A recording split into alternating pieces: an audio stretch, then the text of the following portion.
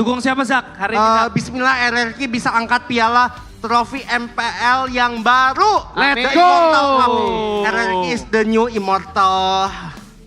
The new Immortal Cup. Mortal Kombat. Bukan Mortal Kombat, Immortal Cup. Mortal Cup, sorry. Yang bener mas. Tadi makanya. pertanyaannya apa? Zak, Dipresetin. pernah nonton filmnya Imaginary nggak? Pernah dong, Yang judulnya Kakak Bos. Film Wih. pertama Godfrey Orindeau sebagai pemeran utama. Ada Tika Aura dan Aurel Mayori. Iya. Oh iya, Hebat. wibu. Enggak kayaknya, oh kamu ngikutin JKT48 berarti? Iya, ngikutin JKT48 dari generasi 1. Oke. Gong. Koreo dulu satu lagu kali ya. Nggak usah bro. Tadi pertanyaan ya. Bukan show-nya JKT. Ya, bukan. tadi pertanyaannya saya ulang ya Izak ya. Ya. Siapakah yang berhasil dikalahkan oleh RRQ tadi malam?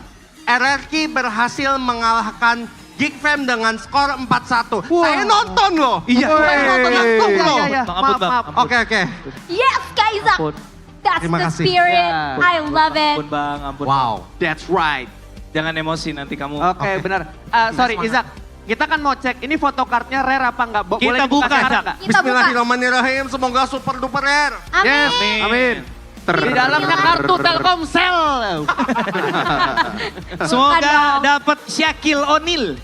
Bukan itu basket. Apakah rare? Oke. Oh my god. Wow. Widih. Widih. Ya. Navi. Wih. Savero. Savero dan Maaf. jatuh. Yang paling satu lagi. Blazing Duet from Fabia.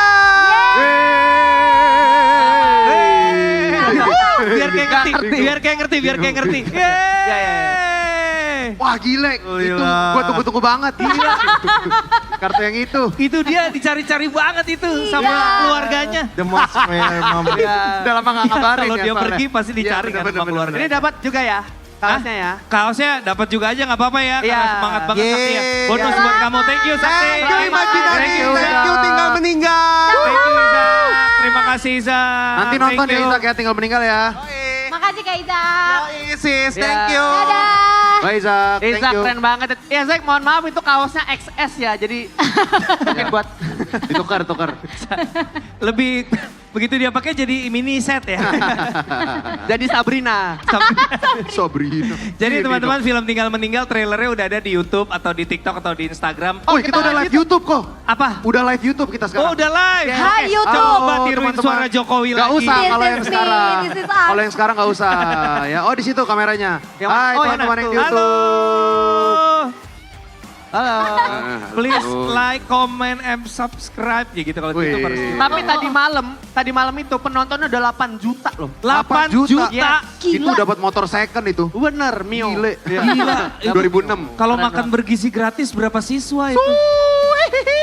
Ini lagi live YouTube kok. Oh iya. Oh, oh, Maksud lagi saya, ya. Iya, oke. ya makanan bergaji boleh gratis dong, masa nggak boleh? Nggak boleh. Dibayarin Jadi tetangga. lu gak mendukung program pemerintah? Wow, Lu gak wow. mendukung Bus, program bus, pemerintah? Karena ini tayang YouTube maka kita harus mendukung. Ya. Karena ditayang di YouTube doang ya? Karena tayang di YouTube doang ya berarti? Jadi filmnya udah trailernya teman-teman udah bisa browsing aja. Tinggal meninggal tayang di bioskop mulai tanggal 14 Agustus. Agustus. Ya semoga suka. Kasih sedikit ini toh sebelum kita bagi-bagi hadiah lagi. Sedikit gambaran filmnya tentang apa sih? Jadi, nah Terlalu kira-kira sedikit. segitu. Oh, terlalu sedikit. Ini ada kok, sorry. Tadi kan Kristo berhasil menebak Aduh. Jennifer. Iya. Nada, kakak. Ya, yang pakai kacamata. Kakak itu bercosplay jadi apa? Maju. Ya yang pakai Maju. bando, yang pakai Maju. bando. Apa? Iya Jadi kamu. apa? Enggak, kalau Ya. bukan Jadi maju apa? ke panggung, maju dikit aja. Nah ayo jadi apa? Ayo tebak. Ini kalau di Marvel Rivals ini Squirrel Girl, tapi ini beda game nih masalahnya nih. Siapa? Siapa? Aku nggak main Mobile Legends. Bohong, pura-pura. Ayo tebak. Tahu nada kok tadi. Siapa ya? Siapa? Hah? Kakak Joy. Ih bener. Gokil. Iya, I Adalah know. juara 1 Indonesian Idol. Itu Joy Bukan, Tobing. Itu Joy Tobing. Tobing. Itu Joy Tobing. Semua karena. Kakak Joy keren. Joy Tobing. Iya. Ini ada lombanya gak sih hari ini? Cosplay atau seru-seruan aja atau emang ada dilombain? Kayaknya Nggak dilombain ya? kurang paham ya. Emang suka aja ya? Apa? Best. Emang cuma cari keringet aja, Iya. cari keringet Ini ya? ada juga Cari cosplay keringet. Minion ya enggak? Bukan. Emang masih kecil ya, Dek. Papoy dulu coba, Papoy coba. Bukan mas. Yang mana, Minion yang itu. mana? Bukan itu. Oh, bukan. Jadi Minion itu, mohon maaf ya teman-teman. Minion itu tuh kerucil Oh, beneran, bukan. yang ditampol-tampol. Oh beneran ada mini istilah. Oh ini time zone yang keluar Main gak sih? Bukan. Lu main gak sih? Main gua. Gak tahu banget Ya, masa. gua mah nyebutnya beda, gua minyong gitu. Itu kaos lu emang ada beanbagnya. Bukan. Kayak nyatu. Dari atas bawah sampai beanbag warnanya sampai karpet sampai hijau. Begitu dia bangun ke bawah semua itu, Dit. Ini kok ada karpet nanggung banget ya, segitu doang. Oke. Kita bagi-bagi lagi. Oh iya, kita mau ajak main games kali ya. Kita Boleh, butuh Boleh. 2 orang perempuan. Ada yang mau That's ikutan? right. Dapetin merchandise? Let's Cewek, go, kali ini let's cewek. go. Ada yang mau Ada nggak? Kristo. Ada yang mau nggak? Ada Kristo. Michelle Kristo. Ada Kakak Michelle Kristo. mau. Lu kenal Michelle nggak? Nggak kenal ya? Hai Michelle, ada Michelle Kristo woi. Kristo juga. Michelle Kristo, namanya Michelle Kristo. Iya, gue tahu. Iya, Siapa Kristo emang? juga. Iya, Emang iya. Kristo cuma boleh satu. It's okay. Michelle. Ceweknya siapa? Yuka kan lu udah kayak YB. Ke acaranya YB, Yuka yang di YB. Padahal bukan nama Yuka, itu ceweknya. Nah tadi Nggak, seolah-olah gue kenal gitu. Jadi Iya, kayak iya. emang gue nggak kenal gitu. Isak tuh ada Michelle Kristo. Halo. Dia Kita akan juga bagi-bagi ikut merchandise Iya. sama foto. Buat 2 cewek. Kita mau ajak di sini kita mau game sama 2 orang cewek. Yes. Gas. Karena nggak akan disuruh yang memalukan, tenang. Yes. Ayo, Seru-seruan aja. Ada nggak? seru. Ada nggak? Let's go. Siapa yang mau? 2 cewek. 2 cewek. Yo. 2 cewek. Mana Nah, ayo, ayo sini. Semangat Maju, banget maju, dari maju. jauh. Kakak Joy nggak mau Dia ikut. ngacung dari Itu tuh yang Mau? duduk kok, tuh yang lagi duduk kok. dia Berdiri aja, berdiri. dada-dadanya Oh, itu tadi tuh. dari cempaka putih dia udah begini sampai Ah, situ. ini sama baju hitam nih. Sini. Bonar jadi baju asisten hitam. Sini. Terima kasih, Sini, lewat Bonar. sini. Udah dapat 2 ya? Oh, Udah dapat 2? Oke. Nada sambil cerita dong. Ini Ya. kan film pertama. Iya. Sebelumnya lu ngapain aja? Mungkin banyak yang belum kenal siapa perempuan ini. Oh iya. Halo semuanya, aku namanya Nada. Ini Tinggal Meninggal adalah film pertama aku yang Iya. akhirnya punya karakter lumayan Banyak banyak ya. Banyak scene-nya ya. Sebelumnya tuh aku ikut musikal kok. Oke, musikal. Jadi kamu merdu dong, bisa dong sepotong nyanyi dulu Coba dikit. bikin lagu judulnya MPL. Ah. M. Tadi MPL. Singkatan itu apa? Nggak ada briefingan. Bisa lah, nggak pertama briefing mah. M. Meriah acaranya. P. Pasti banyak yang seru. Yes. L. Let's go kita main. Yeay. Malunya Sekarang nyanyi banget. bareng-bareng. Kamu ada mikrofonnya nggak? Oke, sini. Berdiri Ada dulu tengah. Kita mikrofon? kenalan dulu. Ya, aku taruh dulu ya. Maju. Maju kak. Maju. Sini. Lagi. Jangan takut. Gak apa-apa, Kenalan maju aja. dulu. Sini, kamu sini. Siapa namanya? Ayu, Ayu. Dari Ayu. mana yuk? Rumahnya di mana? aku dari Tangerang. Tangerang. Di Weh, mana? sama. Tangerang ini dari Tangerang juga dia. Tangerang. Kamu di Yes. mana? Koordinatnya berapa? Alamat lengkap. KTP, NIK, semua. Enggak, alamatnya di mana? Maksudnya BSDK. Kota Bumi. Oh, Kota Bumi. Oh, Iya. Kota Bumi. Yes. Iya. Tahu. Ya, situlah. Dekat Sukabumi kan? Enggak, Jauh, itu belakang doang jauh. sama-sama Bumi. Oke. Kebumen ya? Berarti ini- Kebumen sana, oh nggak masih jauh ya? Gak cuma dari Jakarta ya, dari Tangerang ya? Dari Iya. Tangerang. Dari Tangerang yuk. Wow. Yang di luar jauh-jauh. Jakarta ada nggak? Yang dari luar Jakarta? Dari mana bang? Jabodetabek. Sukabumi. Wih, Dan dari ke Sukabumi. sini. Sukabumi. Buset. Kota Bumi. Cie. Gile, Sama-sama kotak-kotak bajunya. Cie. Sama-sama kacamata hitam. Cie. Sama-sama kakinya 2. Cie. Itu umum. Oh Kan terlalu. memang umum. Ya, Itu umum kan, itu. Siapa tahu. Itu Oke. umum. Kak Ayu. Ayo. Ayo. Oke, sekarang kita kalian sama yang satu lagi. Siapa namanya? Feni. Feni Kak dari Feni. mana? Penny. Jakarta Utara. Jakarta Utaranya Jakarta mana? Utara. Pademangan. Pademangan. Oh Oke. lapar kali ya. Pademangan. Pademangan orang mangan ngumpul. Cepet banget. Iya. Sama siapa kamu, Fen? Teman-teman. Sama teman. Mana teman-teman Feni temennya? mana? Oh nggak ada yang mau ngaku Fen. Gak ada yang mau. Ada yang mau ngaku. Lagi Siapa di dia? Sukro. Angkat tangan dong temannya. Ya udah saya aja deh, saya mau jadi temannya. Mau saya jadi temannya. Dari rumah ke sini deket ya Feni ya?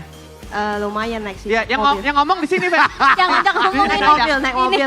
Saya yang ngomong tuh.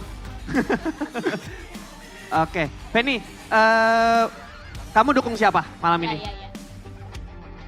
Atau kamu tahu nggak ada acara MPL di sini? Tahu. Apa dia lagi?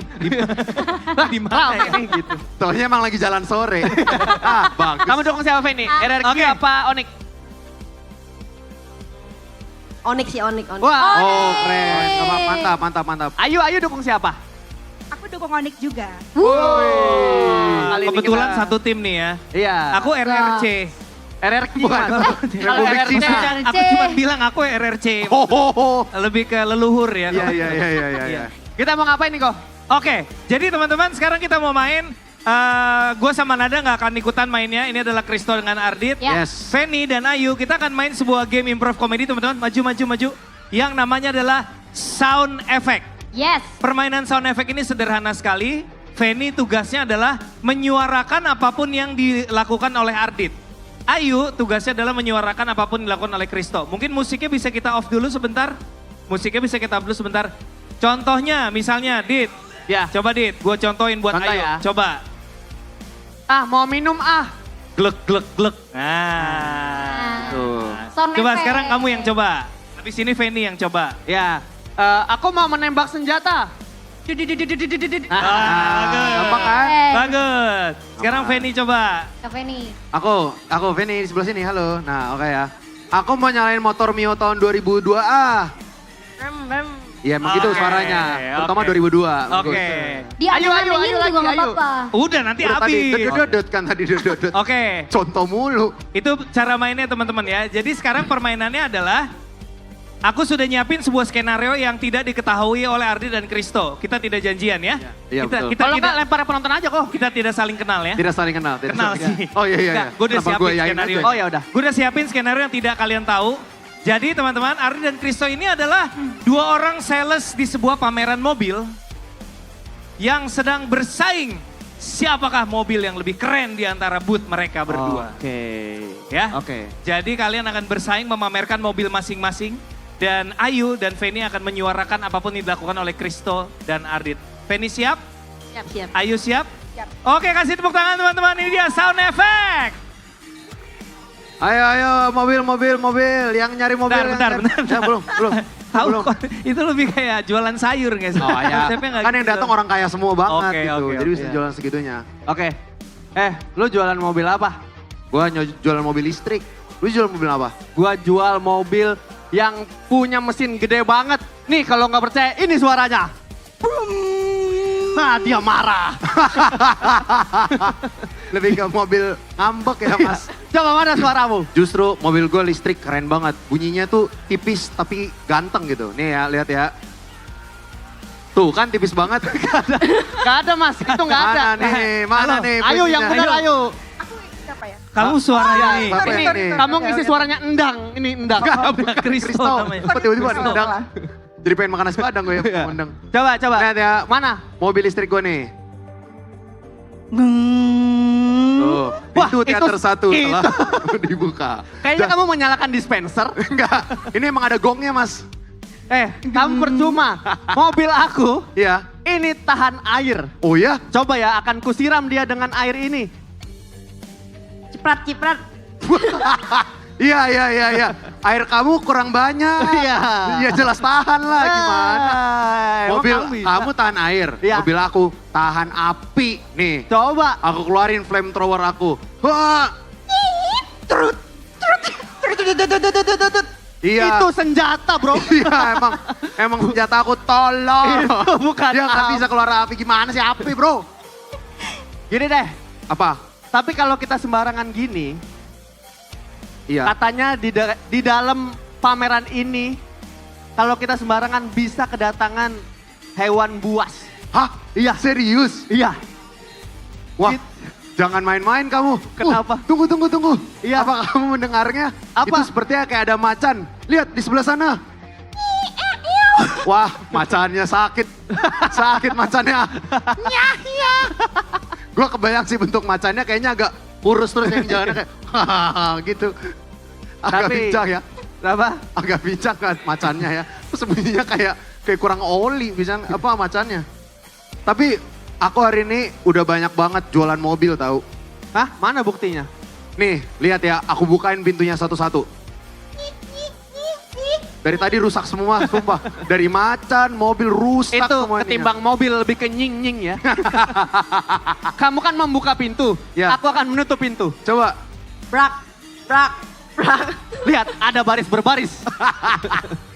Di sebelahku. Tepuk tangan buat Penny dan Ayu. Susah ya. Pameran mobil susah ya. keren-keren. Penny, terima Coba kasih. Nada gimana? Bagusan siapa Nada? Ini pilihan yang sulit ya. Ya. Oh my God. Karena semuanya bagus banget lagi menurutku. Dan juri menentukan. Ding, ding, ding, ding, ding. Oke, Oh iya, tanya menonton. kita coba vote dari penonton. Siapa yang mendukung kakak Ayu? Woi, oke. Suaranya ada 200 vote. Dan yang mendukung Penny. Oke, 203 vote. Jadi siapa? Jadi Kak. Siapa yang menang? Kak Ayu. Yeay. Terima kasih Ayu. Jauh dari Tangerang. Thank you, terima Tadi kasih. perhatiin nggak? Tadi perhatiin Thank you nggak? Vinny. Pas Ayu, siapa yang pilih Ayu? Yang dari Sukabumi tepuk tangan lagi. Dia langsung kayak, Jangan-jangan kamu bukan suka bumi tapi suka Ayu. Iya.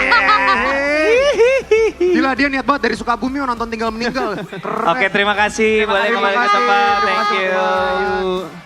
Itu namanya permainan improv komedi. Improvisasi kan? Improv. Agak kaget ya sama Agak sekian. kaget. Agak Oh, agak kagetnya bukan agak lagi sih banget ya. Kaget banget. Oke, kayaknya waktu kita udah mau habis. Ya. Terima kasih teman-teman sudah boleh berkunjung dan bermain-main, bertemu sama teman-teman semua di sini. Ya. Thank you ya. Terima kasih. Terima kasih. Oke semua, jangan lupa nonton Tinggal Meninggal tanggal 14 Agustus. Nonton trailernya juga ada di YouTube. Ya. Sikat langsung. Gas. Ya, terima kasih sekali lagi dari Majinari dan Tinggal Meninggal. Saya Aras Prakasa. Saya Darwanda. Saya Kristo Emmanuel. Saya Nada Novia. Oke, selamat sore. Bye-bye. Sampai ketemu lagi. Thank you. See you.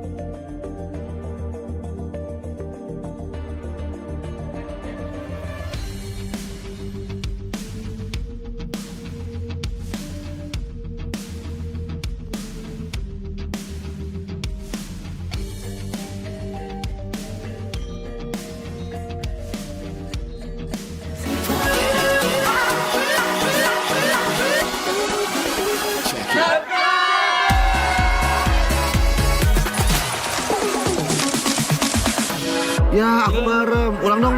Gak perlu.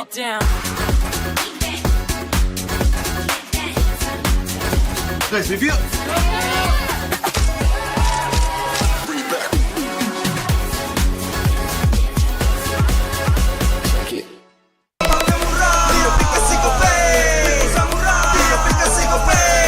Walau yang lain terus berubah, Gope konsisten, kasih yang pasti murah. Bayar tagihan murah di aplikasi Gope. Gratis transfer 100 kali per bulan. Download aplikasi Gope baru, nggak pakai lama. Dompet andalan gamers banyak damage-nya.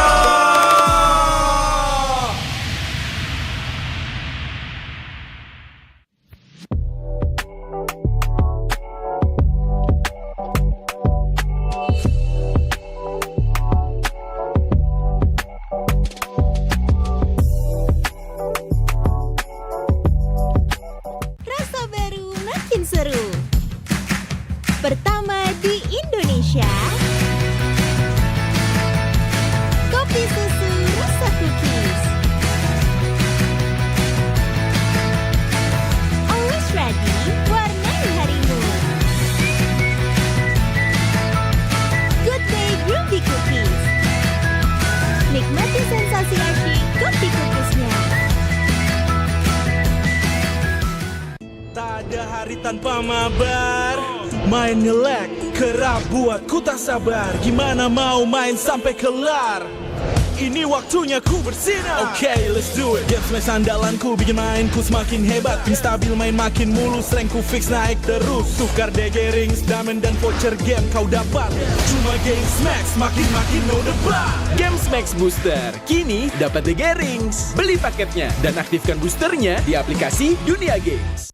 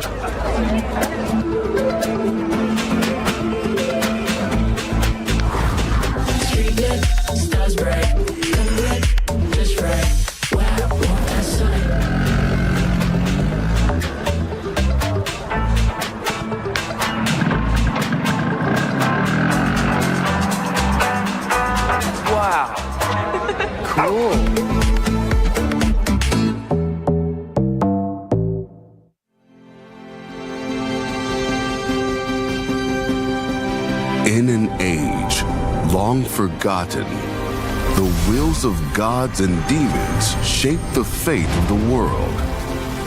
Prosperity and war surged, caught in the eternal clash of divine glory and infernal wrath. Mortals rose in defiance, and after a long war and countless sacrifices, the world finally knew peace. In the new era, wars on the chessboard replaced the clash of swords. Here, legends and epics are reborn in a form the world has never known. Magic Chess Go-Go. Make your move.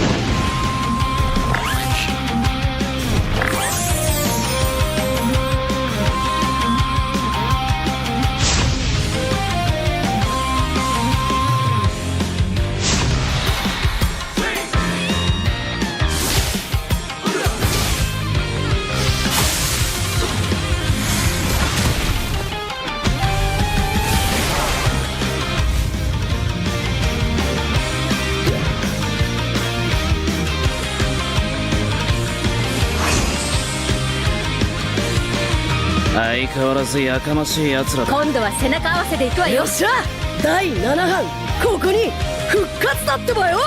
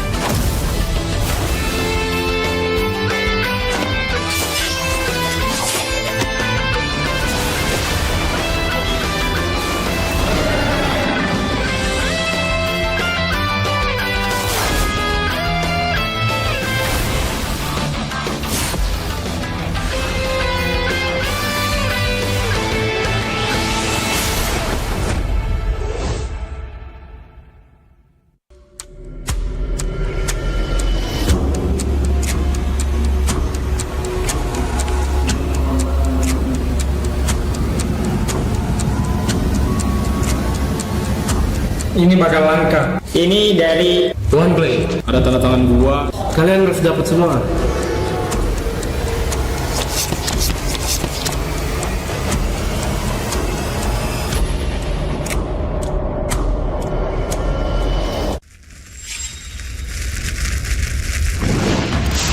Minna! Utsumaki Narutoが帰ってきたぞ!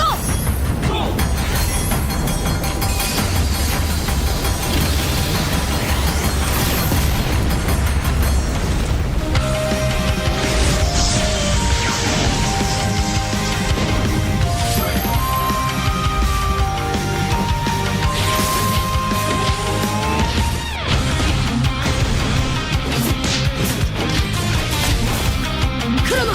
力を貸してくれ! よ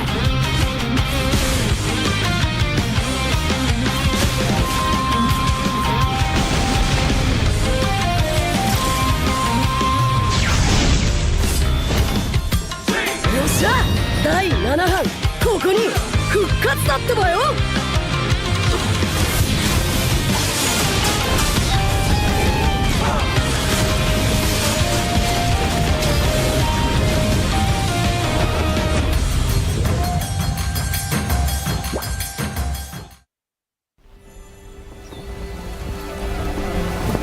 In time immemorial, the endless war destroyed the balance between yin and yang, plunging the Cadia Riverlands into chaos. As catastrophe loomed, a woman of destiny stepped forth, casting aside divinity for the plight of mortals.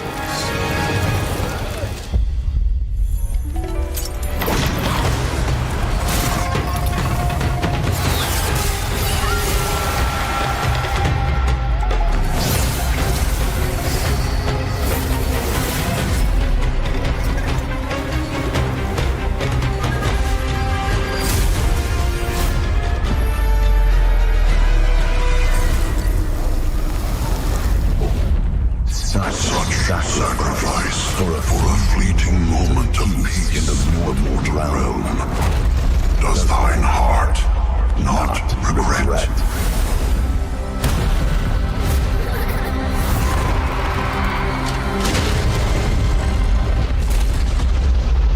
To protect the realm. What is there to regret?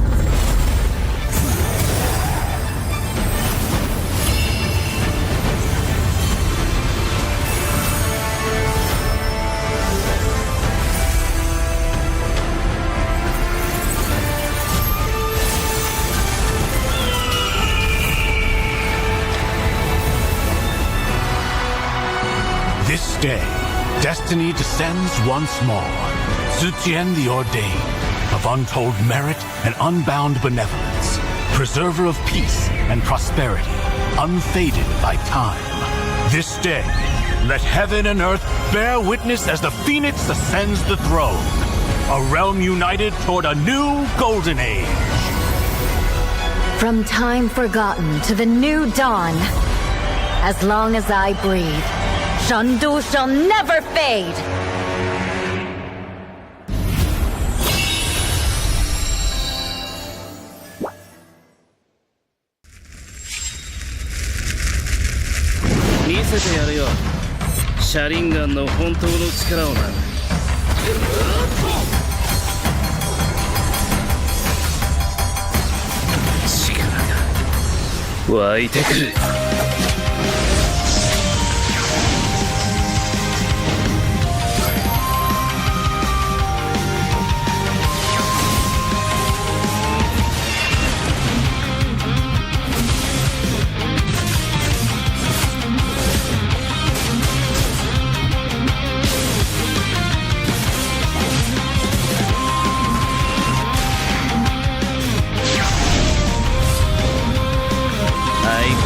やかましい奴らだ。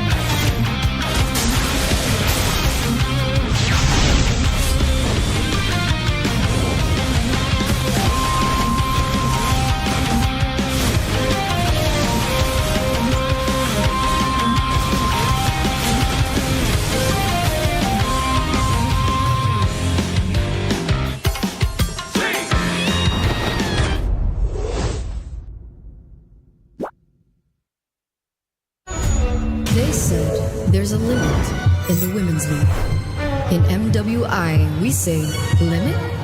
Watch us bounce. From the MWI queens everyone knows, to the stars who came out from nowhere, to the ultimate champions. Now, MWI is expanding greater than ever. Turkey, EECA, Africa, Mongolia, and beyond. We're stretching the map wider. MWI, where dreams get louder. This isn't just a tournament. It's your passport to the world stage. A spotlight for women in the EWC. No rules, no ceilings, no limits. Just this. We're vibrant. We're ready. We're limitless.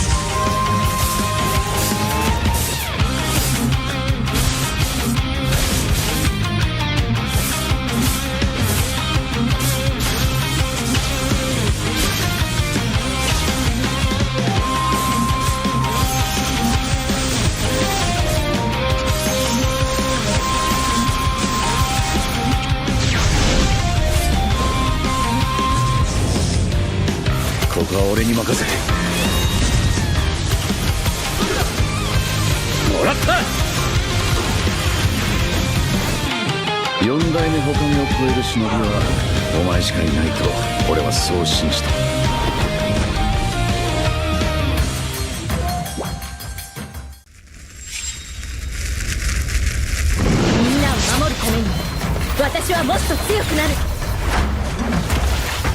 やっしゃあなら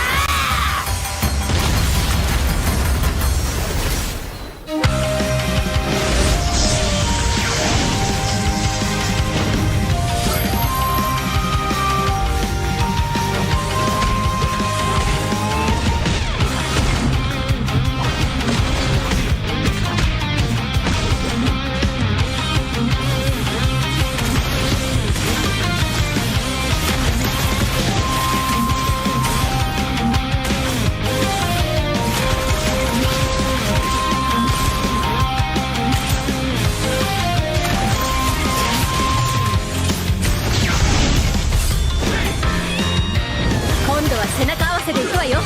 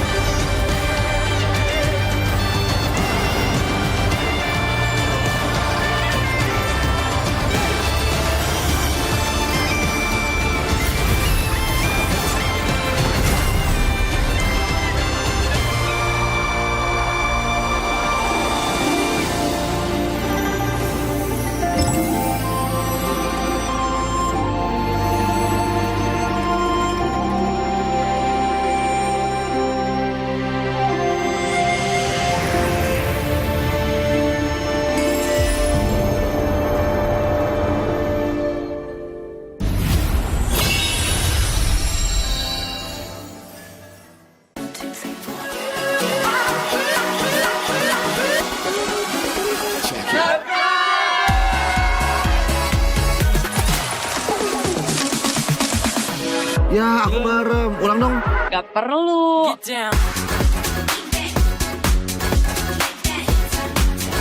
Guys, review.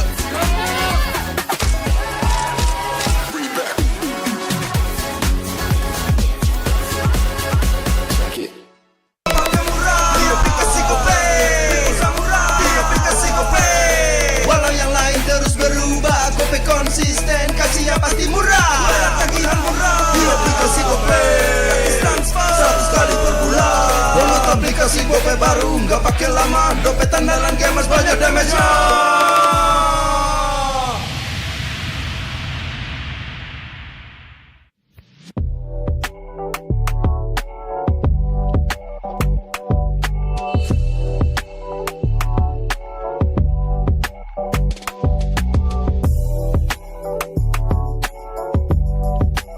Rasa baru makin seru. Pertama di Indonesia, kopi susu rasa cookies. Always ready, warnai harimu.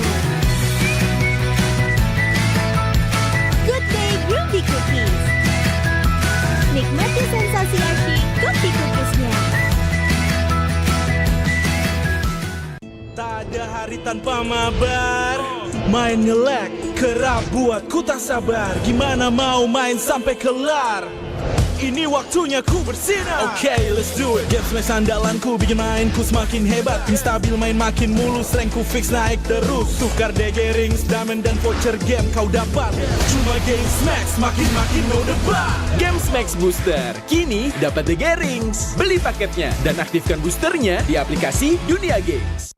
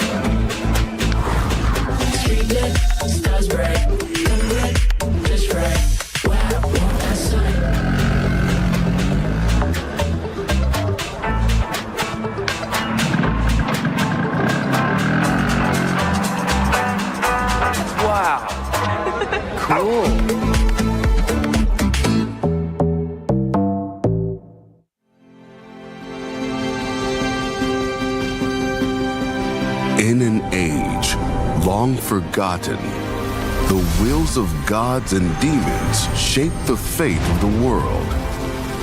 Prosperity and war surged, caught in the eternal clash of divine glory and infernal wrath. Mortals rose in defiance, and after a long war and countless sacrifices, the world finally knew peace. In the new era, wars on the chessboard replaced the clash of swords. Here, legends and epics are reborn in a form the world has never known. Magic Chess Go-Go. Make your move.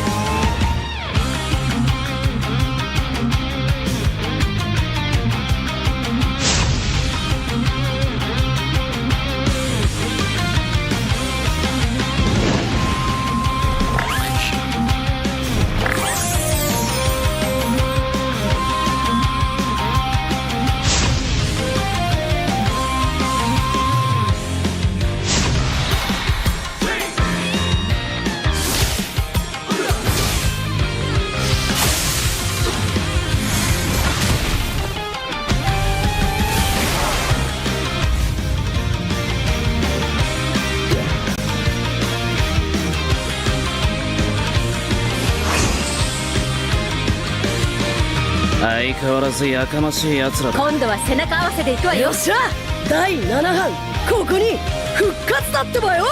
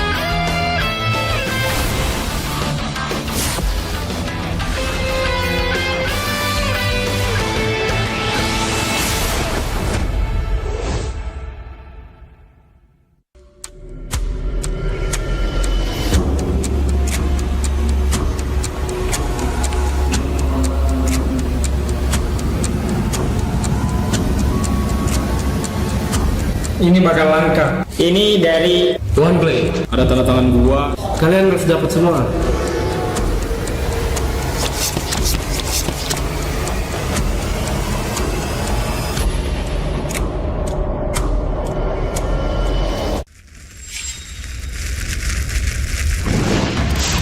Minna! Utsumaki Naruto が帰ってきたぞ!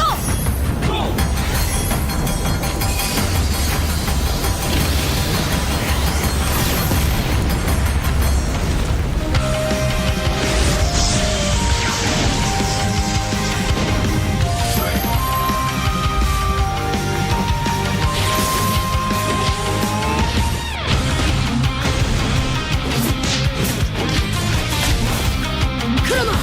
力を貸してくれ! よ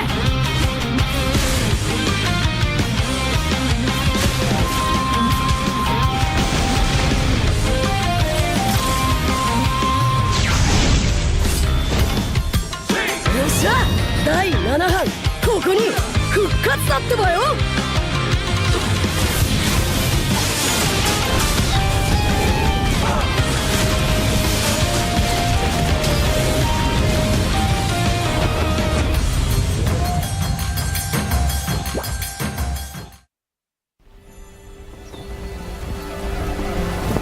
In time immemorial, the endless war destroyed the balance between yin and yang, plunging the Cadia Riverlands into chaos. As catastrophe loomed, a woman of destiny stepped forth, casting aside divinity for the plight of mortals.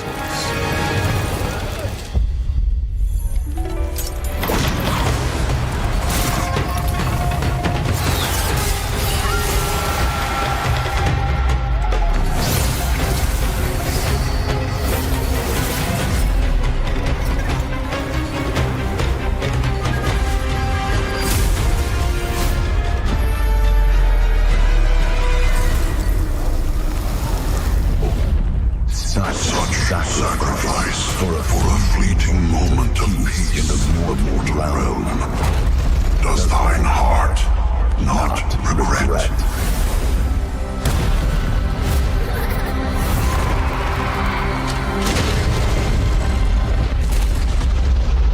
To protect the realm. What is there to regret?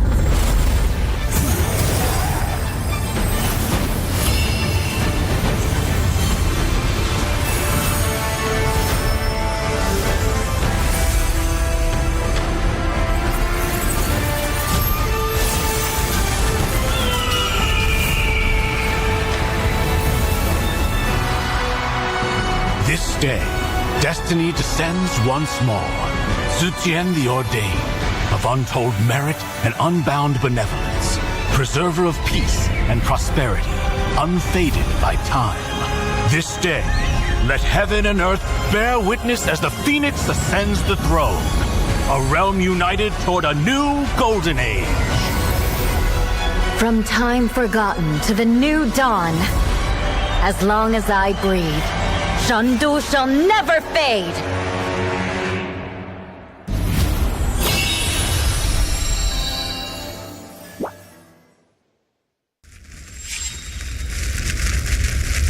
Mise te yaru yo. Sharingan no hontou no chikara o na.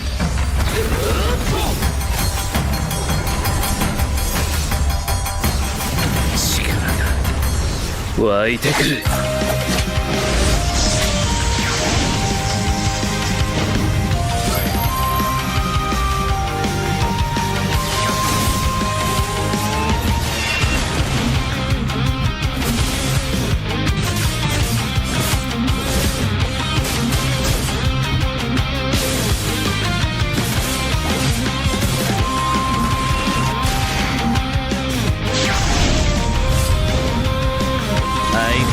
やかましい奴らだ。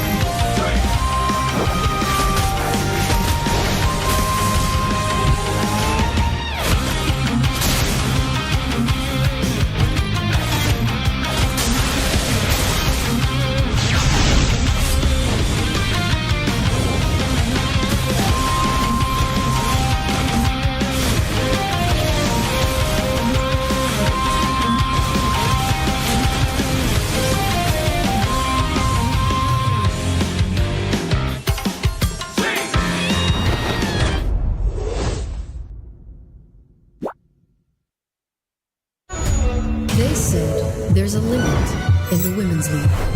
In MWI, we say limit? Watch us bounce from the MWI queens everyone knows, to the stars who came out from nowhere, to the ultimate champions. Now, MWI is expanding greater than ever. Turkey, EECA, Africa, Mongolia, and beyond. We're stretching the map wider. MWI, where dreams get louder. This isn't just a tournament. It's your passport to the world stage. A spotlight for women in the EWC. No rules, no ceilings, no limits. Just this. We're vibrant. We're ready. We're limitless.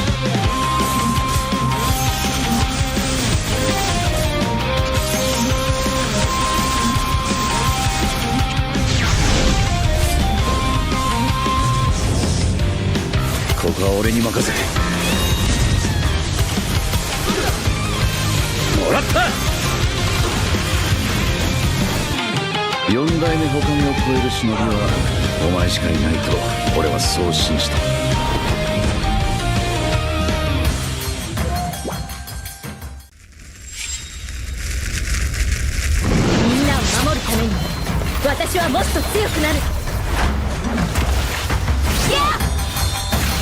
さよなら。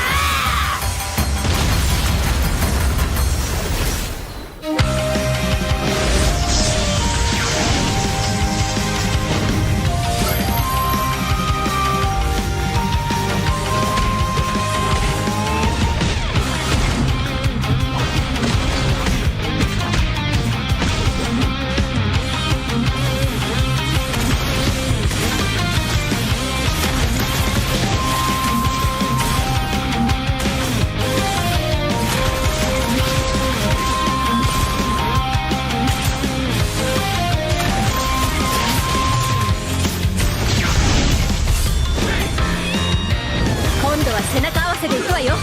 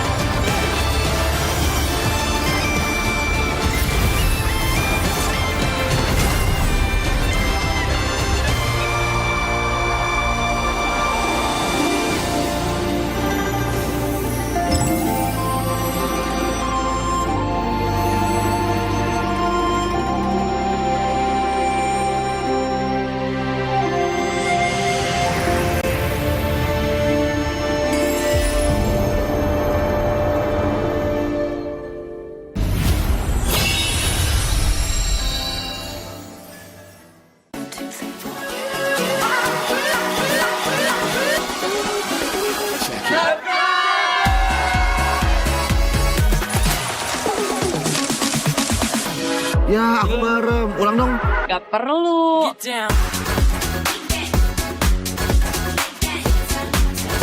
Guys, review.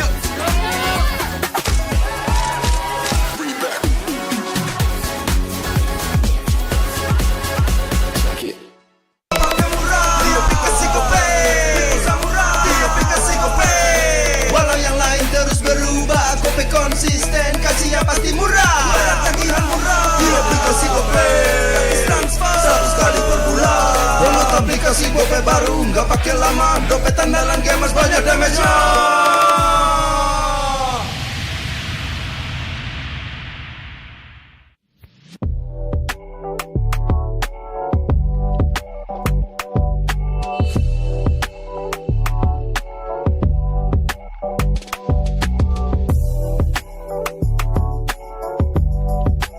Rasa baru makin seru. Pertama di Indonesia, kopi susu rasa cookies. Always ready, warnai harimu. Good day groovy cookies. Nikmati sensasi asyik kopi cookiesnya. Tak ada hari tanpa mabar. Main ngelek, kerap buat ku tak sabar. Gimana mau main sampai kelar? ini waktunya ku bersinar. Okay, let's do it. Game smash andalanku bikin mainku semakin hebat. Tim stabil main makin mulus, rankku fix naik terus. Tukar DG rings, diamond dan voucher game kau dapat. Cuma game smash makin no debat. Game Max Booster kini dapat DG Rings. Beli paketnya dan aktifkan boosternya di aplikasi Dunia Games.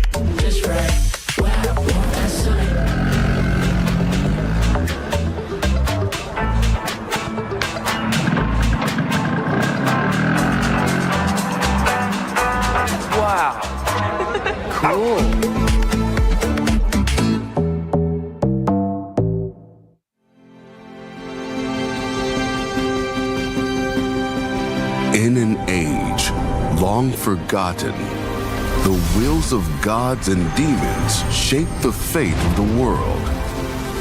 Prosperity and war surged, caught in the eternal clash of divine glory and infernal wrath. Mortals rose in defiance, and after a long war and countless sacrifices, the world finally knew peace.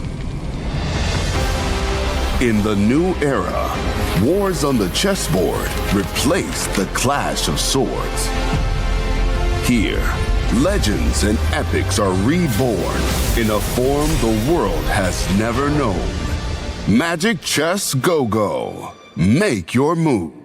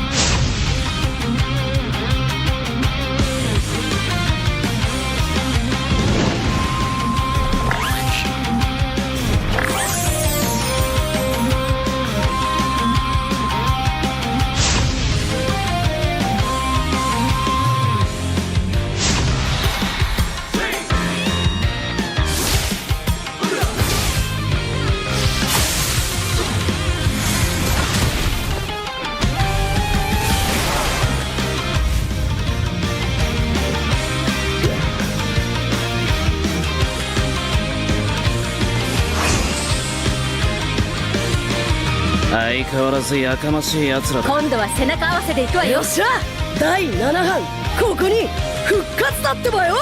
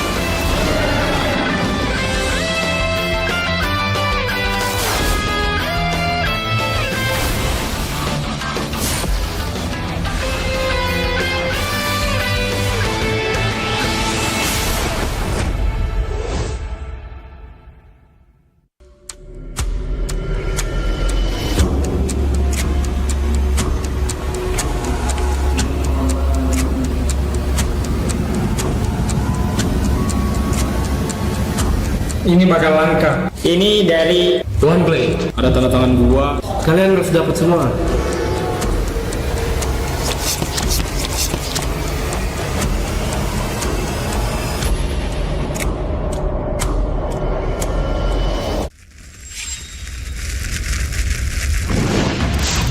Minna! Utsumaki Narutoが帰ってきたぞ!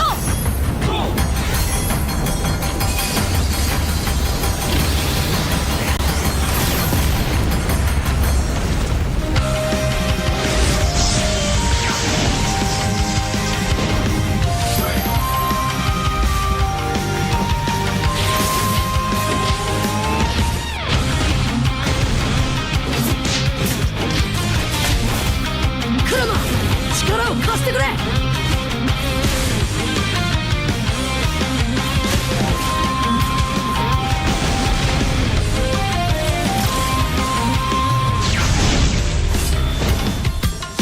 っしゃ第7班ここに復活だってばよ.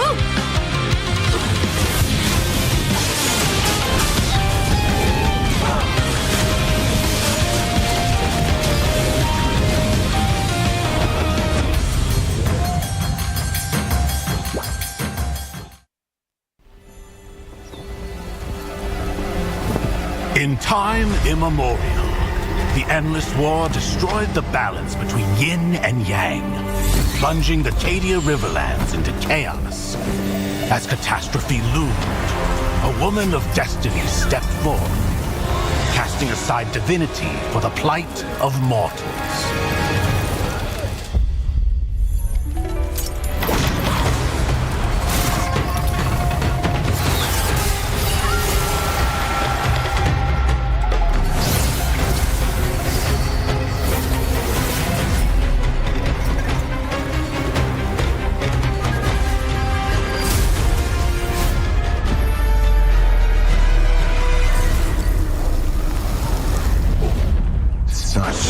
Sacrifice for a fleeting moment of peace in the mortal realm.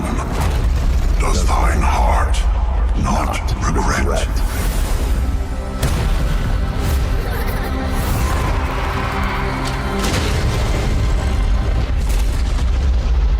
To protect the realm. What is there to regret?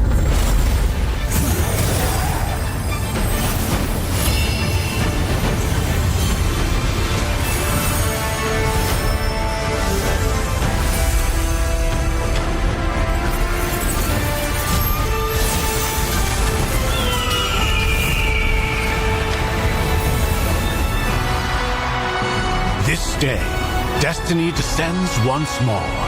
Zutian the Ordained, of untold merit and unbound benevolence, preserver of peace and prosperity, unfaded by time.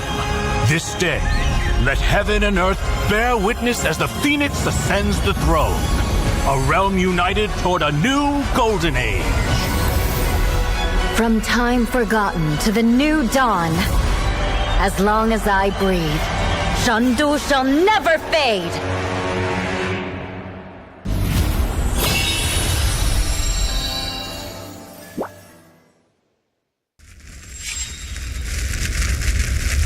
Misete yaru yo.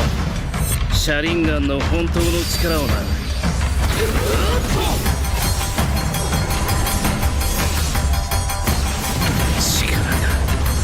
湧いてくる。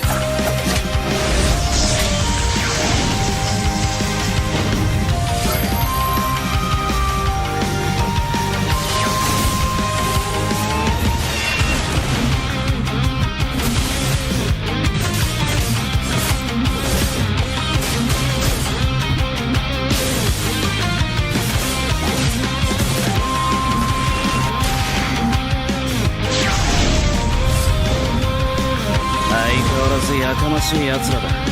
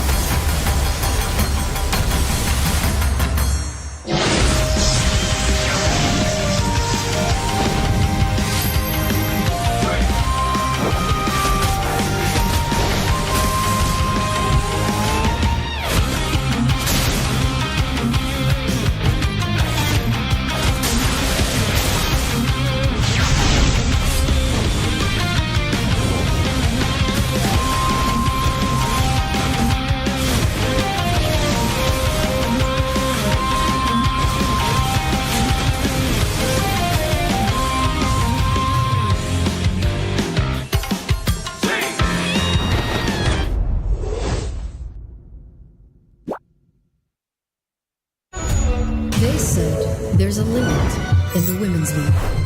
In MWI, we say limit? Watch us bounce. From the MWI queens everyone knows, to the stars who came out from nowhere, to the ultimate champions. Now, MWI is expanding greater than ever. Turkey, EECA, Africa, Mongolia, and beyond. We're stretching the map wider. MWI, where dreams get louder. This isn't just a tournament. It's your passport to the world stage. A spotlight for women in the EWC. No rules, no ceilings, no limits. Just this. We're vibrant. We're ready. We're limitless.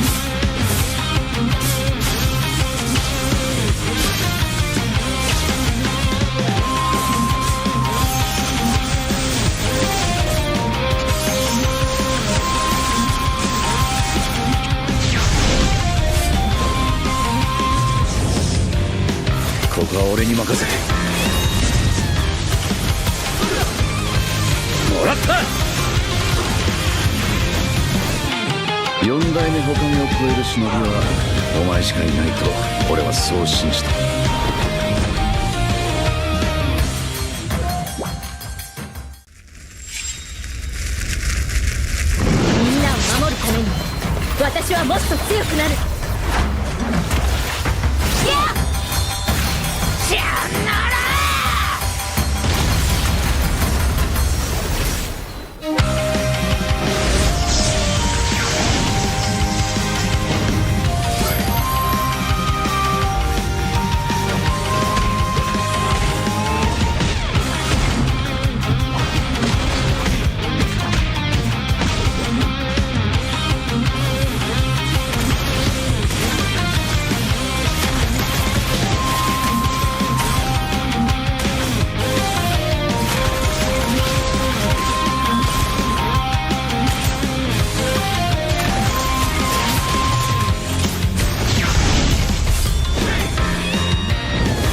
背中合わせで行くわよ。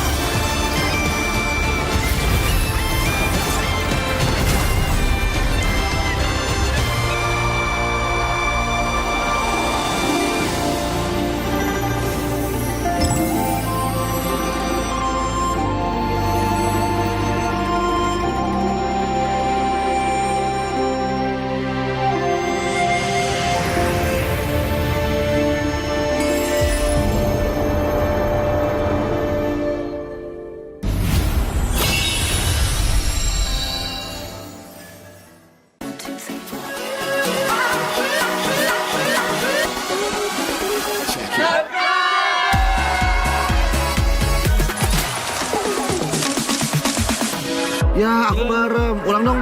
Gak perlu.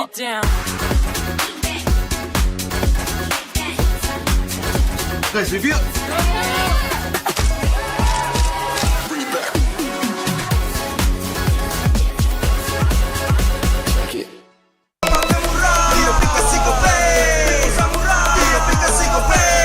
Walau yang lain terus berubah, Gope konsisten, kasihnya pasti murah. Tagihan murah di aplikasi Gope, gratis transfer 100 kali per bulan. Download aplikasi Gope baru, nggak pakai lama. Dompet andalan gamers banyak damage-nya.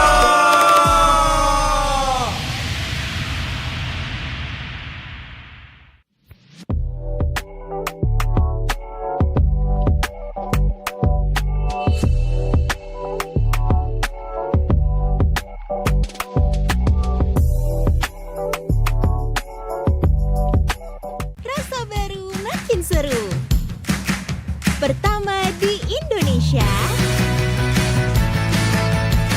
kopi susu rasa cookies. Always ready, warnai harimu. Good day Groovy Cookies. Nikmati sensasi asyik kopi cookiesnya. Tak ada hari tanpa mabar.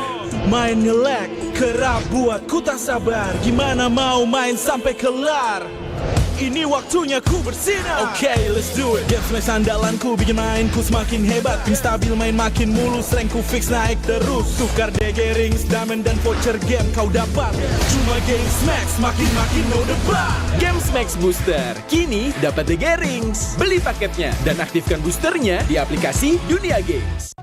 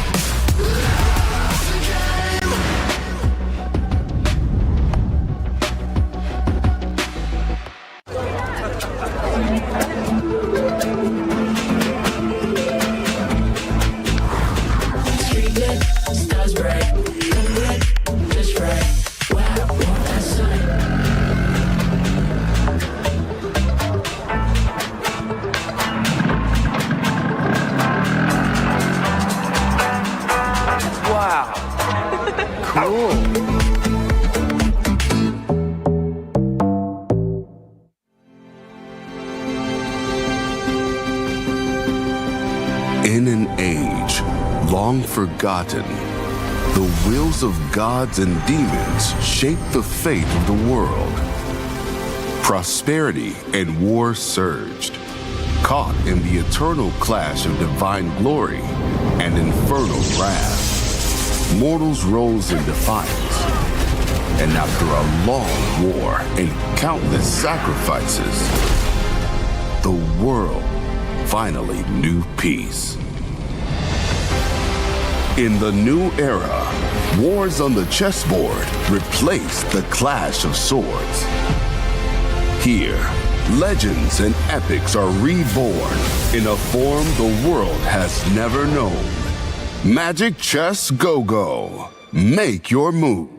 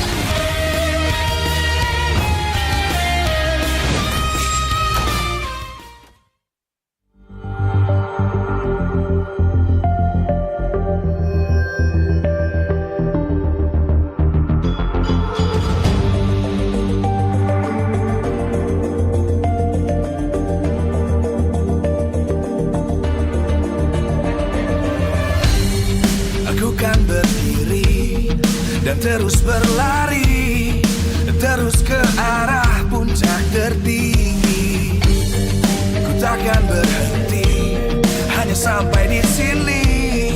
Kemenangan abadi menanti. You know we won't miss if we unite our focus. And if you haven't noticed,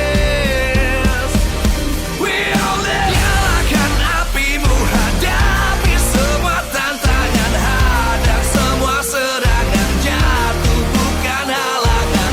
Bakar semangatmu, janganlah engkau menyerah. Kita akan buat sejarah. We all this, we won't miss. We all this, we won't miss. Saatnya beraksi, jalani ambisi. Aku kan menyawakan hari ini. You know we won't miss if we unite our focus. And if you haven't noticed, we all live. Nyalakan apimu, hadapi semua tantangan, hadang semua serangan, jatuh bukan halangan. Bakar semangatmu, janganlah engkau menyerah. Kita akan buat sejarah. We all this, we won't miss. We all this, we won't miss. We all this.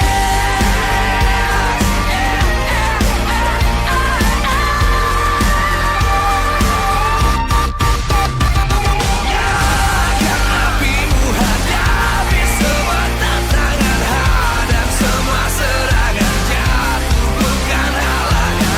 Bakar semangatmu, janganlah engkau menyerah. Kita akan buat sejarah.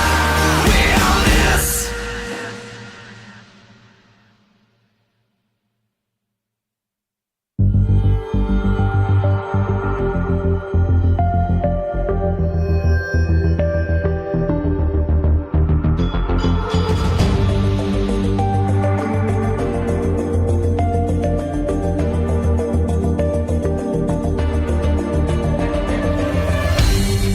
Aku kan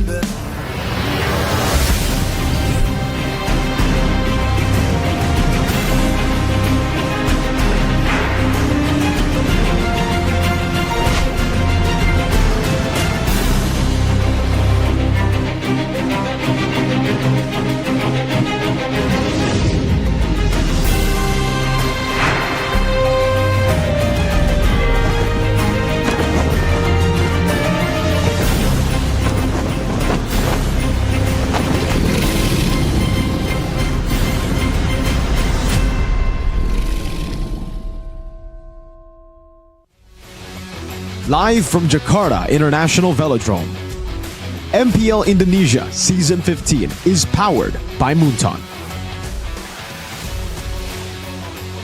Supported by Esports Federation of Indonesia. Presented by official tournament smartphone Samsung Galaxy. Official e-wallet GoPay. Official sponsor, Head & Shoulders. Official coffee, Good Day. We own this.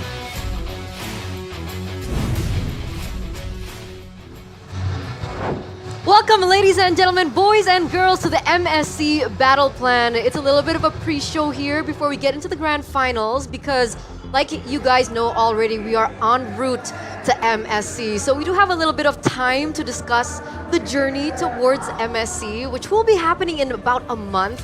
So back with me, Eterna, as your desk host, alongside with Goni, Kolius, as well as Arashi, to get into the tidbits. Now, MSC is right around the corner, and for most of the regions, we are already seeing exactly who will be making it.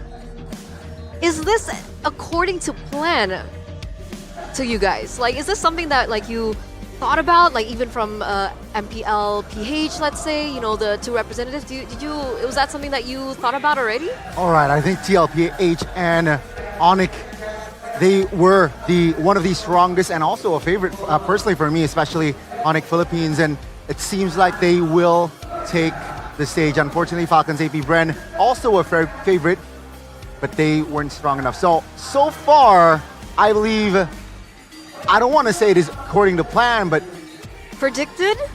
Favorites, yeah. I think most of them, they got through. It's quite the same for me. I think it's a little bit surprised when we see that Aurora and the Falcon PH didn't make it to the MSC this year. But yeah, DLPH and for the Onyx PH is very strong team. What about the other regions here, Arashi? Do you have maybe a different opinion? I mean, considering that we just found out that Homeboys will be the other team to represent MPL MY. Yeah, I was hoping like the Black Alien was gonna Yeah, take over, make Aero. some moves, but unfortunately he did not get it done. Aero unfortunately could not proceed. So Homeboys though has we know 3 people from our region in that team, so I think they have a bit of our support indirectly. I'm more surprised that the teams that were gonna be representing our countries in the SEA Games, right? Team Wicked ID plus Falcons. Man, like I thought they were gonna go. No, it's a little bit further. So that caught me off guard just a little bit.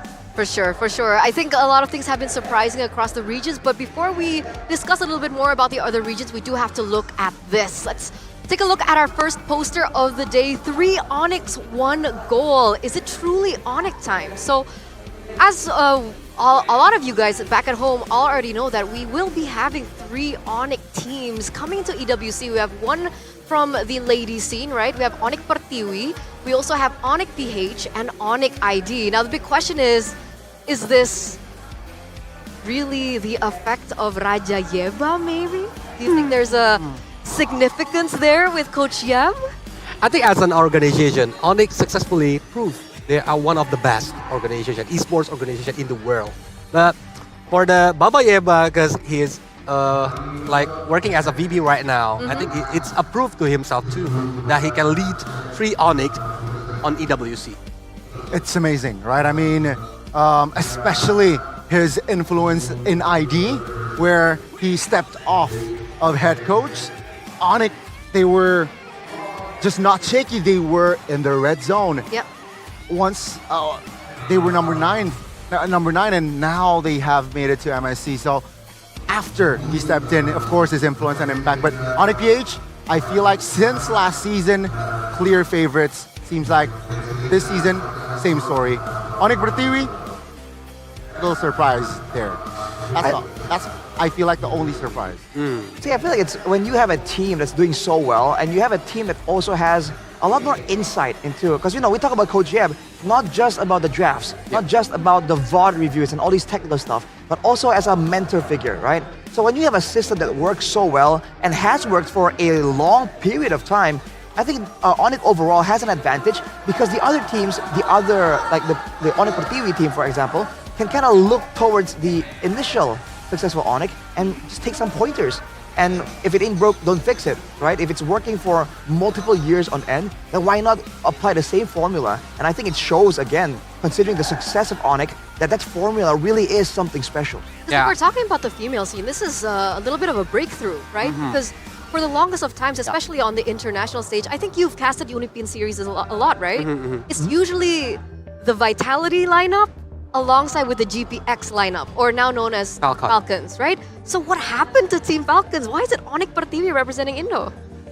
I got a chance to talk with the Onyx Pertiwi coach before it's Chico on the ID panel. Oh. That he learned a lot from Baba Yeba. So there you go. Yeah. So a lot of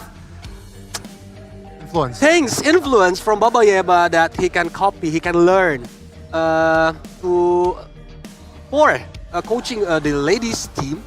That it surprisingly it works.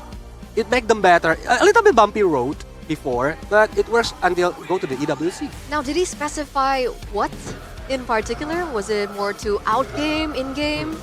Communication. Communication. How they communicate out-game and in-game.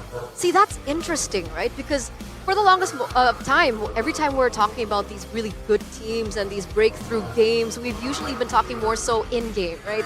The strategies that the coach has, a drafting phase, execution in the game, but why execution? What part of execution really was the pinpoint here? This is something really important. I think a lot of teams have the same problem. Is the communication. If in game, they are talking together at the same time. Oh. Yeah, but how to communicate effectively. That's the issue from a lot of teams right now. And Baba Yeba found a formula. Formula. Communication, right? Okay, so communication will also then transform to chemistry, right? I think that's something that we saw from Onyx, right? Because technically, Onyx ID have been performing outstandingly, but when Yeb came in, they just started talking about unity, right? Every time they're on stage in their interviews, they keep saying that we're united as one. Maybe that's something to do with chemistry, right? So we'll get to our second topic because after the crazy thing about 3 Onyx representatives coming into EWC, this is also something new, right? We have new faces coming into MSC 2025 from various different regions. Now, we've been hounding about how important young blood and regeneration is in MPL ID, but the fact of the matter is, it's not just a thing that's been happening in MPL ID, but across all the regions as well. Arashi, what do you think about this? I think with the game getting a lot more interest overall, right, internationally as well, it stands to reason that more people will be trying out, kind of come through. And when you have a new boost in talent pool, you can find better players, and that's where we're seeing a lot of big names. Although, in a sense, even in PH, even in Indonesia particularly, we've had already a lot of different people playing the game, but we're also seeing a huge amount of rookies coming through. So I feel like the mindset has also been shifting from just going with what has been working, these veteran players, to finding actual talented players here that can fit the current meta. And that might be a sign that the MLBB meta overall is just moving so fast right now that they need, almost new players to actually fit the same thing. They can just keep using the good old veterans and keep changing them again and again because eventually gotta break. What do you think? Regeneration, right? I think that is a key into a great ecosystem, and seems like same story here. MSC new face in, and technically, if we take a look at last year's champion, they were the new faces for MSC as well. Some of them, and it's going to inspire a lot of new players. We got Prince, technically a new face for MSC. Sure, having experience in M Series, but MSC, I feel like it's still a different ball game. So let's see, like Prince and as well as the Detective, right? They have international experience, but for the other players like Van Strong from Homeboys, it will be a chance for them to prove, for him to prove. Super Ken though, not secure his spot just yet. Let's see if he deserves a spot at MSC. That's why I think the new faces right now is working like a new fuel to the tank. New fuel. New fuel. So all the others veterans have a new motivation that he wants to make his junior to feel the MSC, to raise the trophy. That makes sense. That makes sense because, we've seen a lot of teams have a really good mixture of both, right? Obviously, you need that veteranship for the experience to kind of lead the young bloods and give like that big brother kind of aura towards these new players. But for some reason, these new players also have that new spirit that maybe the veterans have started to lack over the years. So this brings us to our next poster. We're gonna see it real quick in just a moment, but here it is. New faces of MSC 2025 in line with the 2 teams that we will be seeing in our grand finals. Unfortunately, it feels like the young blood energy from Geek didn't really work out in their favor because a lot of people have agreed that it looks like Geek Fam really tilted. Now, is the tilt factor because of that young blood energy? Man, I feel there's a lot of strong opinions about this. I think the main person everyone's looking to right now was a boy. And unfortunately, if we talk about the rookie mentality being a problem, May Kids, and Kenziski, they're actually performing decently. A lot of the big criticism so far for Geek Fam was to a boy, and he is quite a long-time veteran. So it's unfortunate that that happened in that match. Hopefully he'll recover. But that shows again that it's not only about seniors and juniors and rookies here. It's not as clear-cut as that. And the fact that for RRQ right now, almost the whole roster is like a new face in MSC, that's definitely an interesting factor. And whether or not it means they're going to be more creative, more daring to try something new, like the Yi Sun Shin, for example, or whether or not the lack of experience is going to harm them, I feel like that's something we have to wait and see, right? Because different people respond differently to different stimulus. That's true. That's true. Because if we're looking at the side of Onyx, now these are veteran players aside from Sapero and Lutfi. Does Lutfi have international experience? Ooh, Lutfi. I don't believe he does. Lutfi has an international experience. Where did he go? Lutfi, right? I believe it was M's. Yeah, last. No, okay, not last M series.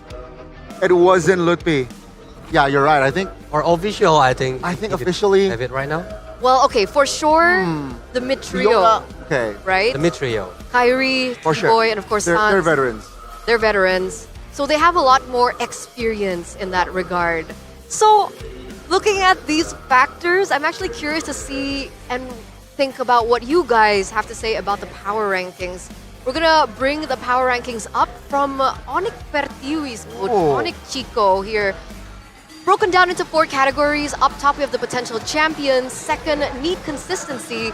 Third, just keep trying. And fourth, good effort, guys. Now, I'm gonna start with you, Arashi. Agree or disagree with this power ranking?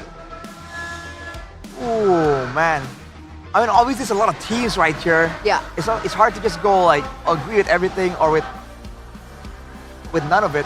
I feel like a lot of the rankings here I can agree with, but unfortunately, if you look at ID right there, potential champions.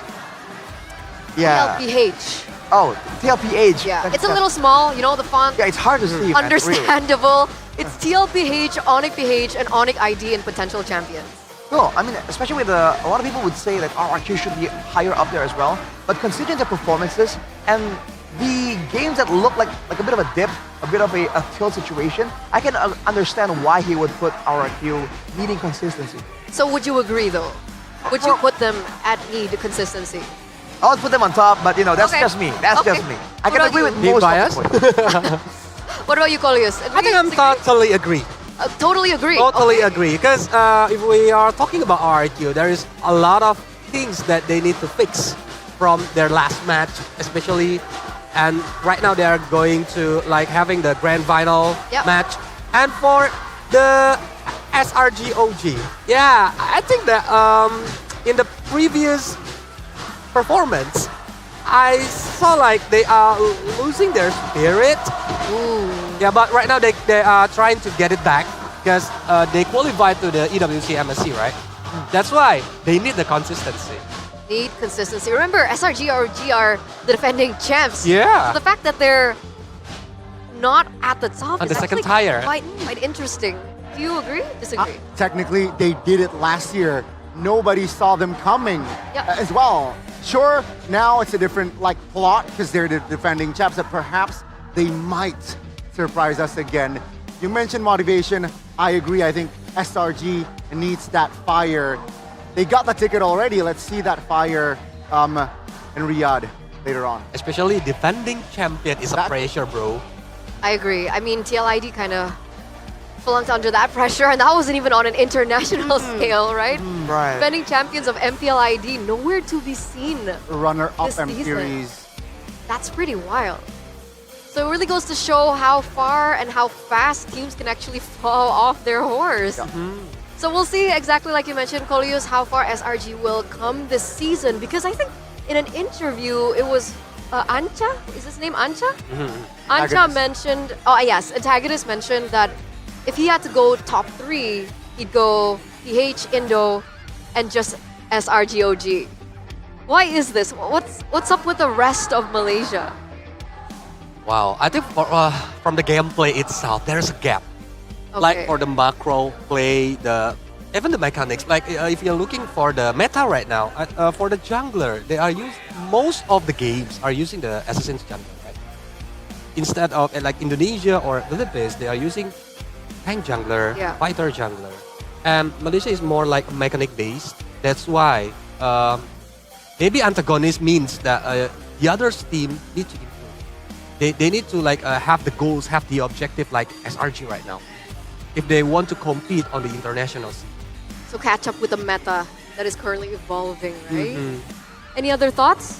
I think it's what is happening in Malaysia. It's similar feel. I feel like when Onic was in their prime, when yeah. they got the 4 feet in ID, right? It's just Onic and then the rest of the team, and it's a similar feel. You know, every international Onic, always the favorites, but the other team, yeah, sometimes A tier, not S, B, it's a similar feel, I feel, with SRGOG.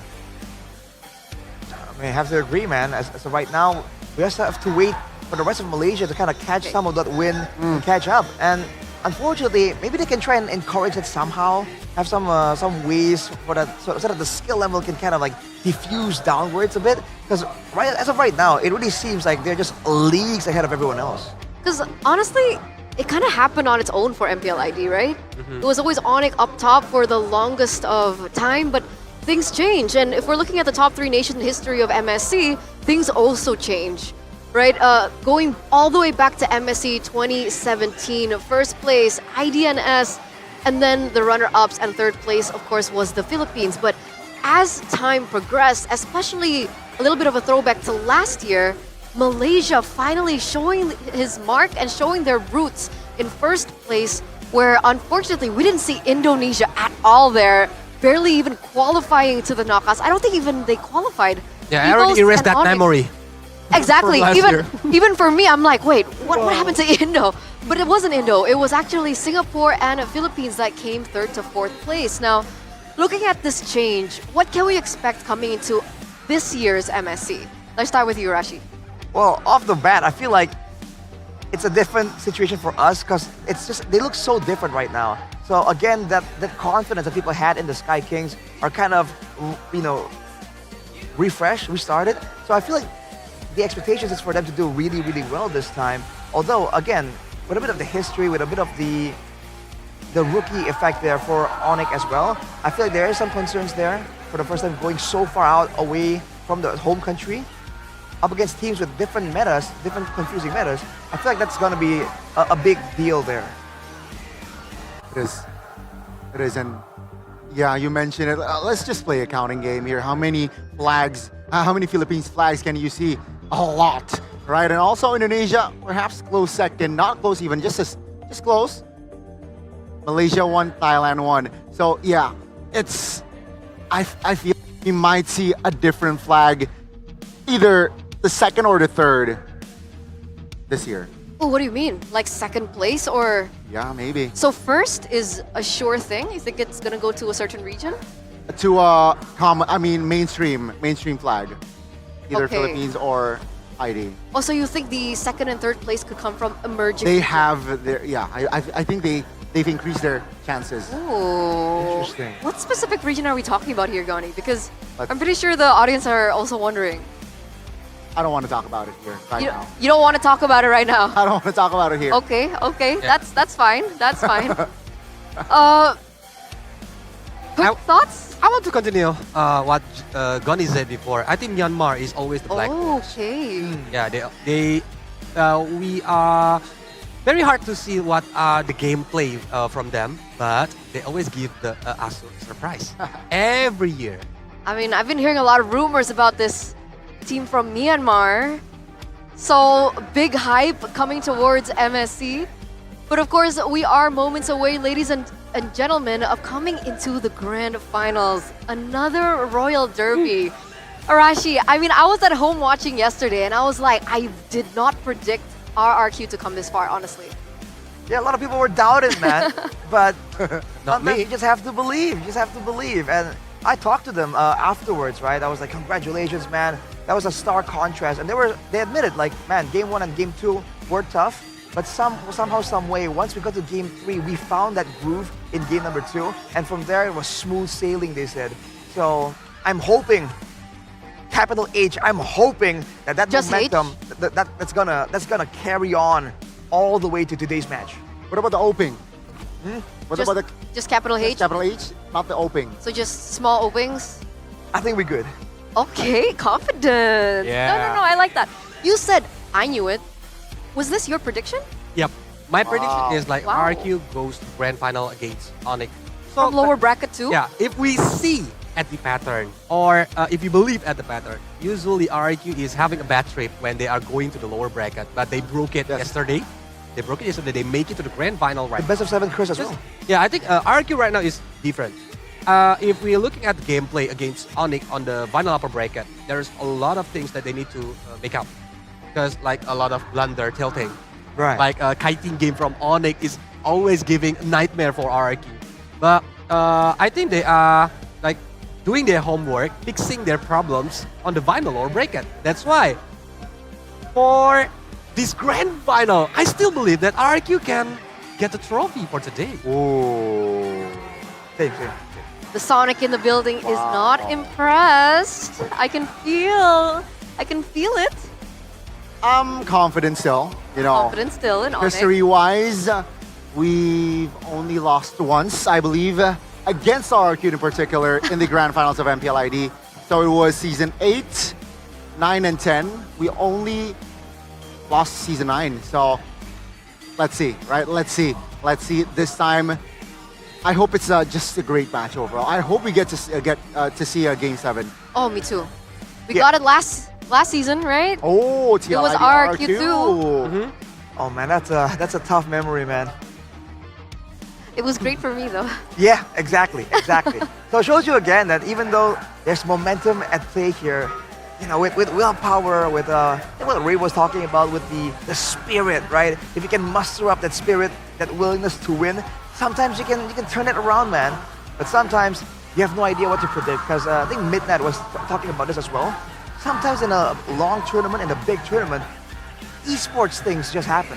Sometimes esports things just happen. Sometimes even though on paper, even though the data says A should win, things can happen and B will immediately happen. Okay, esports things can happen, but ladies and gentlemen, the moment that we have been waiting for is finally here. We're gonna take it to the stage because we are now ready for the grand finals of MPL ID Season 15.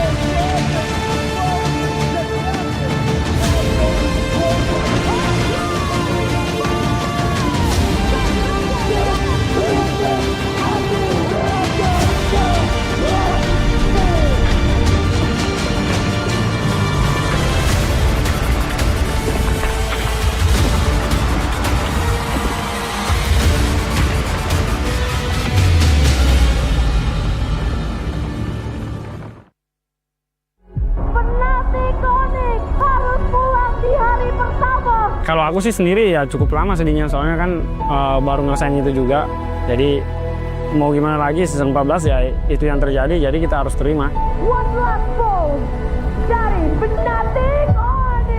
Cuman kalau dibilang efek sama EWC sebenarnya nggak sama sekali, soalnya kan habis di setiap match kan, setiap kita kalah maupun itu gugur ya kita harus benar-benar reset, kita harus lupain dengan ke belakang, kita harus fokus di depan sih. Fokus karena best turret, nggak boleh apa terjadi, tapi Sampero! S15 dan Wipeout! Onyx Indonesia mulai bangkit! Kos sebalik, ya sebenarnya dari aku sendiri benar-benar seneng banget. Bisa aku bilang dia seperti bapak juga. Ya yang pastinya player pasti seneng sih baliknya Kosep. Jadi udah kembali Onyx seperti dulu sih. Buat Kosep terima kasih banyak. Soalnya dia udah banyak kasih tahu kita ilmu-ilmu yang kita nggak tahu, dia benar-benar kasih tahu. Yang selalu semangatin kita juga di setup matchnya.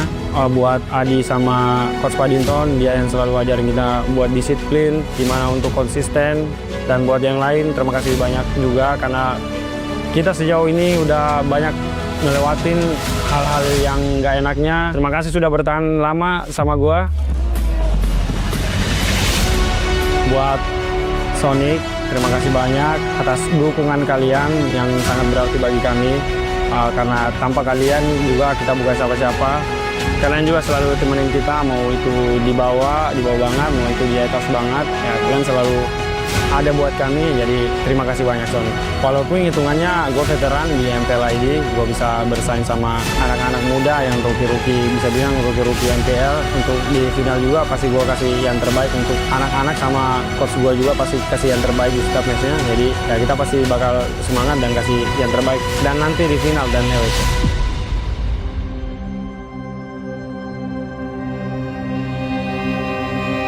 Perasaan gue pas masuk grand final dan WC sih itu udah pasti seneng banget. Apalagi kan usaha gue kan yang dari MDL yang gue lihat dari season 1 sampai season 9 nggak juara, dan setelah season 10 itu juara. Jadi gue pengen banget lah ngebuktiin di OSI walaupun gue udah masuk grand final. Gue pengen bawa mereka juara lagi untuk season 15. Dan bukan cuma itu juga, aku juga pengen juara EWC buat Kingdom, buat semua. Jadi pengen buktiin aja. Dan tambahan motivasi gue ya, gue pengen buktiin lah ke OSI, ke semua Kingdom, bahwa gue layak lah buat gantiin Skylar di OSI. Dan gue terima kasih banget lah buat teman-teman gue yang udah bantu gue ngebimbing sampai grand final season 15 ini, dan nggak pernah ngebanding-bandingin orang, terutama buat Bang Kescut dan MMM yang telah ngajarin gue banyak hal, serta gue nganggep lah mereka jadi sosok abang gue buat di Praskin ini. Dan buat Kingdom, terima kasih udah dukung kita dimanapun kalian berada, dan terima kasih juga buat orang tua gue. Mereka udah gue anggap lah sebagai motivasi dan membuat gue semangat hingga sampai saat ini.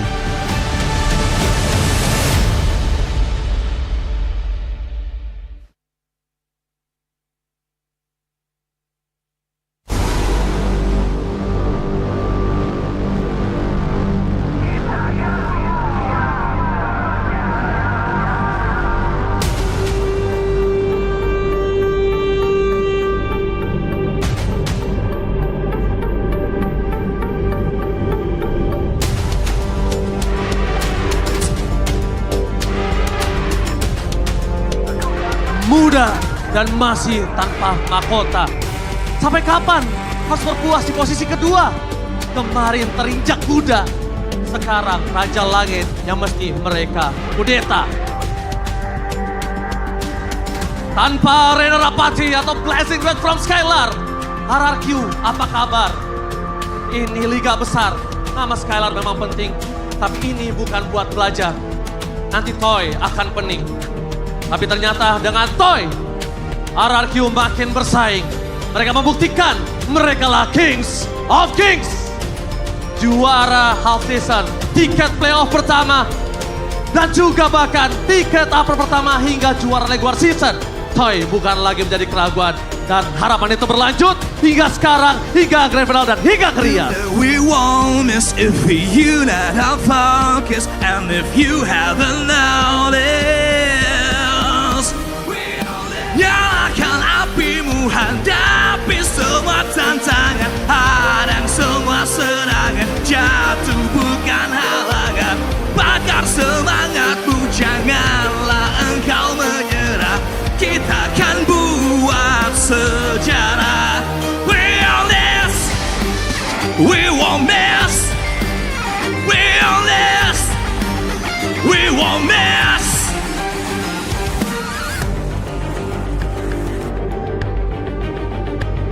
Yep, tolong Yep. Sekilas diingat, Onyx butuh bantuan. Sejelas dilihat, Onyx di posisi 9. Namun yang kita tahu belakangan, ternyata Raja Langit juga bisa jatuh. Raja Langit bisa di posisi yang sulit. Tapi ternyata diam-diam tumbuh. Dan dengan King Savero, mereka sekarang utuh. Banyak yang bilang masa mereka telah lewat. Tapi banyak yang tidak tahu kalau mereka bisa kembali lebih kuat. Tim mana lagi yang berangkat dari 9 tiba-tiba jadi yang pertama ke Riyadh. Terlepas dari semua drama, kini Raja Langit kembali ke jalan utama. Mata hanya tertuju ke peringkat pertama. Ini saatnya Onyx mencari cincin mereka yang kelima. You know we won't miss if we unite our focus, and if you haven't noticed, we always nyalakan apimu, hadapi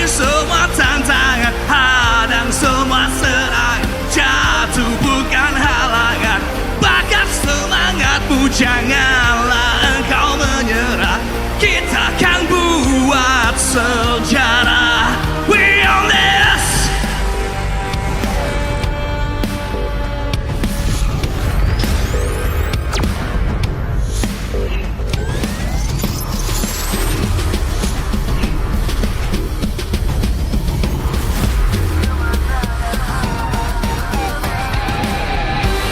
Raja yang gugur sedang bangkit kembali untuk merebut tata mereka. The King of Kings, Rise Dragon! Yeah!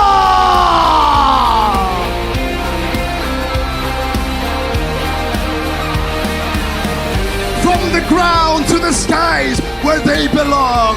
Ladies and gentlemen, the Sky Kings, Onyx!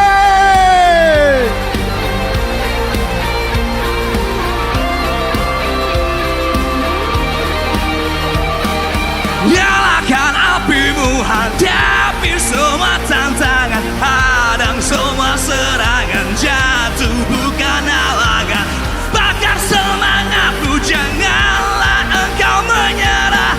Kita akan buat sejarah. We on this.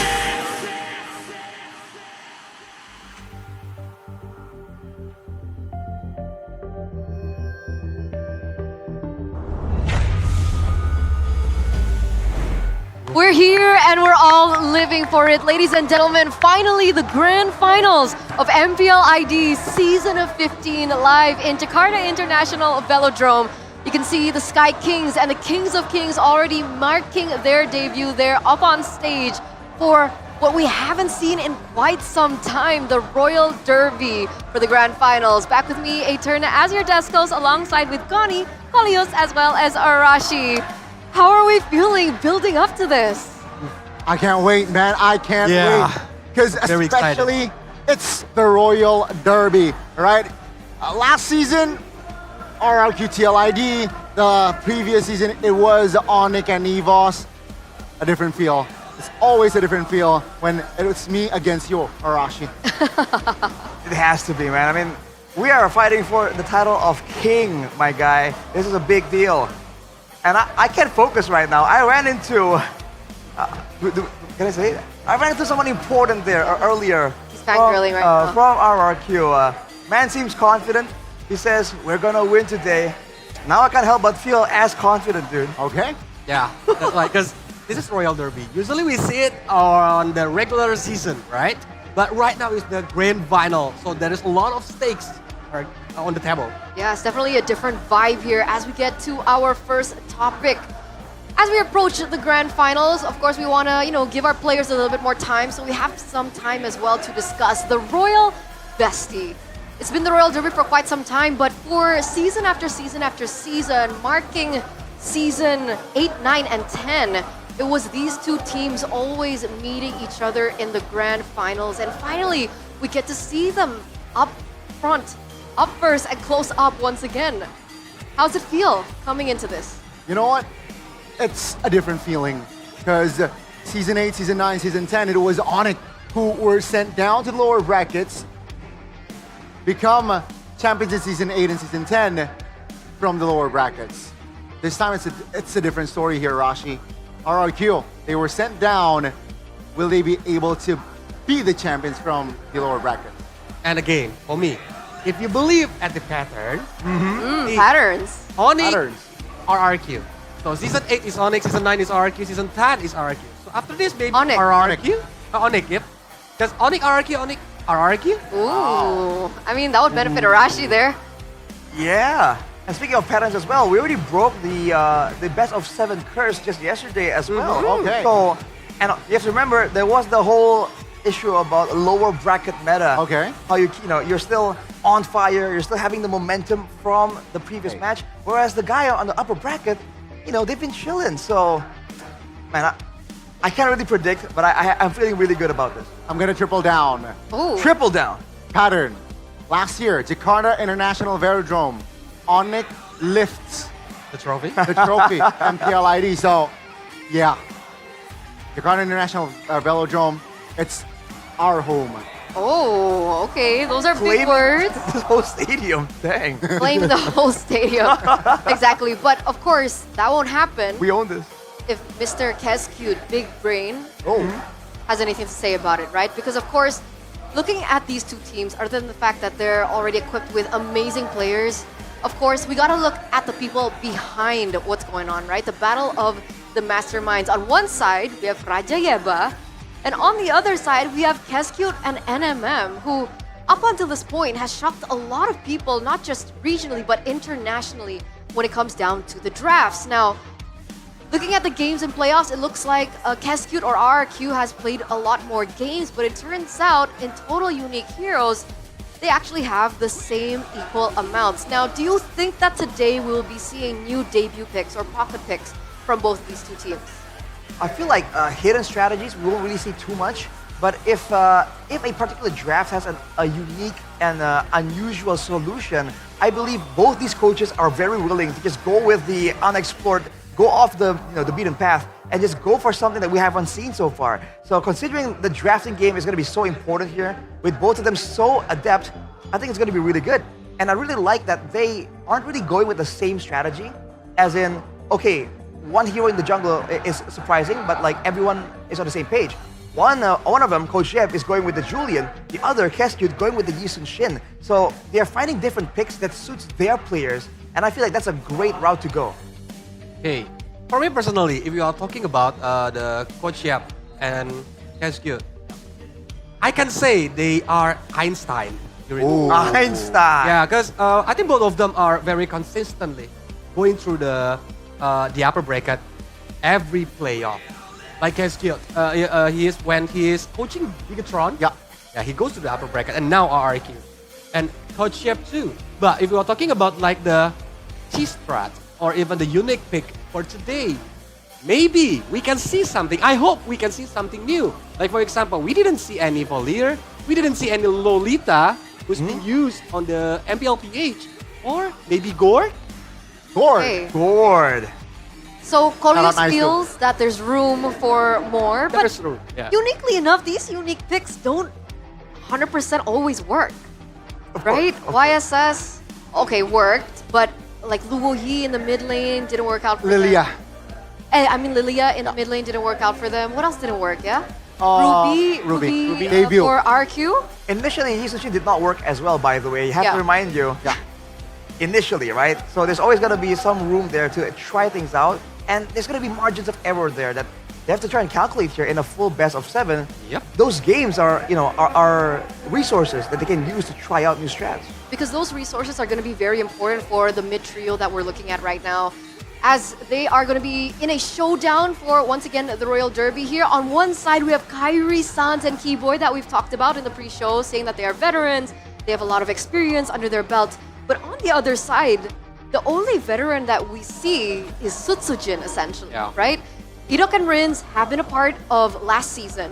They were able to make it to the grand finals too, but they're not as equipped when it comes down to the experience if we compare it to the opposite side mid-trio. With this glaring difference, is there something else that we should be looking at to differentiate these two? I think most of the Indonesia audience know how Kyrie, Sans, and Keyboy perform, how scary they perform it. Yeah. But I think for Susujin, Idok, and Riz, they are always improving. Like for example, when I saw the first game against Geek Farm yesterday, that my thought is like, oh my god, are RRQ going to lose? Are they not gonna make it to the grand final? But they got improved on the second game until the last game. So right now, I think the three of them have the biggest chance to prove they are the best trio meet on Indonesia right now. Because last time we compared it to trio mid from Geek Fam. Yeah. And unfortunately, we had to say goodbye to the trio mid from Geek Fam, right? So do you agree? Do you think that there's still level of adaptability that RRQ's mid trio has over Onyx? I mean, imagine a cup. Keyboy, Kyrie, and Sans. Their cup is almost full, if not is already full. Experience with their, just experience. But Rins and Idok, barely half, right? So that's why the improvement comes, and I do believe have potential if Kescute guides them the right way. And look at Kescute just earlier on camera. Back then, the meme was when Kescute is smiling on desk, that means that they're gonna win. So he's looking pretty happy. And on the contrast here, for now at least, you can see Coach Jeb having a bit more of a stern look. So gather what you want from there. But yeah, I do agree, man. With the rookies, there's just so much more potential for growth. And the fluidity, right? The experience gives you understanding on how to react to certain plays, but being a rookie allows you to kind of adapt faster in a sense that you're not really set in when it comes to the habits, when it comes to the preconceived notions. So you can kind of like assume that in yesterday's match, that's what happened, right? They're a newer team. They kind of got a read on how Geek Fam were playing, and that's why initially it looked so tough. But once they kind of figured out Geek Fam, they just went all the way with it. So I think Onyx are going to be a bit more complex than Geek Fam, but the same kind of mindset can be applied by RRQ today. Now, I like that you mentioned that because a lot of people have had concerns regarding RRQ and their lackluster ability when things don't go according to their plan from the early game. So as we're getting into the drafts, ladies and gentlemen, presented to you by the official tournament smartphone Samsung Galaxy S25 series, do you think that that problem has been solved, Coleus? Do you think that RRQ are now better in the late game when things don't go according to their plan? I think I cannot answer that until we see it in the game. Because last time, they got baited by the kiting game from Onyx, right? Right. And for the drop itself, the execution is not very well for RRQ. That's why this one is the grand final. So they need to go all out. Go big or go home. All right, so these are proving grounds now. Looks like the bans are coming through real quick here. Ladies and gentlemen, RRQ on blue side, Onyx on the red. Fanny, Farsa, Yves banned out. Onyx, go for the chip and the Jushin that will not see the light of day in this match. So they battle with the Farsa and the Yves, trying to limit San's impact on those artillery picks, but Sans isn't really known only for playing these long-range heroes.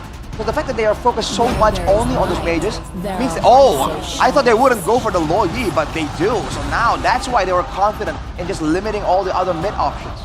It's amazing, right? RRQ, they are asking a question here. Onyx, in this similar approach against Geek, they went Baksha and Kime, but it's a totally different situation. Onyx, they know that the Harith is too expensive to be let go of. It seems like they will lock in the Kalea as well.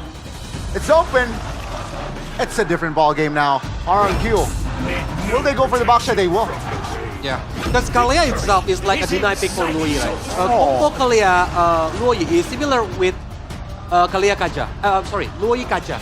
The pick-off combo that can be used by RRQ. That's why they deny using the Kalea. But now, the Baxia and Moskov, they want to play like the team fight game, but the Moskov can do the split push. And they want to make sure that they have rotations across the map. Remember, the diversion now is not only for going for pickoffs, for going for ganks, it's also to rotate around the map and have that pressure.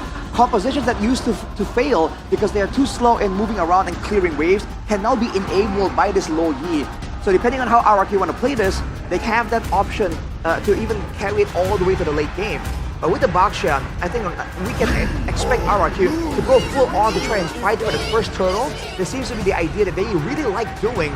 But with Onyx having the Kalea and Glue, there's plenty of fighting power and sustain built in for now.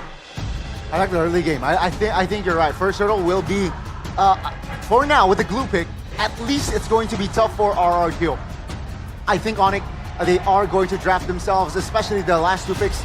They want to have an okay early game where the mid late they rely more on towards the Harith. Naruto, or at least Lucas, will be banned out here. Onyx seems like they will. They are still sniffing the Baksha. It's still a flex pick. Yeah, Franco Idok is still there, but from the first free pick on RRQ, I think map control is the key. Because Luoyi and Moskov, if they got the map control, they can like make Onyx very his sunset. It's a respect ban for Sun Sujin. Yes, sir. They have forced out a respect Yi Sun Shin ban in Season 15, even though initially that pick was heavily doubted. Now, you can see that Sutsujin is running out of options. Onyx are trying to make sure that the Baxia indeed does go into the hands of Sutsujin. They don't want to deal with any kind of other possibilities Kesfit might be trying to do by misleading them with the idea. But RQ themselves, they're banning with jungles too, so they seem to be pretty confident that they can put this in Sutsujin and still have great time in the early game. Because we're still looking at different heroes, right, for Kyrie. He's pulled up the Kaja once. You think that's an option that they can go for here? Still one. And with this composition, I feel like it's okay, but I don't really like the Kaja. I feel like there are other options. Okay, what are we looking at? X-Borg, Alpha? Joy is open. Joy. If Kyrie wants to use the assassin. Because Kaja, I think, is a very situational. Last time they used Kaja is because T-Boy using chips or Sans having the Luoyi. Okay. Because it's a combo. But right now, Luoyi is on RQ side. That's why I think Kaja jungler for Onyx is very hard to execute right now. Yeah. Okay. Yeah, and honestly, they don't have enough like follow-up, enough damage to follow up on a Divine Judgment. Vexana, after a long time dipping away from the meta, finally back at it here. In line with the whole teamfight idea, Zara Q, almost a signature pick for Dyron, and Sutsujin on the Joy, something that Onyx prefer over the Yisun Shin. So I assume they have a plan for this, unless they really believe with the Kalia alone, they can stop Sutsujin's play across the map. So this is a big thing, right? Because technically, against the Joy, would you pick the Fredrin here? No. But now, I think it opens avenue for that Kaja pick. I think now, it's not a bad pick, right? With the terrorist and the Joy showed. Oh, that's bold. Yep, that is bold. Both statements coming in from both teams as we're going to get into our first game in this best of 7. Casters, take it away. A rematch of the Royal Derby here. A fallen king looking to restore their kingdom. And an now descended Sky Kings looking to again ascend to the celestial skies. Welcome to the grand finals of MPL ID Season 15. It has been realized and Mirko. What's up, ladies and gentlemen? Welcome to the caster desk here. We will both be accompanying you throughout this, hopefully, full best of 7 series between the Kings of Kings and the Sky Kings. Just in a bit, we'll be getting into the land of Dawn, but what do you think about the drafts? The Vexana pickup and the Lancelot, a Kyrie special. It was used, I think, quite some time for Kyrie, but I think it was forced into the Lancelot pick as well. Yeah, again, the Yisun Shin bans, you saw the Ling bans as well. The fact is, right now, if you don't get damage dealing in the mid lane, it usually gets kind of tough. Really good angle of attack by RRQ. They ban out Farsa and Yves. They pick the Lo Yi away. Yeah, so Lo kind of Yi. force Sans on a pick that is utility. You don't want that on Sans. You do not want that Vexana pick on him, but here we go to the land of Dawn for game number 1 in this grand finals best of 7 of MPL ID Season 15. Whoa. Welcome. Right off the bat. Early win for the Vexana. I haven't seen the Vexana in quite a while. Just because, obviously there usually are better picks in the first phase, but it's also strange to think that finally now we're seeing Onyx utilize more of the last pick Lancelots, the last pick junglers. We've really just been seeing, especially when the Hayabusa is open, Kyrie pick it up. Edoch already stopping Kyrie. Oh, Spear of Misery. Kaikon on the bad spot, has the retreat, secures it. The pressure early on by RRQ, that was actually a coincidence as well. Toy was in the neighborhood where Kyrie was taken down to an instant, and now this Baxia pick. At first I thought it was going to go to Sutsujin, but then flex onto Edoch. As T-Boy wants to look to advance towards Sutsujin, but no, Sutsujin will just pull away. But the question is, will this Vexana pick be enough to stop the advances of the Joy and the Baxia? So far it has looked quite enough. Look at that damage. Trading in the mid lane has never been so easy for Sans. Curse Blast landing on Rins, and Sans spacing has been phenomenal this game. I don't think he's gotten hit by a single dispersion, rotate, no yin-yang reactions. He just walked away from it pixel perfect. At least he's able to survive the early game, the early burst coming in from the Lo Yi. Not yet level 4, so no Eternal Guard that might help him in the engages. Dyron is here, Sutsujin comes in as well. Good terrify, Sutsujin coming in. Electrifying beats already popped by Sutsujin. Keyboy taken off the wall by Edoch. This turtle fight will be very, very important. Sans, flickerless, no flicker. That is information and a very, very expensive battle spell. Kyrie, close by as well. Look, base, but split. Puncture in. Tyron still in the front. Penalty zone coming in with a puncture as well. Looking for the flicker forward. Able to get Rins. Now Keyboy looking for the tsunami slam. Won't be able to find it, but Rins is the one who secures it in the back line. Kyrie has the puncture defensively as the rest of the team looks to back away. Edog, Poissons, Keyboy flickering back, a win for the Kings. Oh, that is RRQ getting the turtle as well. They were unable to kill Kyrie in the very first altercation, but at least Dyron is spacing him out, and Kyrie is not given the space to play as the Lancelot. I mean, sure, you would argue that Lancelot is a mobile assassin, so much escape mechanism, so much potential of possibly contesting that objective, that neutral objective, steal it or just take it straight away. But as of now, RRQ, they have one mission in hand, and that is to screen Kyrie out of that possibility. Manazon predictions by the new application, go pay. You know, it's a split of both. Yeah. This is a fair split. Oh, it's actually in favor of Onyx. We got 4-2 only. Arashi and Colius have gone for RRQ. I wonder what the Indo desk thinks, because we have a different one. Eternal Guard landing. Rins knocked up. Keyboy, they're gonna go for it again. Tsunami Slam with the Purify out by Rins. No fight. They might turn, but as of now, that's a Purify blown out. So maybe if Onyx, they really want to gesture again against RRQ, that is a possibility. But Sutsujin might look for the engage. Edok rolling in. Not the best playmaking hero we would see from Edok. But as of now, he's doing very well screening. Lutpi fighting the damage. Good damage on Lutpi. Penalty zone by Dyron. Keyboy caught in the crossfires. Purple buff should be taken. Diversion into the top side. Kyrie looking for the play again. Thorn Rose and a puncture defensively as Sutsujin gets even more pressure. Reset. It's all RRQ with the macro advantage as well, right? With the diversion. So much angles opened. Severo might be hanging meat now for RRQ, but he has that dash to shield him away from the possibilities of a dive. Now let's take a look at Onyx WinCon. I think so far they can rely on Sans early on with the Eternal Guard, but as of now, it's up to Kyrie to finally go onto himself, because his Lancelot has to go online. A couple of kills might do it, but RRQ, they're not giving the space for Onyx to do just that. They're not even gonna give space to Kai to go for trades. Toy sent to the bottom lane again. RRQ are the ones who are holding the neutral objective. Keyboy, looking at the play, Tsunami Slam, able to find him. No Purify just yet. Now grabs some execution and Thorn Rose. Rins taken down by Sans. Now in the back line, it's gonna be Sutsujin jumping to find beat. Toy landing the SOD. Savero still with the Synchro Vision. Constantly jumping around with the Chrono Dashes, forcing the Revitalize. Keyboy getting position. Sutsujin, 2 dashes, no ultimate. Onyx recover, and now will secure a turtle. But look at the trade by Toy.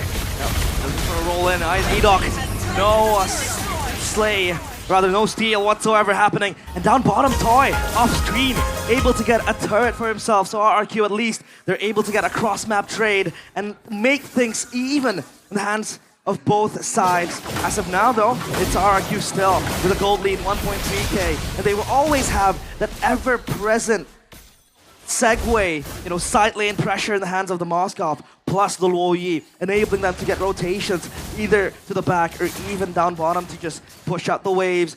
And as of now for Onyx, their only response to that side lane is this Lancelot.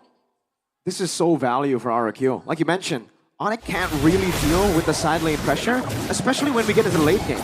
So the fact that RRQ are now the ones leading with the Moskov, who should by all means, I think, be bullied a bit more in the early game by Onyx. He's going to scale up to be a monster. Good damage by Rins on Sans. And you can see Onyx already start to rotate up top. Later on though, Onyx, the way they win is through a big team fight. RRQ can deny those team fights. They have diversions. They have the Moskov obviously with the SODs. That global presence is so good for them to capitalize on Onyx's very one-dimensional team fight style. And Onyx needs to scout those diversion plays as well, right? They need to scout the teleport. So Kyrie, Thorn Rose able to dodge that kill shot.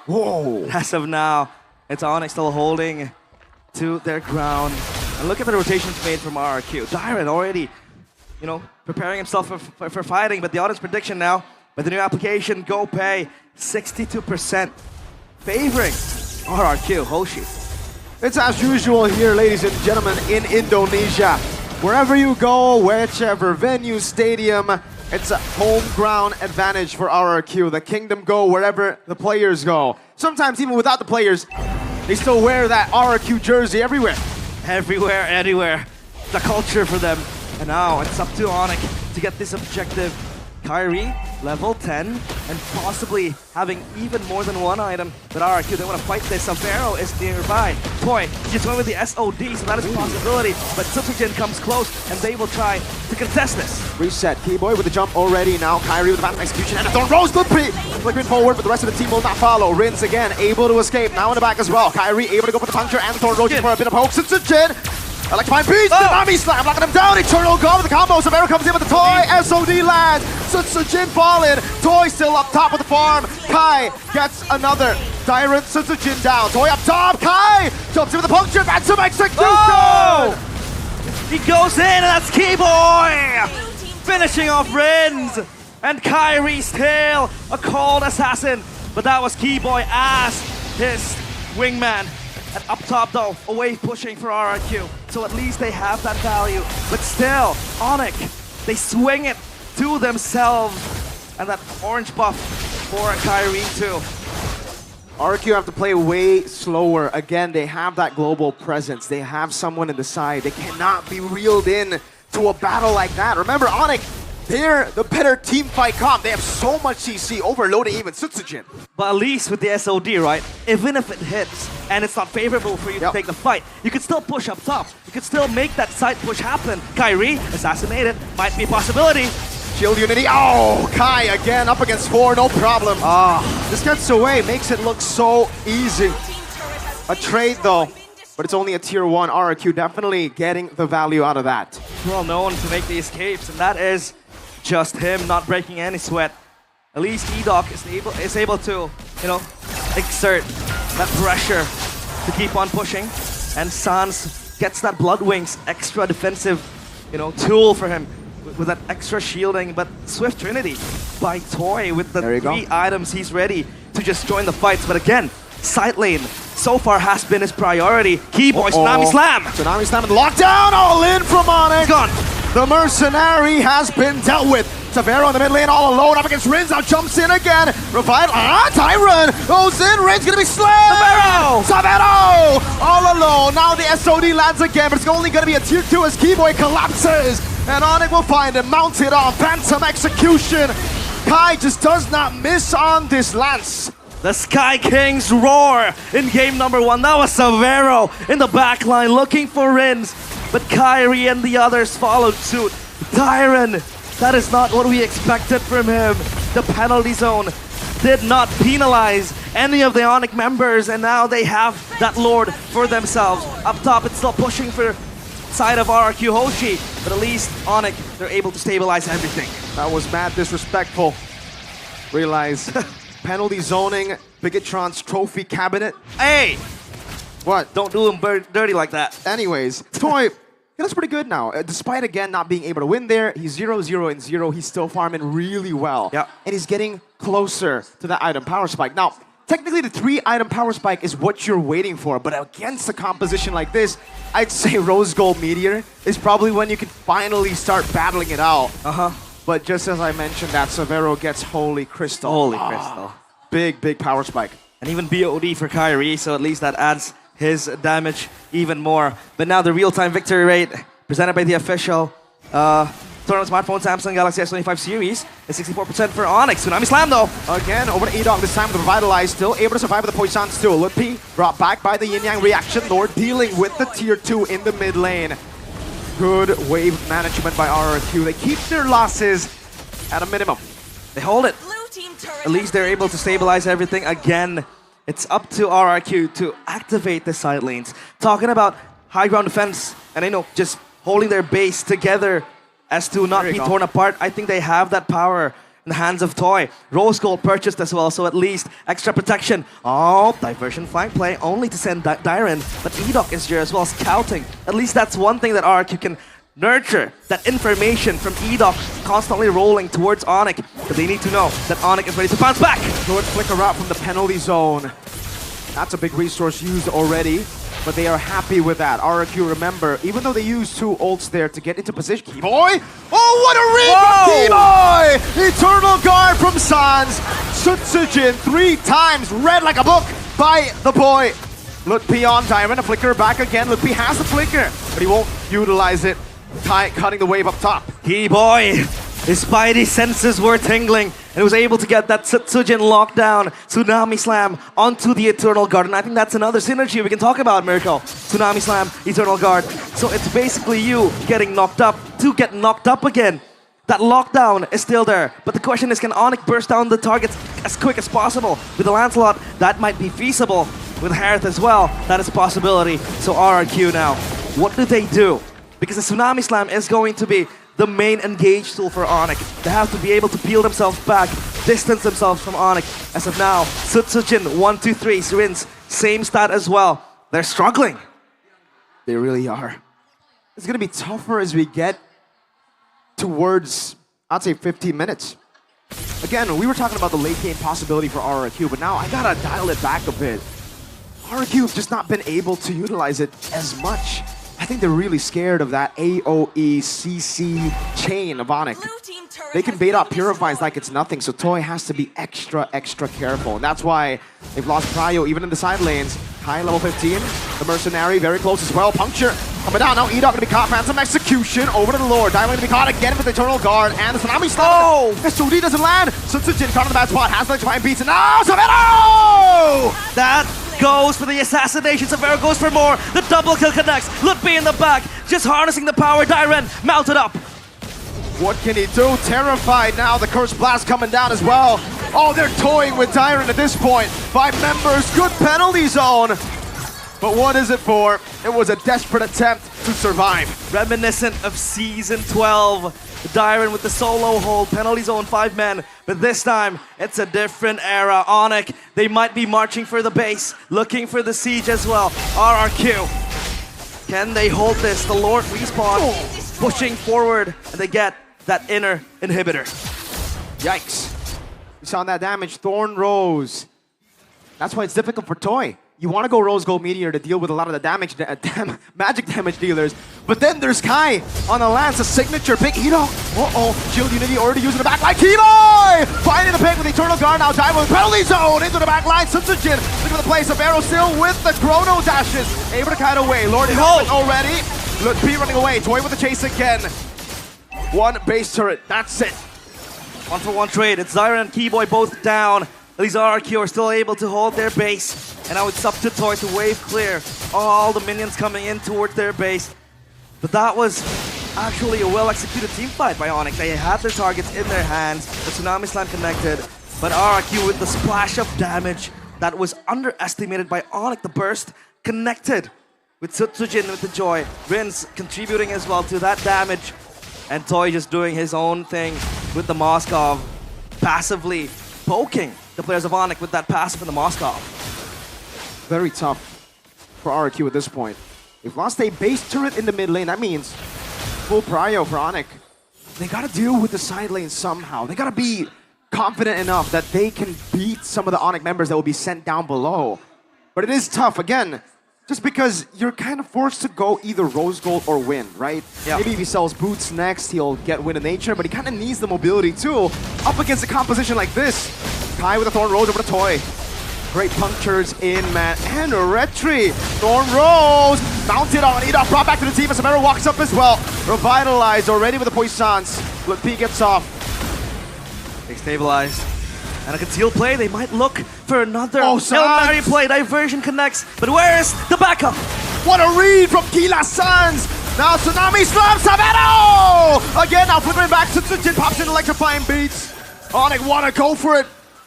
Not finding the wall, Keyboy Toy! He's dead! Waiting the entire game just for Onyx to wall in on him. Now it's only the Mercenary left. The Mercenary looking at the broken castle walls. Onyx might punch for the end. The crystal is exposed. It's only up to Setsujin. Onyx with a statement game one, 17-3, 6.4k gold lead. Kila Sans with a crazy read. We're getting back there.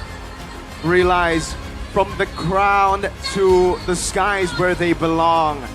Slowly but surely, we're not just seeing glimpses of that prime Onyx of season 11, 12, and 13.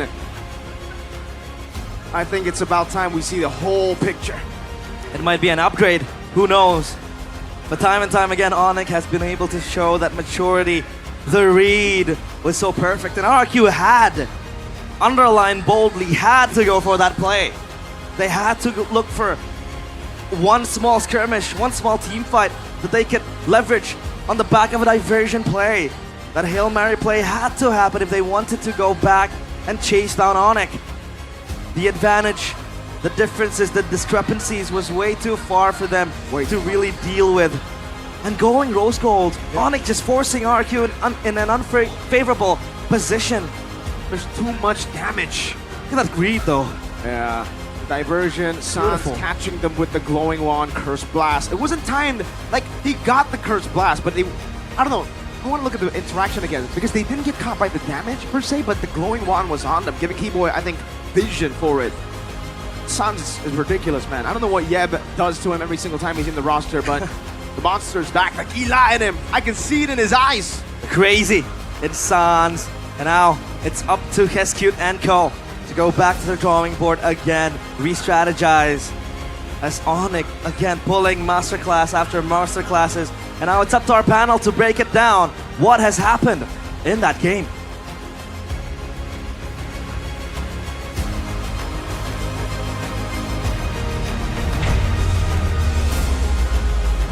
Thank you so much, Miracle. Thank you so much, Realize, for casting game number 1 at what looks like a very dominantly Onyx game. 16 minutes and 42 seconds. Let's break this down just a little bit more, right? Because for the entirety of the playoffs, we've been talking about utility mid laners, how it's not really a thing, but the Vexana seems like it really works well with Onyx playstyle. Yeah, because I think with Vexana, they can stop Boxia or even like Rinse when he do the diversion. But for this particular game, I think RQ got the early game. They got the 2k gold leads, but the problem is like the decision from Sutsujin. Yeah, several times Sutsujin brings a lot of bad things for his teams. Like it brings the winning momentum Like for this Onyx. moment? Yeah, like when he opened the when he wants to go for the purple buff, or when he tried to chase the who's it? Lutfi on the mid lane. On the glue, yeah. I do think so, man. It feels like they were just not really respecting the chance for Onyx to punish. And knowing Onyx, this is a team that won't let anything slide. So off positioning, clearing without checking, you fall victim to the player of the game here. Yeah, and in that final moment, we saw that the diversion play, the Hail Mary diversion play coming from RQ, really did not work out for them because of this man that you see up on screen. Player of the game presented by the official tournament smartphone, Samsung Galaxy S25 series. Goni, talk us through it. You know what, I think Keyboy again displaying very, very great awareness, excellent positioning as well, right? He knows where to just stay in that, what bush to stay, and it shows that the angles that RRQ is trying to penetrate from, covered by this man. Yeah. The concealed plays multiple times, just denying the openings that RRQ wanted, and that was the questionable play from Dyron there. Again, capitalized fully by Onyx members. I think I can make a statement here. If Keyboy on his prime performance, he's the best roamer.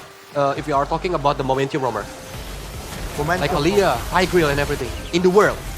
Ooh. In the world. There's a reason why Mirko's, most of the more common yell out for Mirko is Keyboy! Yeah. Because he just makes the moments happen. And he's really good at just reading into the intentions. Because the final diversion play, I think, had potential. They were aiming to try and find a moment of weakness from Onyx near their purple buff, but Keyboy read through it. He wasn't really in the same bush, but he was nearby. And immediately seeing how it is unfolding, he made that split-second call to just go in, make the play happen, and even with the Purifies on the hands of the RRQ backline, he was just so active and so frequent with the Tsunami Slam attempts that it made it seem like the Purify is almost never up, never available. See, those moments would never have happened if not the follow-up coming through, right? Yeah. Because for the first few moments that he gets the slam coming through from the Kalea, the follow-up from Kyrie is instant. In that moment with the diversion, the follow-up coming from Savero was so instant. So it seems like the Sky Kings are always on the same page, which is quite scary because we can't really say the same for RRQ in that game. They're united. Onyx united, and I think it's official in the playoff run. Onyx has always drew first blood in their series.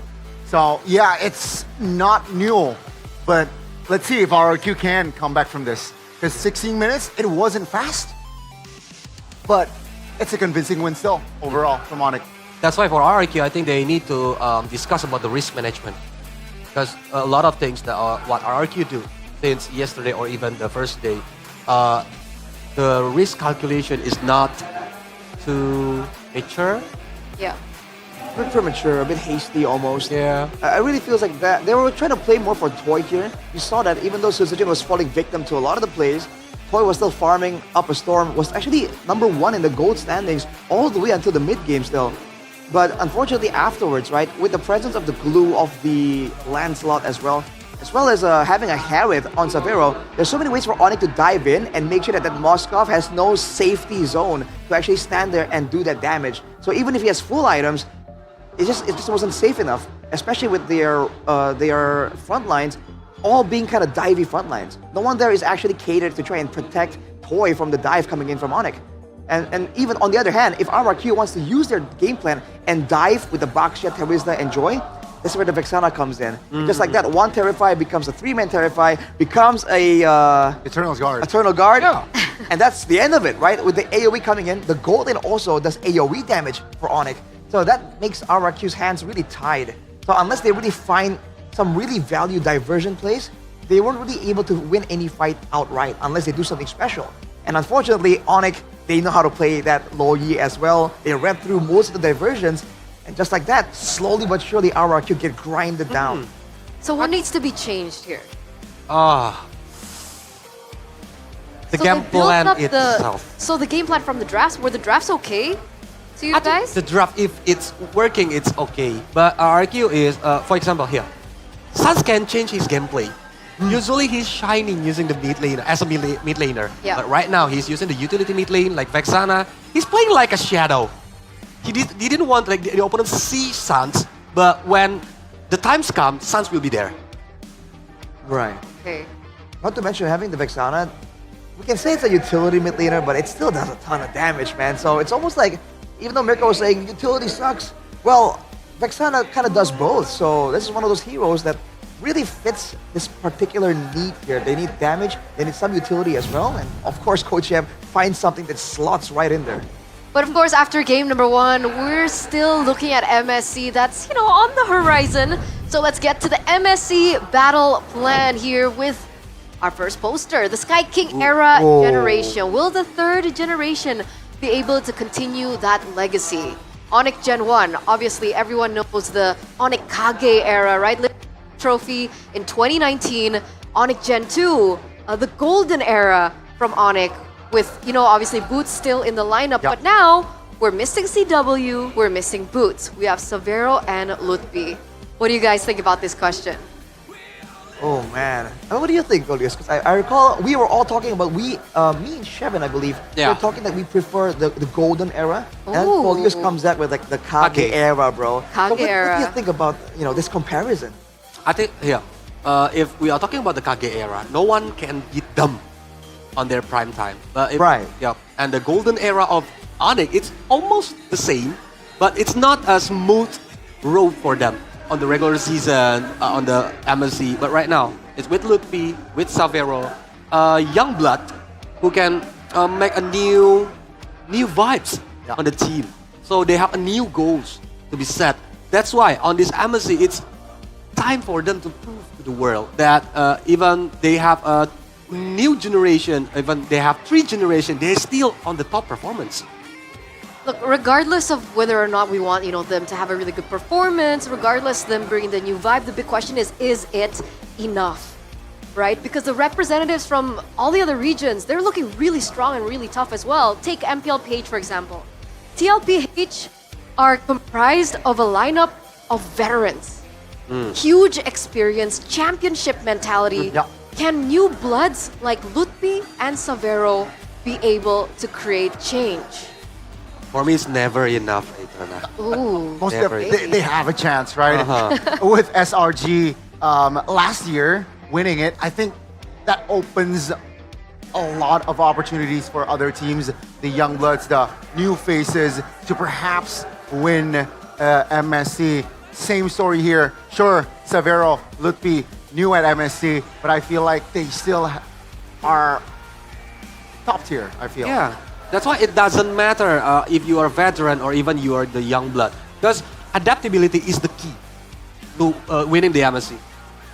Okay. Although, adaptability comes with sometimes having experience allows you to have a better adaptability as well. Which is why I believe, shout out to Midnight who peeked over here earlier. He was saying that, hey, Onyx is great right now. But there are some moments where you can pinpoint Severo, sometimes having a lapse of judgment, which is, he's only human, right? But compared to the veteran trio, right, Severo really isn't as clean just yet. So that stands to be one of the things that Onyx have to kind of iron out, have to kind of let Severo catch up to the rest of the team in order for them to have a full-on balanced five-man gameplay.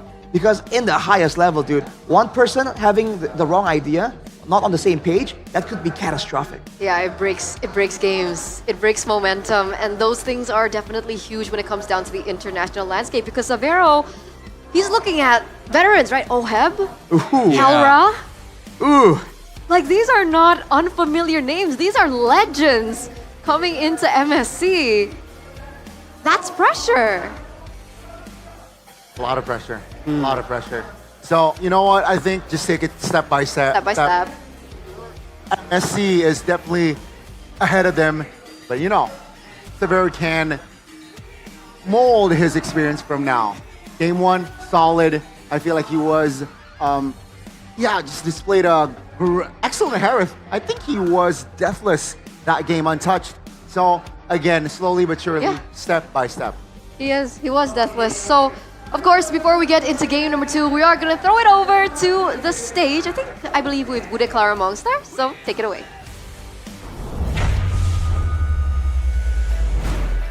Di tengah-tengah Jakarta International Velodrome, ketegangan dari kedua super fans bisa terasa. Namun, kalau ngelihat dari match hari ini kayaknya yang paling was-was, yang paling dark-dikdukser juga adalah dua orang dalam dari kedua tim. Ada Mars dan juga VL. Halo semua. Halo. Waduh, sekarang aktif sekali ya untuk menyuarakan. Kalau dari VL, yang aktif banget sebenarnya mau narik-narik kamu banyak loh di sini. Apa itu? Itu di situ banyak yang bilang no VL. Ya, hari ini kita patahkan lah. Semoga ya. Dia nggak boleh interview ya katanya ya. Nggak boleh. Iya. Bagus ini dong sebenarnya Kingdom udah pada panik ini Bude di sebelah sini nggak ngerti Bude. Makanya. Iya. Ini udah pada yang pengen narik VL aja. Tapi kata Mars happy ya kalau VL diwawancara ya. Ini sebenarnya gue yang narik. Oh gitu ya? Iya. Benar. Ini strategi dari Mars. Strategi nih. Dia sampai sekarang masih mau adu strategi aja Bude, nggak tahu kenapa ini Mars. Itu sudah 5 season lalu. Dari season 8 sampai 10 ya kita ya? 10. 3 season kalian mengadu satu sama lain dan sekarang kalian nonton untuk mendukung tim yang masih yang sama nih. Kalau ngelihat di season 15, gimana? Pas lagi ngedukung kalau buat VL kayaknya senyum terus ya? Nggak juga sih, sebenarnya mau apapun yang terjadi itu ternyata lebih deg-degan nonton daripada ada di backstage ya. Oh ini hal yang nonton tuh lebih kalau Mars nggak tahu ya, soalnya kan dia sekarang udah head, jadi kayak nggak gitu. Tetap bener, itu setuju banget. Setiap udah nonton itu pasti jauh, lebih deg-degannya jauh banget. Iya. Jauh lebih deg-degan, tapi kalau untuk masalah deg-degan, ini jantung Mars yang harus diperiksa karena Onyx kan naik turun banget nih. Kalau liatin dari performa Onyx di babak playoff ini, sebagai orang dalam, kasih tahu kita, sebenarnya apa yang terjadi di Onyx sampai babak playoff ini, mode Onyx tuh beda banget, Mars. Ya dari yang kita awal yang pas #9 itu ya banyak lah yang kita evaluasi gitu loh. Bukan cuma dari sisi in-game, bahkan dari sisi out-game, dan bahkan juga dari sisi manajemen juga kita evaluasi apa yang kita butuhin buat support mereka. Dan sampai titik inilah gitu loh. Jadi semuanya pada tryhard sih. Tapi ada vibes yang berbeda gak sih dari anak-anak juga yang Mars mungkin bisa ngelihat, bisa langsung di-mention gitu. Sebelumnya terlihat lesu, sekarang semangat atau ada hal yang benar-benar bisa di-share? Itu sebenarnya salah satu pertama yang kita benerin sih dari vibes-nya itulah. Karena ya namanya kalah kan pasti nggak ada yang suka ya. Pasti kesel lah. Nah tapi itu yang harus dihilangkan buat kita bisa perform sih. Oke, ini berbeda kisahnya dengan RRQ yang kayaknya sepanjang season 15 mereka kelihatan super duper nyaman, pede, happy. Bener nggak, Kelihatan ya, Fiel? kelihatannya ya. Oh, Iya, tapi ya beruntungnya waktu kemarin sempat keliling kota ya ada happy-happynya. Cuma kan di akhir-akhir sedikit dikit deg-degan ya. Karena di akhir-akhir banyak banget yang bilang kalau bensin kita habis gini-gini. Ya sebenarnya kan kalau bensin kita habis tinggal melipir ke pom bensin beli selesai permasalahan. udah beli nih. Udah beli. Udah beli. Udah beli good day makanya melek lagi. Mantap. Yes. Butuh nih melek untuk game kedua. Game pertama ada apa? Kalau dari kacamata Fiel, yang mana ketinggalan 1 poin di best of 7 ini? Kalau di game pertama lebih ke karena aku masuknya telat aja sih Bude. Jadi kayak anak-anak tuh kok nggak ada Viel ya di situ nggak semangat gitu. Coba kita lihat nanti game yang kedua ya coba ya. Oke, berarti gara-gara Fiel ya. Ayo mau ngomong apa lu? Lu mau ngomong apa? Tapi kan udah ketarik ke sini nih. Oh iya, nggak gitu jangan dong. Jangan. Calon di game 2. Nah, Onyx gimana nih untuk menahan momentum, membuat momentum terus di Onyx? Gimana kalau Mars ngelihat untuk anak-anak? Stay pede aja sih yang pasti. Sekarang sih kita ngerasa ya kita kuat lah. Itu aja lah. Kuat. Ini sama-sama sebagai mantan tim, mantan coach, dua-duanya pernah merasakan apakah season ini memang benar-benar prime dari kedua tim? Sebenarnya apa ya? Kalau prime gak tahu ya kapan sih harus ditentukan prime atau enggaknya tuh kita nggak ngerti. Tapi yang pasti di season ini apalagi waktu playoff ya aku akuin juga Onyx mode bener-bener inilah Onyx gitu. Dan RRQ juga apa namanya nggak mau apa ya menyanyiakan kesempatan ini gitu loh. Apalagi kan ini pertama kali juga RRQ lolos ke grand final dari lower. Yang sebelumnya kan selalu di upper. Jadi mungkin lebih ke history baru, experience baru. Jadi mungkin ada sesuatu yang mereka dapat juga di MPL season 15 ini. Sebenarnya salah satu yang kita note sih bukan cuma playoff ini yang kita kejar. Ya salah satunya kan kita mau kejar di EWC nanti sih. Iya, betul. Gue yakin Onyx sama RRQ itu pengen perform sih di Pasti, RRQ itu. Pasti. Oke, dua-duanya terlihat akrab, dua-duanya The Royal Bestie ini sama-sama akan ke Riyadh. Dan sekarang tapi penentuan nih siapa yang akan mengangkat Immortal Cup. Belum ada yang punya, walaupun Benar. kalian sudah berjejer. Yes. Ini sih motivasi. Ya. Motivasi banget. Baru ini, baru banget. Ya. Yakin menang nggak nih Phil untuk Wah, ini? kalau nggak yakin jangan naik ke atas panggung sih Bude sebenarnya. Benar? Iya. Yakin banget, kalau Mars juga pastinya? Iyalah, yakin. Namanya kompetitif harus yakin. Yes. Oke, dan sepertinya keyakinan kita akan langsung terjawab dari kedua tim karena Grand Final harus terus dilanjutkan. Kita akan memasuki game yang kedua. Inilah dia, Onyx dan juga RRQ Hoshi. Terima kasih. Dan sebelum ada yang spesial, sebelum kita masuk ke dalam game yang kedua, tentunya ada BBG. Di mana semua yang udah punya GoPay pastinya sudah tahu. Karena jika kalian udah punya GoPay, kalian nanti bisa ngedapetin GoPay coin secara cuma-cuma. Dan kita akan langsung aja tunjukin caranya buat para super fans yang telah hadir, yang udah pastinya hafal juga. Bude di sini akan menunjukkan caranya. Inilah dia cara untuk mendapatkan GoPay coins. Pertama-tama pastikan kalian download yang udah punya bagus. Dan setelah kalian punya, buka GoPay-nya. Lalu buka kamera. Setelah kalian membuka kamera, kalian nanti bisa nge-scan di QR yang ada di layar putih ini. Setelah itu klik buka hadiah dan otomatis GoPay Coins akan masuk ke akun GoPay kalian. Udah pada siap belum nih? Waduh, Jakarta International Velodrome. Inilah dia, GoPay hadiah GG. Semuanya langsung gercep dan scan.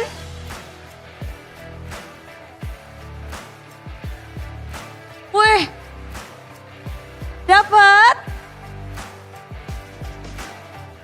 Wah, Sonic udah dapet. Kingdom gimana nih? Juga udah pada scan belum nih? Dan semuanya congratulations buat yang udah dapet. Yang udah lagi nge-scan-scan. Yang lagi berusaha yang belum download. Karena ini benar-benar GoPay selalu memberikan kita yang happy-happy. Bisa buat berbagai macam dan GoPay Coins sudah dibagikan. Kita masih menunggu poin kedua akan berada di tangan siapa. Jadi langsung aja kita akan kembalikan kepada para panelis untuk membedah seperti apa jalannya game yang kedua. So panelis, monggo.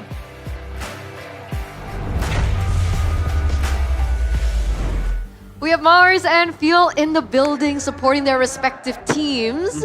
But remember Fuel's curse. Whenever he does the interview, RRQ usually loses. Oh, really? So that was kind of a topic that they were discussing with Bude Clara earlier on. And then he's like, you know, I bet the kingdom are shaking right now because I'm here. And then Mars is like, yes, according to plan. That is why I brought you here.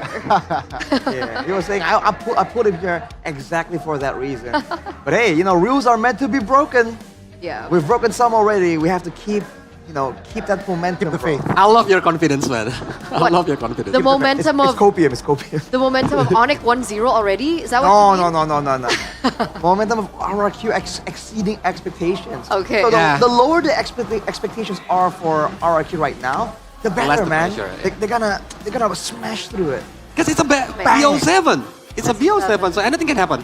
Yeah. Anything can happen, obviously. Yesterday they lost against Geek That's on true. the first game, right? That's true. Game number 2 is upon us though. And that is where I feel like momentum will start to shake up. Boy, oh boy.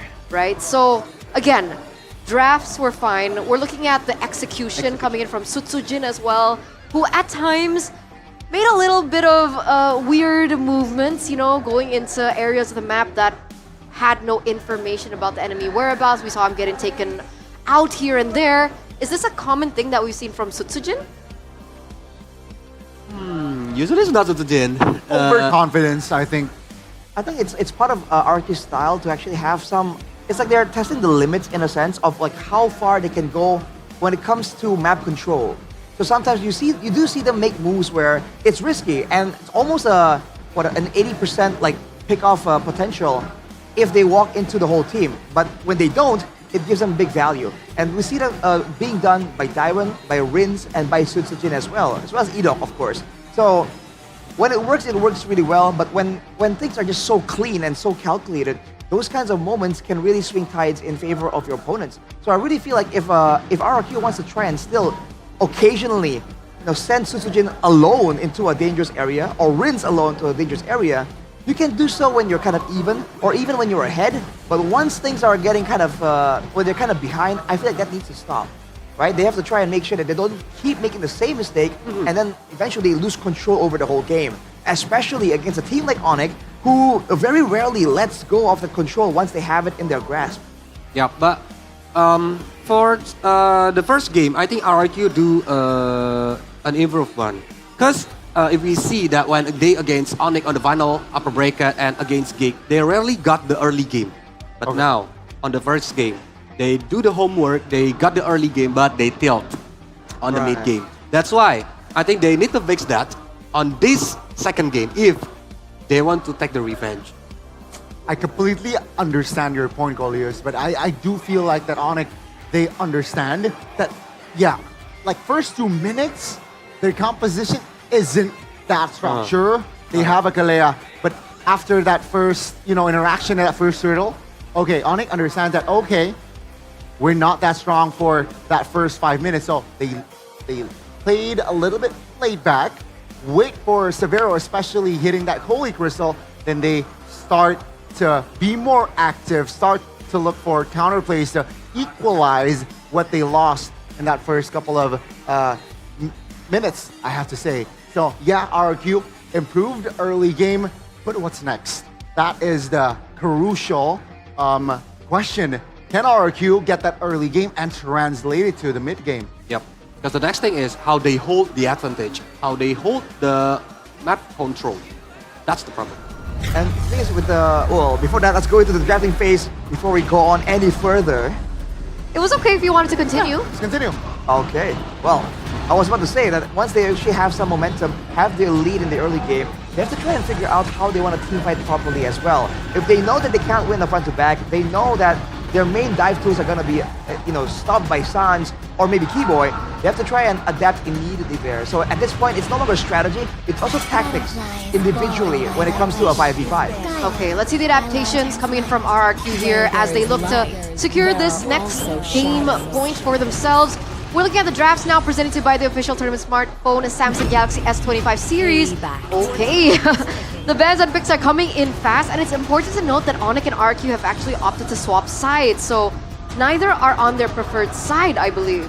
So, yeah, I think Onyx with that Lancelot last pick value, RQ do not want to overthink, because then they try to limit Kyrie's hero earlier, but with the Lancelot, it just nullifies the Surratt. So RQ, they're trying a new quote-unquote approach, being on the second pick for the second game.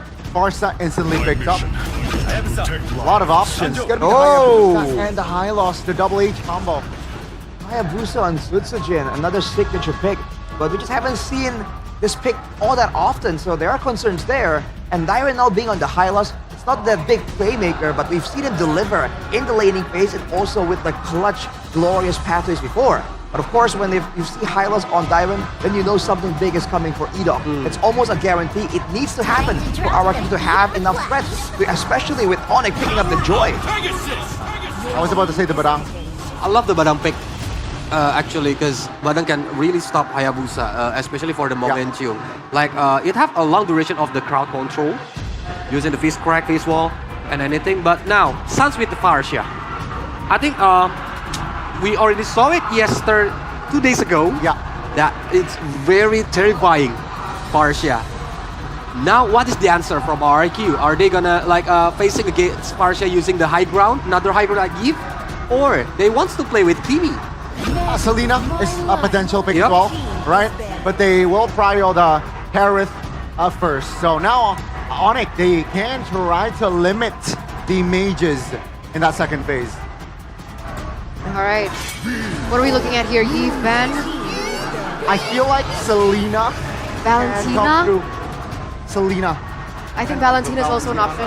Valentina is a dangerous hero picked by RRQ right now, but they prefer to respect Edok's Tigreal because the momentum from Edok's Tigreal, we already said it, that it makes comeback against on the final upper bracket against Onyx, right? Yes, sir. Four heroes implosion. Exactly, and that's with them already ready for it anyways. So it definitely is a special kind of Tigreal. The question is though, again with the Joy there, suppression becomes very valuable.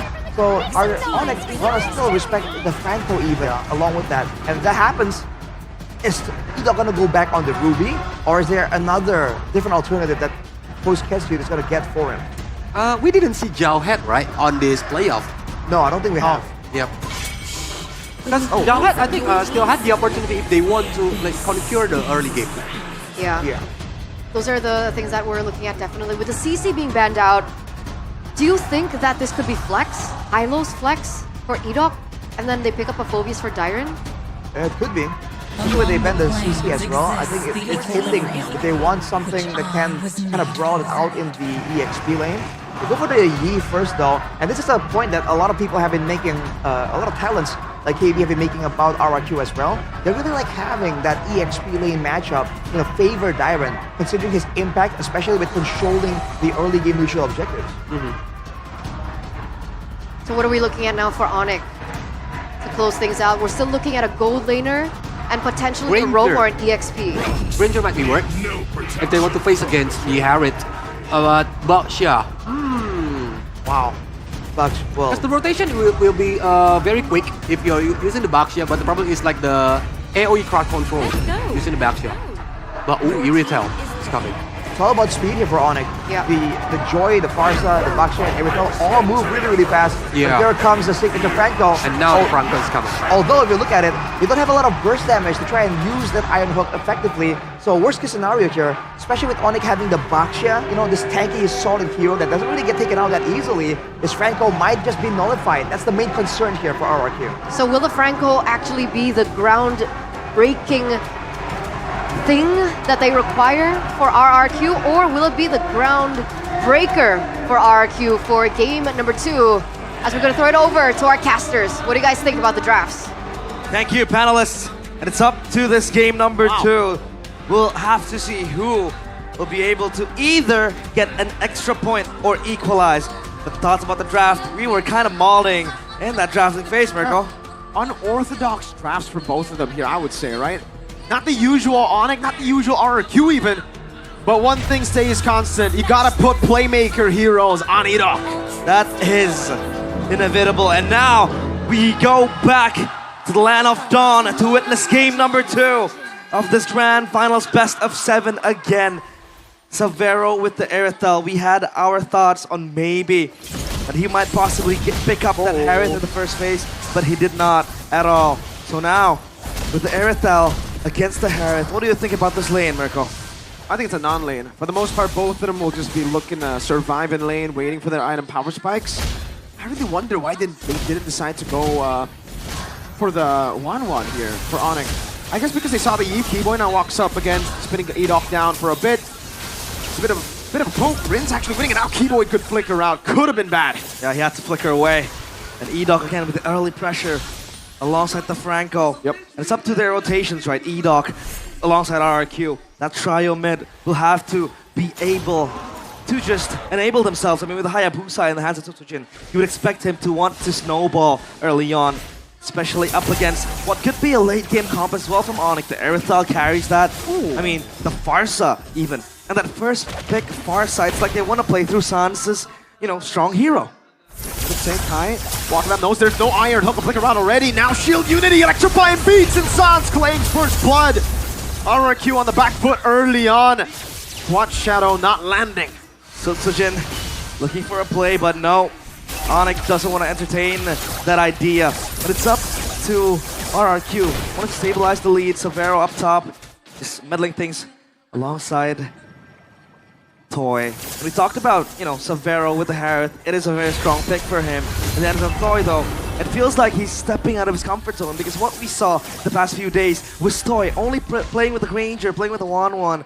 And then in the previous game, he was unable to deliver as well. This game, though, with the Harith, it might be different. Onyx dips on the turtle. Dyron close by as well. Sans with the wings by wings might look for an angle, but Edok is there to screen for him. Ooh, Feather Airstrike with a solo perhaps on Edok. Good dodges. One last shot is all he needs. Going in for it. Edok has the Bloody Hunt, gets taken down. Ludwig.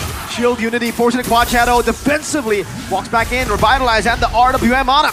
Oh, Ludwig has to go back low on HP. He's gone, and it's up to Dyron to follow up, but Kyrie gets the turtle. Keyboy's just taking a few shots now. Free turtle for Onyx. And it's because of the crazy aggression Savero up top against the Harith. Never mind, not a non-lane when Savero's on the Aerithel. I want to get my opinion out there in the air. I mean, Aerithel against the Harith. You would expect the Harith to have much more survivability, right? The shielding and all that. The poke as well. But again, Aerithel is a kind of a mobile hero with a crossbow, with a heavy crossbow, and the burst damage from it as well. But as of now, it's Onyx with a 2-kill lead. Not much of a gold lead mounted just yet, but RRQ know they have to rely on pickoffs. But is the burst damage enough, right? I mean, you have that hook, Dyron, Doors Pathway, flickered out. Good flicker out, Feather Airstrike coming down, now with the pin down with the Piss Crack as well. Edok unable to get the Bloody Hunt, and Thompson Jin with the Shadow Kill. Kyrie with Electrifying Beast still in the midst of it all. Dyron, the horse is all alone, isolated from the rest of the kingdom. Savero was riding to the night. He thought that maybe his powers would be needed, but Onyx says no. Without you, we are able to get the kills. And it's now audience prediction by the new application GoPay still favors RRQ slightly though, 59% to 41%. And RRQ, again, win cons, they have to be able to get the Citizen online. They have to be able to rely on Toy for the late game later on. At least they have that insurance in their pockets. And now E-Doc might fish for something, but Severo, he thinks that this is fishy. Sans is here to back up. Oh, Sans just dodging away from it. E-Doc definitely had an advantage there. I don't think Onyx were aware of E-Doc's whereabouts, but still, a bit too clean. They're always just jittering, like in the moves, right? Usually you walk, it's a bit straightforward, but they know there's a Franco. They know he could be anywhere on the map, so they would always just sidestep a bit, you know? At least it keeps them on the feet, right? With Kyrie now, the Starlium site completed. Done and dusted. Norris pathway open. Another miss hook, but now it's up to Sans. No flicker in. RWM locking him down in the back line. Kyrie jumps to the electrifying beats over the Rins. No bloody hunt from E-Doc. He's waiting. And I think it cost him the fight. Toy is walking close. So is Severo, and that is Rins just deleted out of the fight, out of the equation. Even Tsutsujin was bursted down quickly. Severo, you don't want to play with fire. E-Doc is coming close. But he knows it's a Miratel. Dyren. Shield unity. Dyren all alone, pinned down to the wall. The high-lows. Electrifying beats. He's going to have to die to the music of Kai. Sweet, sweet music for Onyx. Playing the songs to their favorite tunes. It's Turtle. It's all free for the taking. And now it's RRQ again, right? If you want to talk about objective contest, it feels like RRQ, they're a bit behind, but now they go bursting in. All in the Franco, and he won't be able to find a pick. Feathered airstrike with the shield unity and the pin down of Blitp. Substitute with the retribution, unable to find it. Wow. Kai so on point. Oh no. On the retribution. Add insult to injury. Rubbing salt to the wound.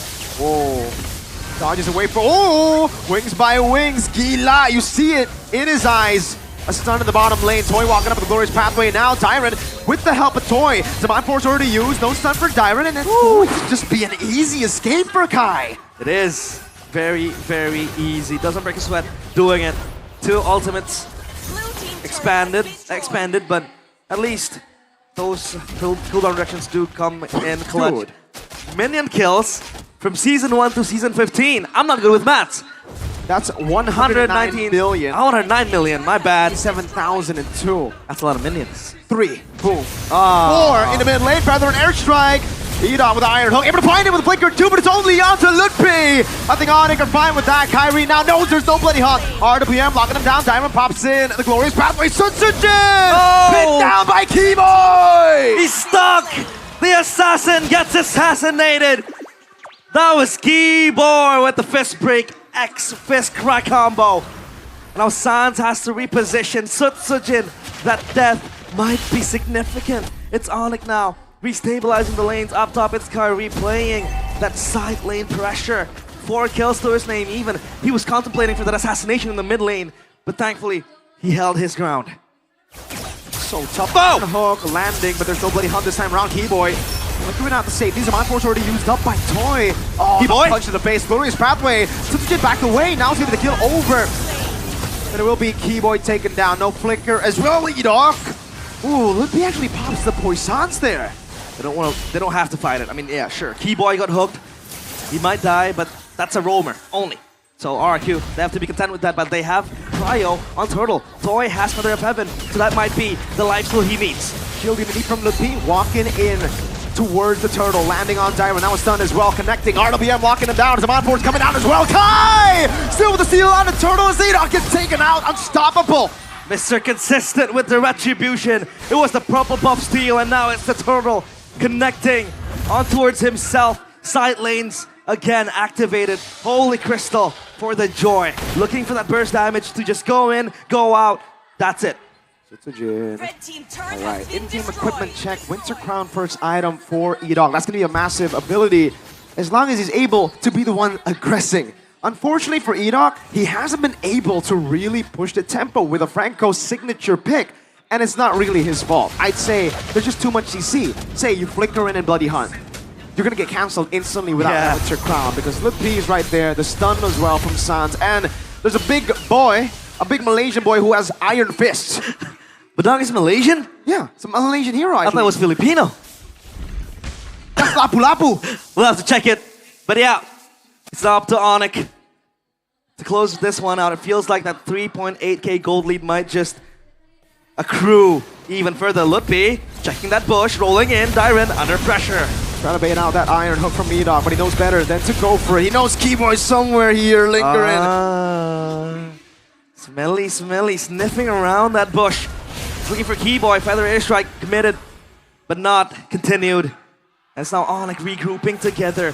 Side lanes though, pushing in favor of RRQ up top as well. Onyx, if they buy time here, that wave might just crash. But now, they want to focus on this mid lane. I think it's worth it for them. Dyron goes in on Keyboy. Punch in the face, shield Unity. Now coming in, cancel with the Winter Crown with a Bloody Hunt. He's still able to find it. Sounds in the back line. No! Lippy in the back, Kyrie with Electrifying Beats. Gonna be using it over. Toys him on for Savero, still free hitting. As Riz gets taken very low. Iron Hook with Feather Airstrike locks him down. Lippy taken out by Riz. The flicker saves Rins.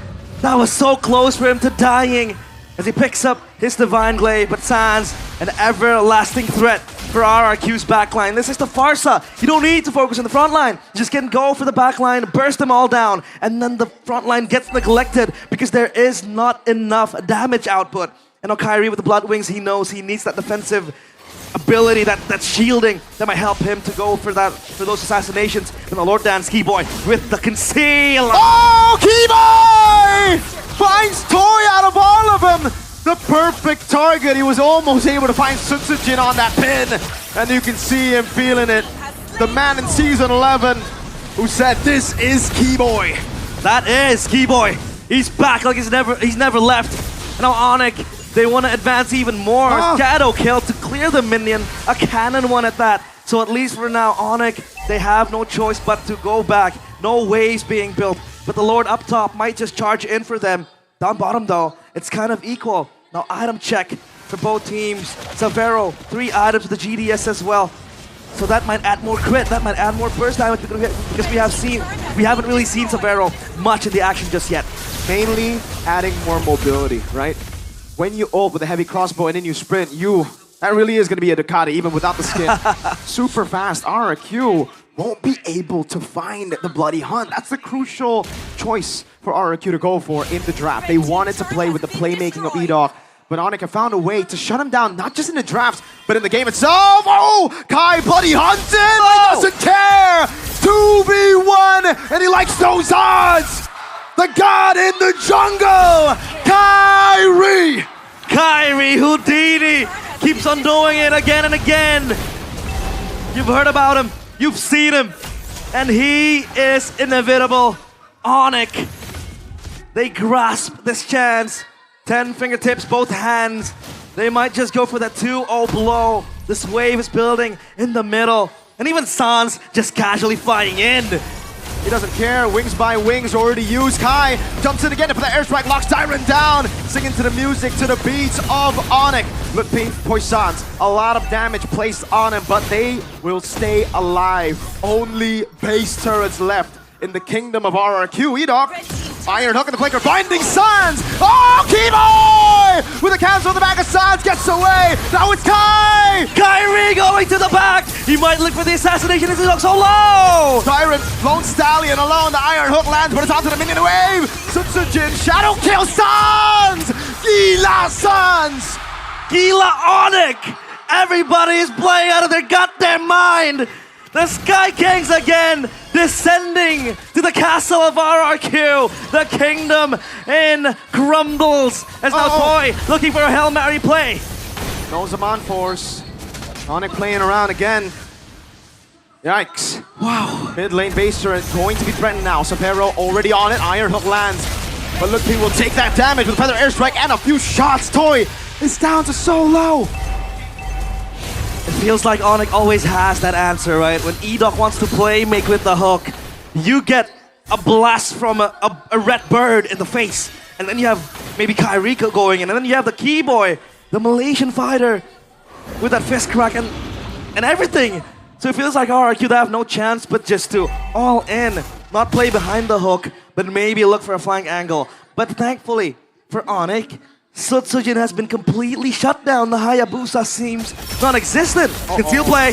The horse can't even run. That's the only thing he's good at. Kai is legendary in game 2. He's unstoppable. And now they will get this Lord easily. Look at where Sutsujin is.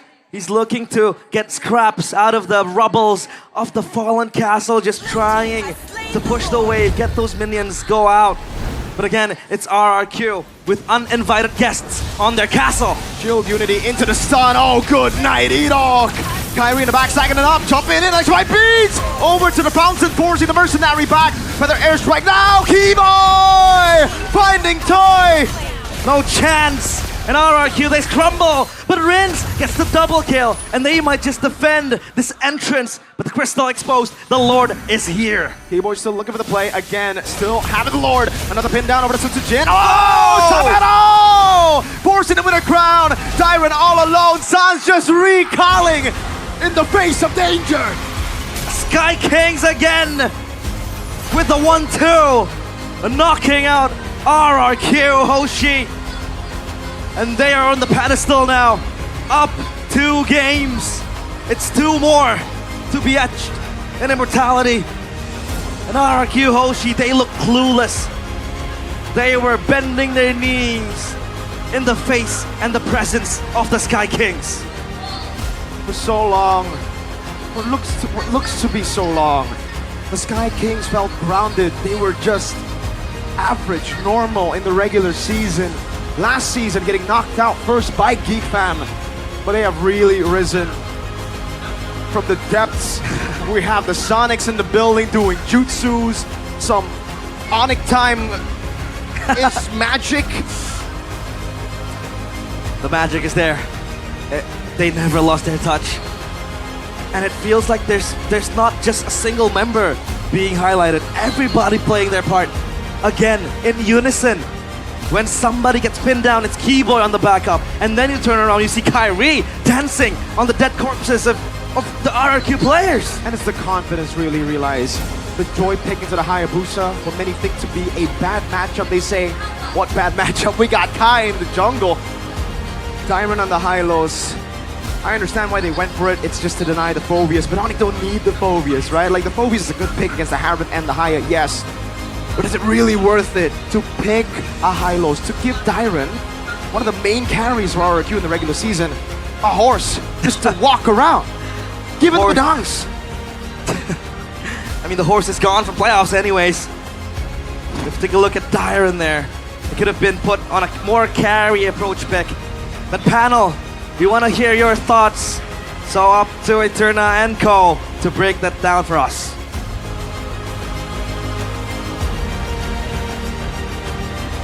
Allowing RRQ even a breather. 2-0 clean so far. We are 1 or 2 matches away from match point, but it's getting to a point where you're going to be thinking, what's going on with RRQ? I think it's a total annihilation for this game. I know the hook is good, but there's no follow-up damage from the team because it's too far away. The gap is too far away. And what I love from Onyx on this game is how they back up each other. Yeah. It's very fast, very efficient, so they know the objective. It was a very scary display, again, from side of Onyx. RRQ, I think, let's talk about from the draft, right?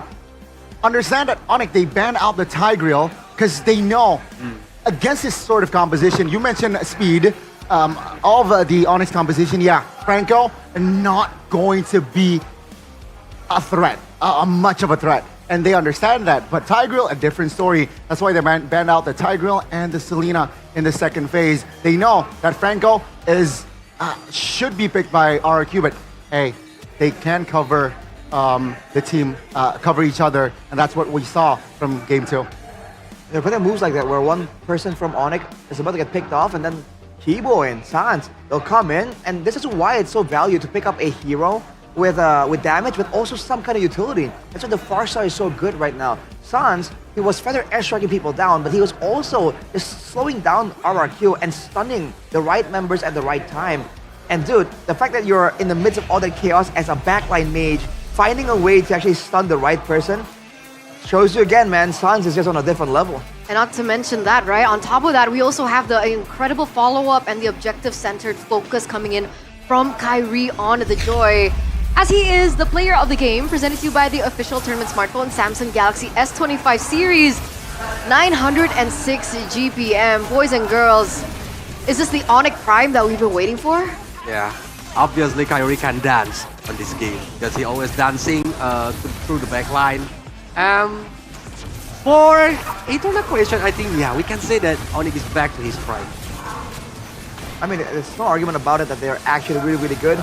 By all means, it's still a best of 7, but a lot of people are slowly but surely starting to feel like, hey, is it actually a lost cause? Because look at the moment. Man, the way they're able to react to any of the surprises RRQ are throwing at them. And of course, Kyrie, in the midst of all that, against a Franco, by the way, still able to have a ton of impact in the Lord dances, but also in the backline dive. If you pay attention here, and of course this play, oh man. 2v1. A bit of miscommunication there as well, by the way. RRQ were just trying to desperately make something happen, but that was not it, man. Kyrie, maybe it's a gold advantage, but he seems so much tankier, and he seems to do so much more damage. That backline, within a couple of seconds, immediately gets deleted. And mind you, this was a Franco pick with the suppress, supposedly, quote-unquote, the counter towards Joy, Kyrie on Joy, right? And yet he was able to do that. I think that's also due to the fact that they picked up a Baksha Onyx, and so they know that, worst scenario, they already have low burst damage, but now we have a tanky guy who can take the hook, and a worst case scenario for RRQ, if the hook does not land, then the Baksha can very easily chase him down and punish. Because of that, you're seeing Edok get limited on trying to find hooks only near the turrets, only near some really solid safe zones, whereas usually, the danger of that Franco is if you have no idea which bush he's actually setting up a camp in.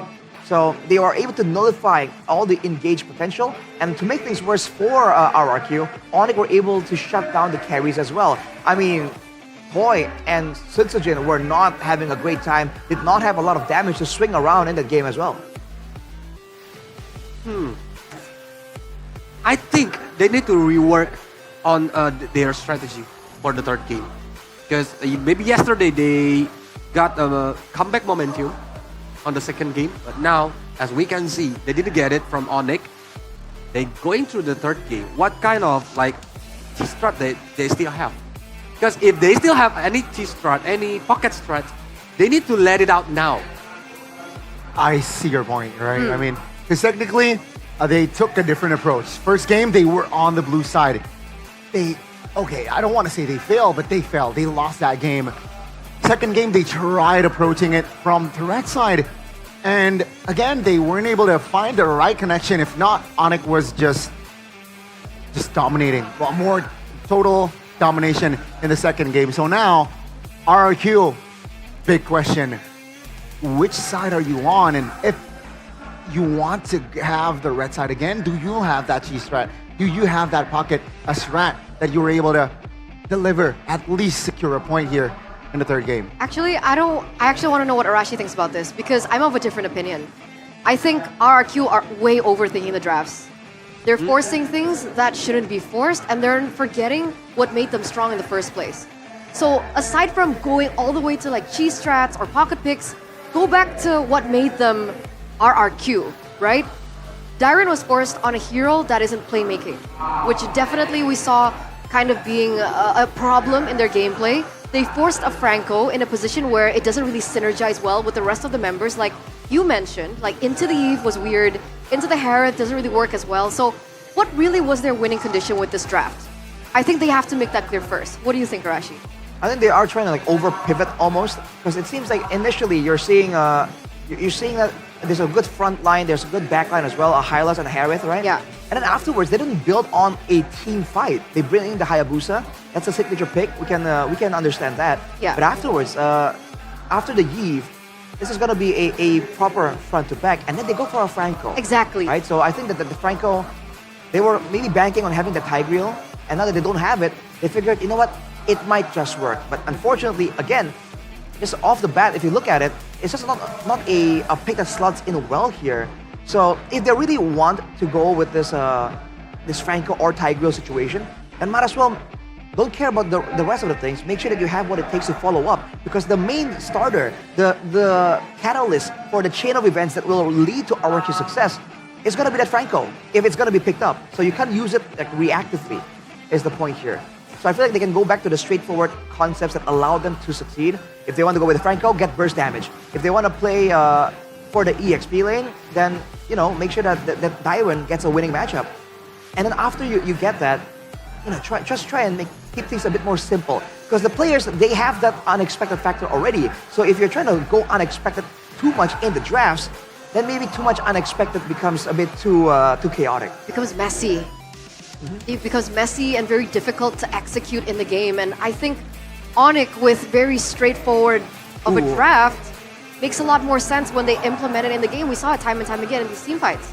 And look at that, dude. Talking about Suzuki getting shut down, not having a good setup for him to get in there and clean up, he did less damage than the high loss. That's tough. It was a tough game. And yeah, I guess, right, you pick up the Hayabusa, there's a Badang always in the mix. And Onyx, they know that. Okay, you Hayabusa, Badang. And just to make it worse, the Badang is on their own position, not the EXP. And yeah, that's why Sujin, damage-wise, was 0, a little to none. Yeah, in that game. So, Eterna got the point, I think. So don't think too much about the draft. Just back to the basic. Who is RRQ? Like play with Idok and Dairon as the initiator, using Choi as like the late bloomer. What they call it, in Indonesia we call it penggendong handal. It's like the carry, the main carry, the team carry, the tip of the spear. Make it Choi like that. And about the Rins, we love how to see the Rins make play when he's using the aggressive mid laner. Why not using it? Right. I really do feel that they have to kind of find that in between as well, where aside from just like the synergy and the composition, they should understand as well, like in this game, are they moving forwards or backwards? And it's important to understand because the Franco, as an example, cannot move backwards. You have no mobility and you're not really that tanky. So once Onyx found a way to make sure that they are the ones proactive, immediately the Franco gets nullified. So they have to identify early on here whether or not they're going to be able to get the proactive side, and then they can locate some of these options to try and go aggressive. That makes sense. That makes sense. And I think it was you that mentioned about if they wanted to play for Toy, but they weren't really playing for Toy. Was that you? Arashi. Yesterday. Yeah. Arashi. So it's like, what were the win cons exactly with the drafts that they committed to in Game 2? It looked like even the players were a little bit confused, right? Were they playing for objectives? Were they playing for pickoff? Because teamfight obviously out the window because of the composition like you guys mentioned. Pickoff was very difficult. Objectives, highly unfavorable. So it felt like they were not set up properly to win this game in general. Right, the gameplay wise. Yes. That's the thing as well. Like, it's not just about the team fight. It's about what's the plan here, which lane, right? Which lane, which carry. In the early and late game, at what point do you transition from relying on Sutsujin to carry into Rins, into Toy, right? There are set moments for all of this, and if you compare how they're doing to Onyx, Onyx seems to have that down because initially it was Sans, he was just bursting everyone down. But towards the mid game, once Kyrie got some of those items, you're seeing him go in 1v3, 1v2, and there's no problem because that's thought out. And they understand, like if they want to go for a fight, they can rely on Keyboy, they can rely on Lutpi as well. So the step by step here, I think RRQ has the right like end game, the first step maybe, and the end step, but the in betweens have to be kind of linked up so that step one can be joined to the final step. Can we agree though? There were so many moments of outplays from Onyx. Yeah. Like, wow, that's gotta hurt. And that could tilt as well in this best of 7. Do you think RRQ are equipped to deal with that? That's going to be the answer we will find out soon, right? Will they be able to recover for Game 3? We will get to see the display. We didn't get to see it from a boy yesterday, unfortunately. So will we see that sort of character again? They're young bloods, but if they're ready, they will be ready for Game 3. I think they already faced again the grand final pressure several times, like on SPS on the last season. Now they are facing against Onyx on the grand final. So I think it's, I believe, RRQ can do this. Believe. I believe. I think what we've seen from RRQ that's kind of assuring is that at least every single game they do find adjustments. Whether or not it works, we have to wait and see. But at least they're still trying to figure stuff out, and that's always a good sign. For sure. That's definitely something that we're going to be looking at.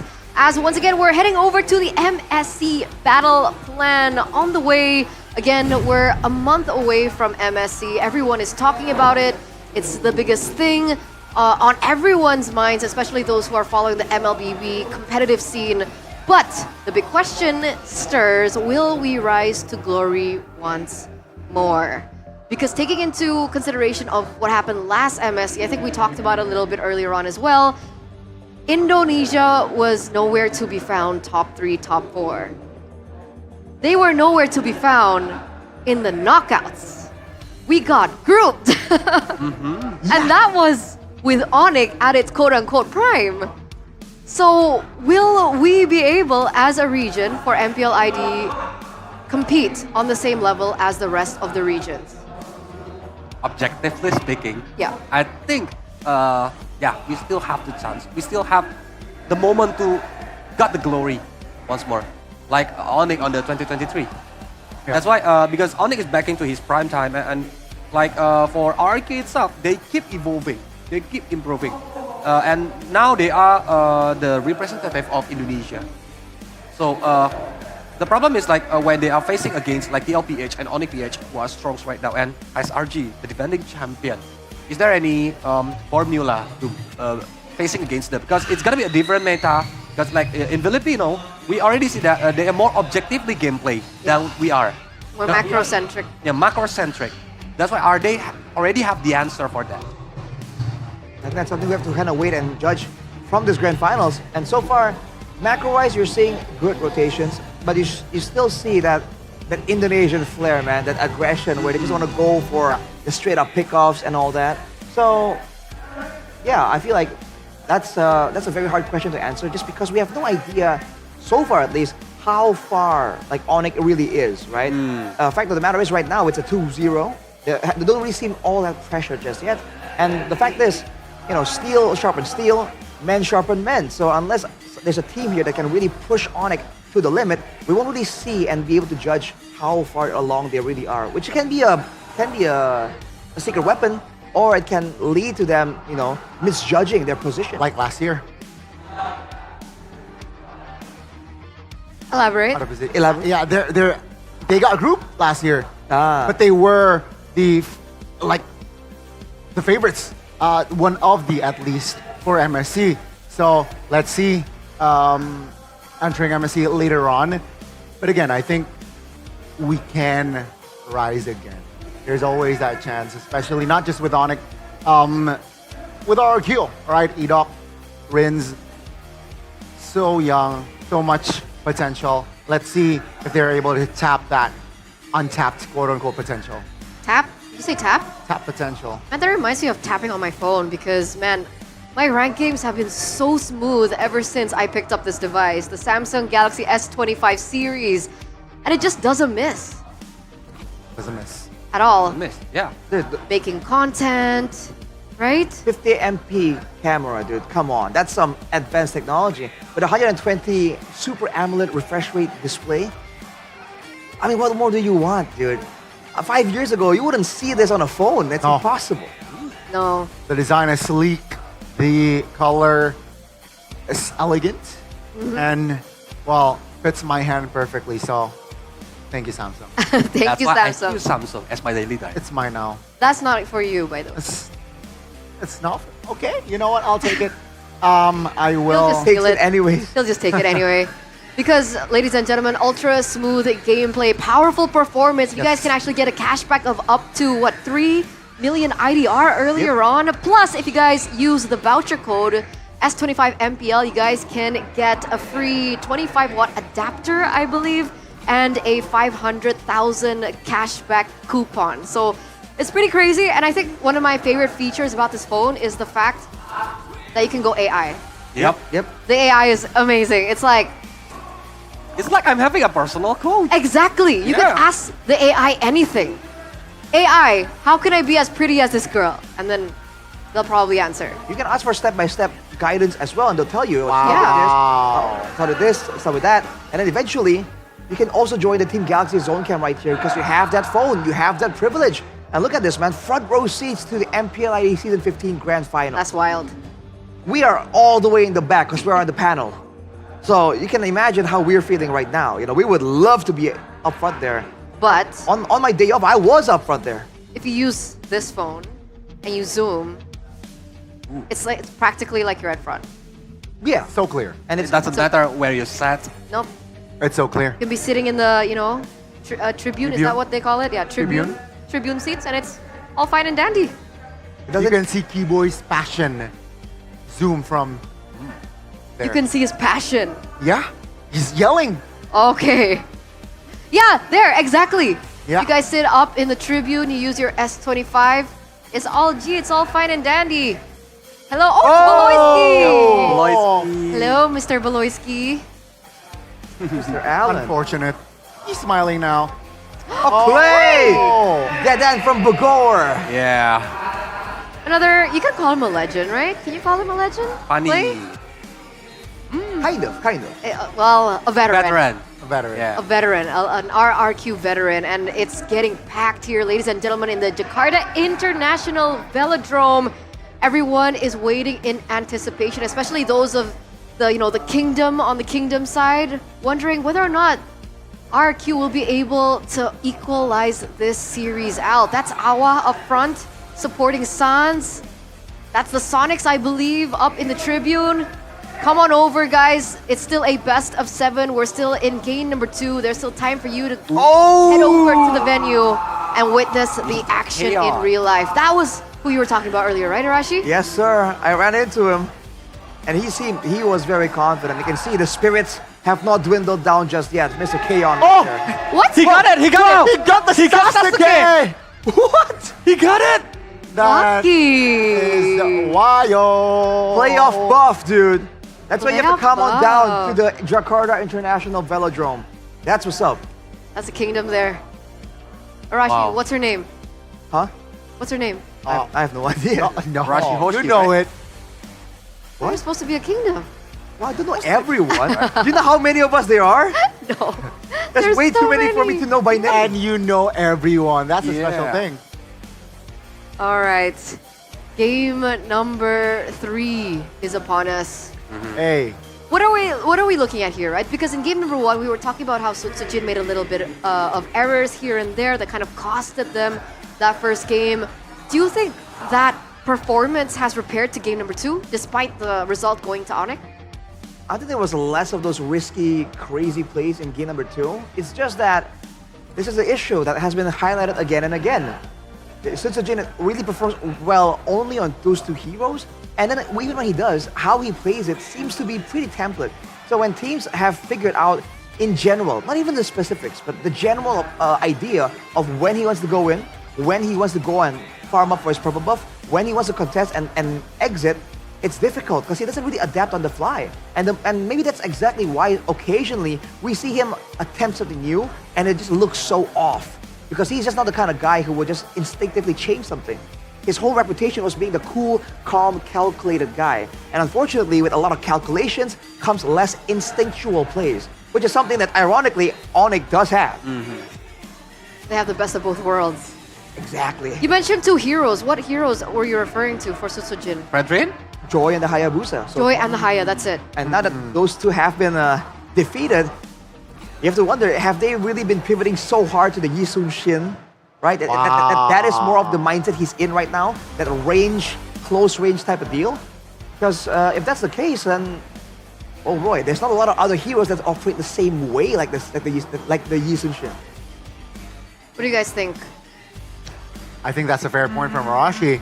So you mentioned RRQ not overthinking their drafts. I think that's going to be the first step here entering game 3.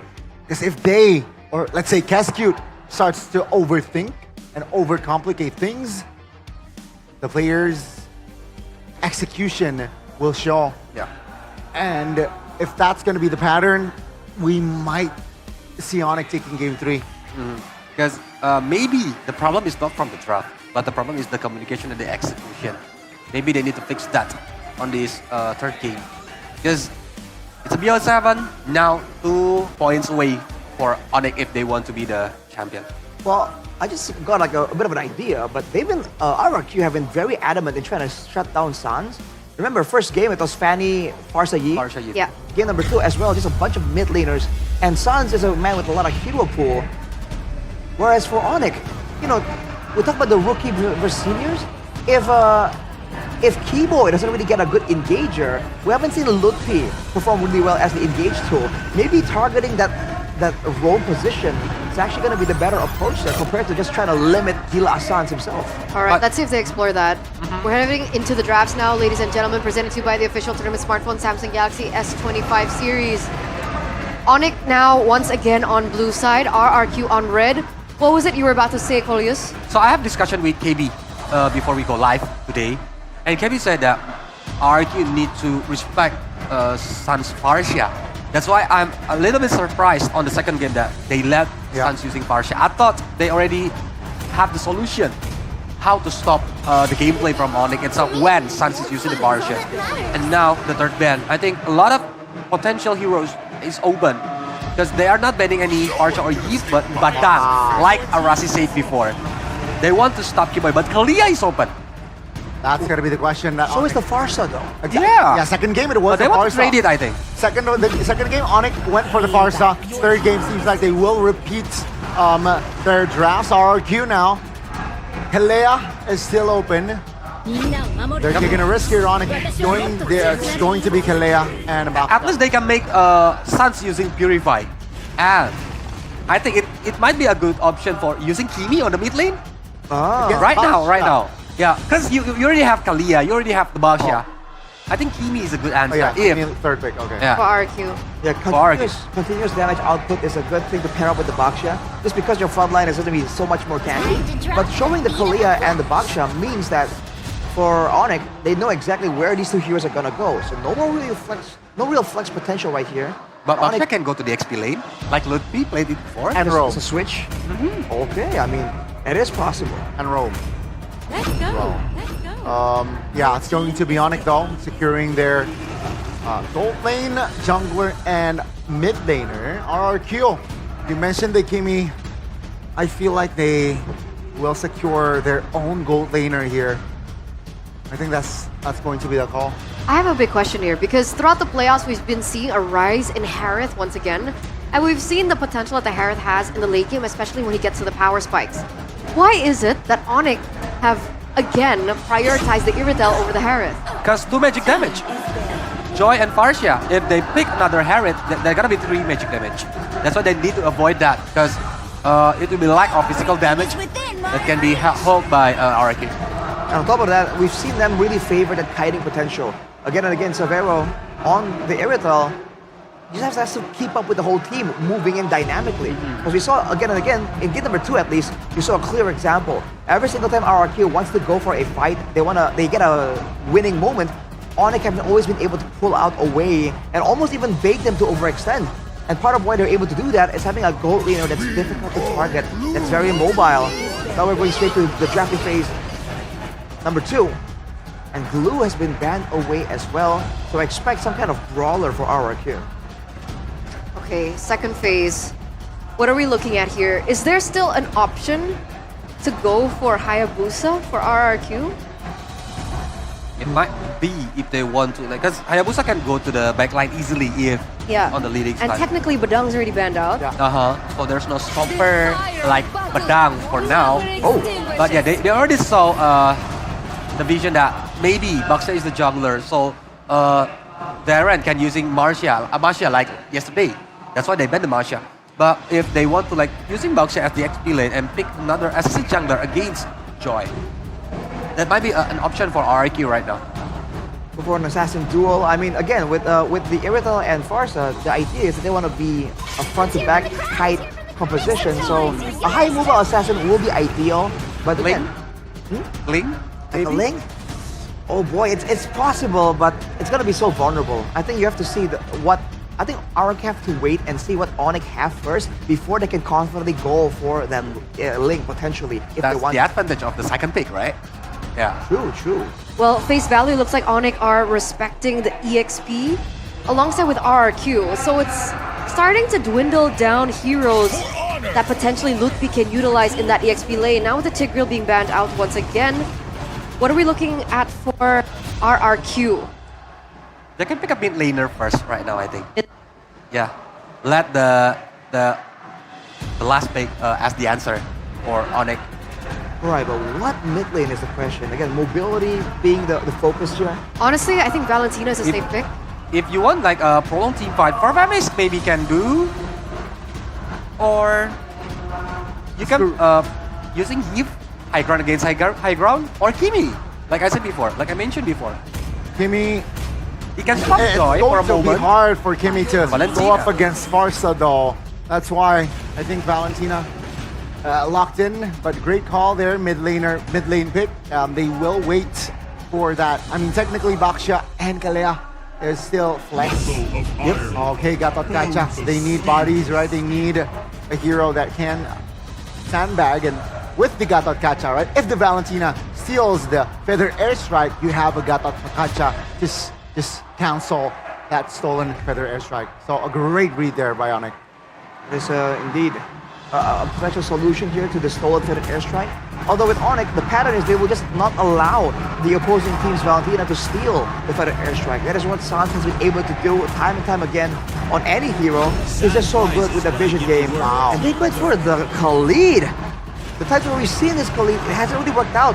But now, against a team with so much damage output, they're trying to just sustain using the Revitalize and the Quicksand Guard on it. Now RRQ is lack of physical damage. How about Benedetta on the XP lane? Does Tyrant play it? Yeah, Tyrant can play Benedetta.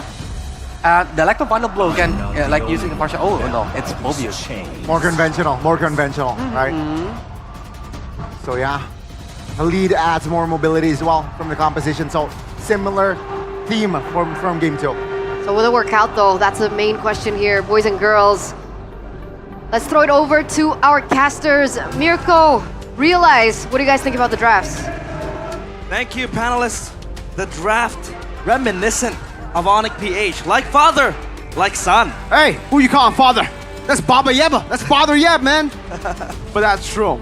It is very reminiscent of a certain team that's been dominating the international scene, dominating the world stage and MLBB as well. Joy, Varsa, Irithel, Khalid, and Gatot. Yeah. You can name all the 5 players, but it wouldn't be this one usually. Not this version of Onyx. It isn't, but they are trying to ascend up top.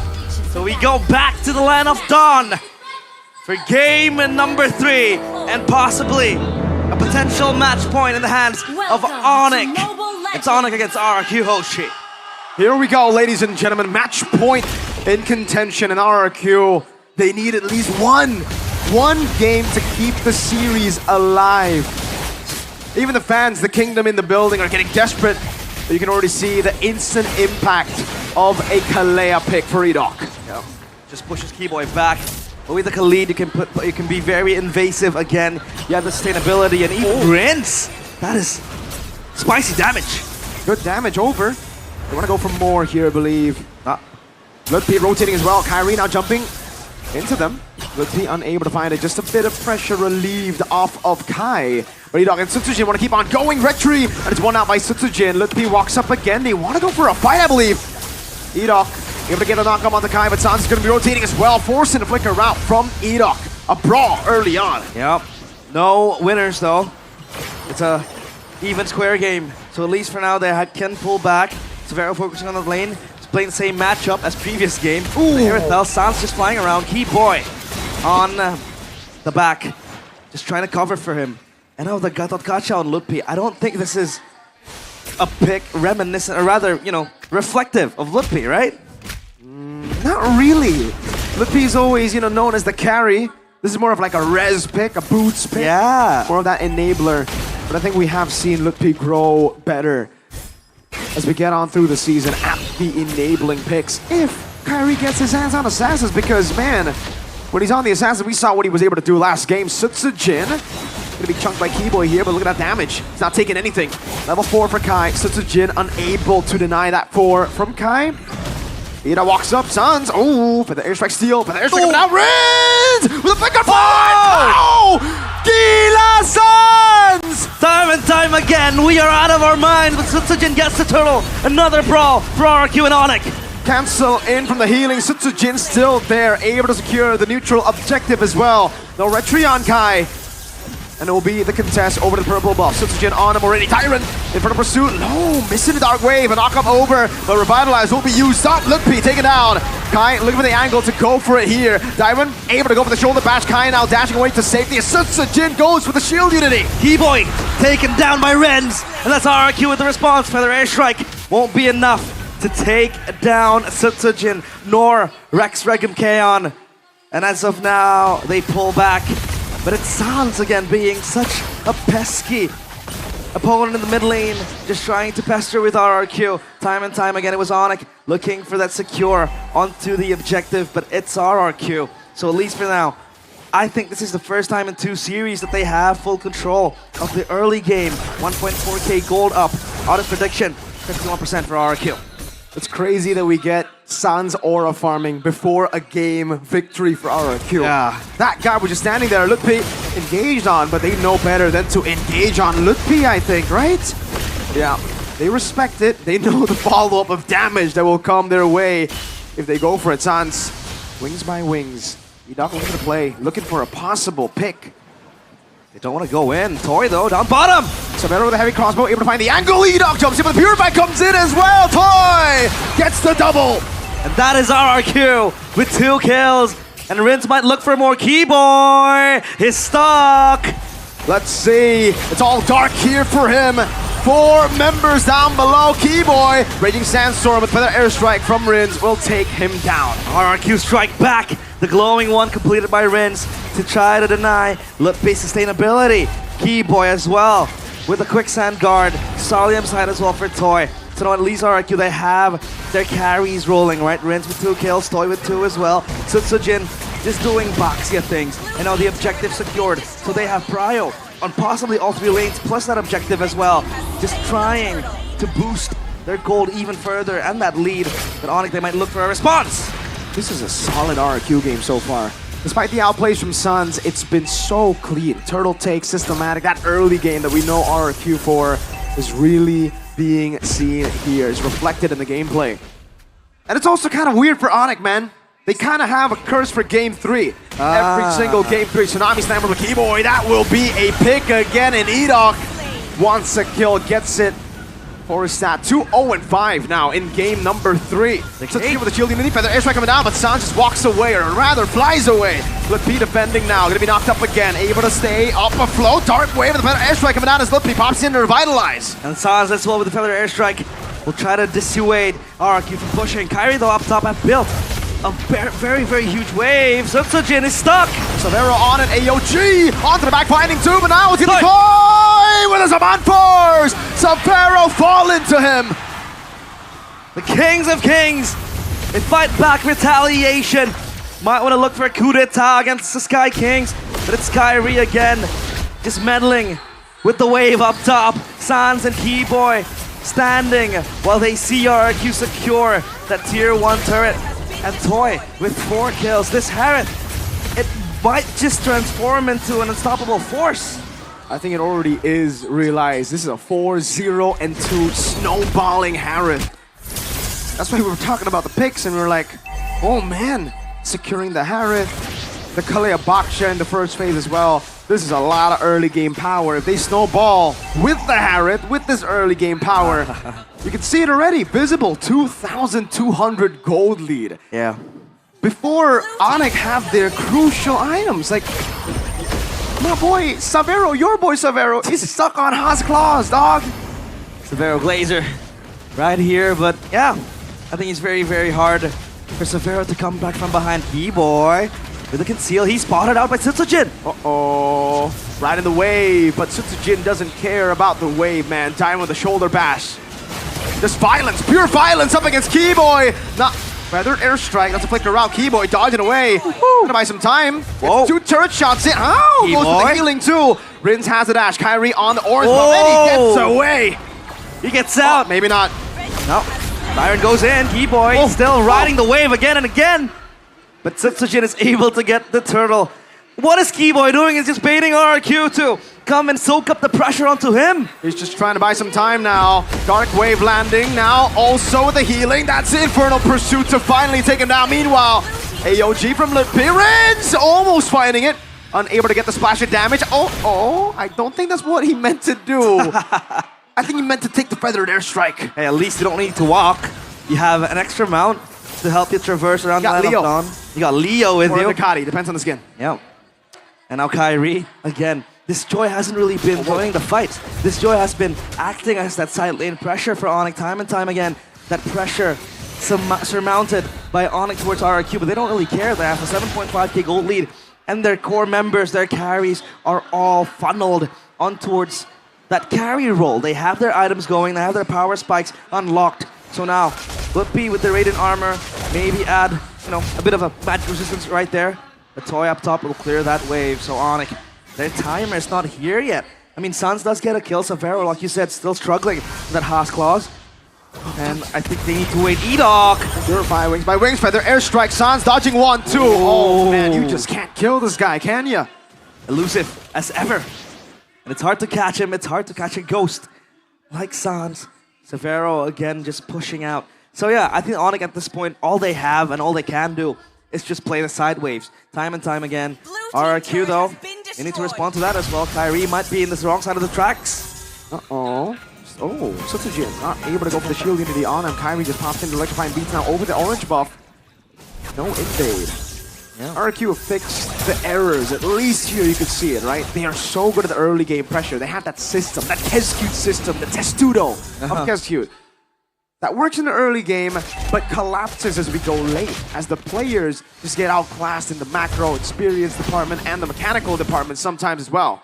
Here, well, at least in the interviews against GeekFam, they said that they have learned from that. They were not disciplined to close out games. They were not as clinical as they wanted to, as they expected up against Onyx in the upper bracket finals. And that's what led to Onyx multiple times coming back against them.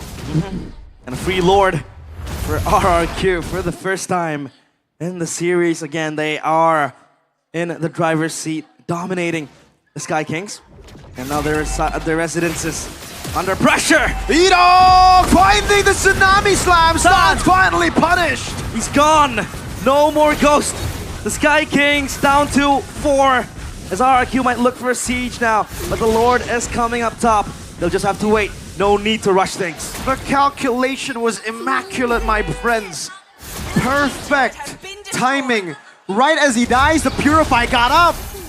Wow, masterful stuff from RRQ and Edok. Get this man a playmaker. Put Dyron on a carry. Where has this been the entire 2 first games? Agreed. And now for their airstrike pop, Sutsujin rolling in. Lutpi stuck. Revitalized already and all in onto the back line. Able to find the taunt again. Sutsujin walks from the shield unity. Up with the airstrike, but a Tsunami Slam will bring Lutpi to his knees. The Lord free hitting onto the crystal, but Onyx will try to respond to that. And now RRQ, they still want more. They go for more! Dyron! On the Phobius! Taking 2 down before falling. And it seems like the Sky Kings, they are vulnerable. Edok goes in with the Tsunami Slam! RRQ breathes life into Jakarta International Velodrome, into the kingdom who were demoralized. Raise your banners. It won't be a sweep. The Sky Kings finally out with their swords and shields, looking to reclaim that long-lost crown as the Sky Kings no longer look immortal. RRQ, the first 2 games at the start of this series, we're always looking up to the Sky Kings.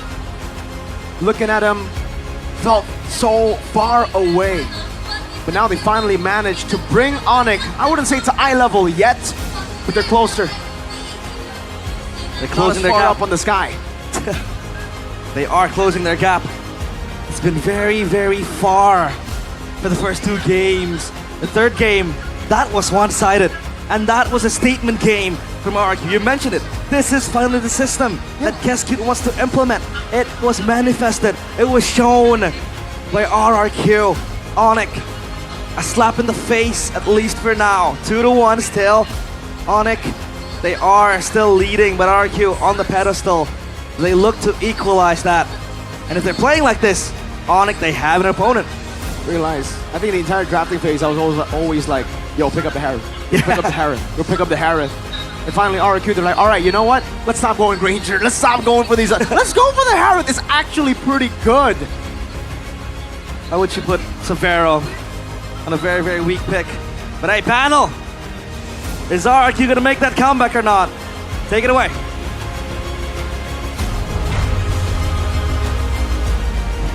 The Jakarta International Velodrome erupts as the kingdom rejoices as RRQ are able to finally get a point in this best of 7 series, taking game number 3 in the fastest game we've seen in this series. 10 minutes and 54 seconds. Very remarkable, very one-sided, and very fast and dominant. Now, Gani, what did you think about that game? Yeah, I think it was, this time around, maybe game 2 especially, the draft mnemonic, they were easier to execute. RQ did what Onyx did in this game. I feel like their drafts were less complex if you compare it to Onyx. Khalid, not a fan of that pick, but we saw that Keyboy was struggling. All he can do was just buy time at a phase, but yeah, I think RQ played it perfectly. Early game, the question we asked earlier, early game strong, can they translate it to mid game? This was the perfect example. Yep. They got the answer right now on this third game. And I think the number 3 is the curse for Onyx, right? On this playoff, they always lose on the third game number 3. Yeah.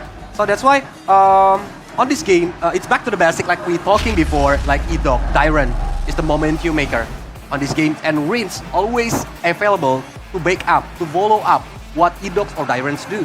I agree, and that's why I asked RQ, go back to the basics, go back to what made you strong, because when you give this man player of the game presented to you by the official tournament smartphone Samsung Galaxy S25 series, like a Kalea, he's able to make these opportunities happen, finally. That was the LP attempt from Rins, trying to go toe-to-toe against Gila, Sans. That was definitely a cool moment and a bit of an aura farm for Sans. But afterwards, man, this Kalea in the hands of Edok, 0 deaths, man. He has been effective all the way from the beginning, and it seems like he was timing a lot of these purifies coming in from the side of Onyx as well. And look at how they were playing around with this early game lead. We talked about how they should plan out the transition from the early game power to the mid game power to the late game. The fact that they rotated and brought a lot of that weight over to the gold lane, understanding that Dyrod is on a Phobius that's independent on his own, can even 1v2 if given the right opportunities.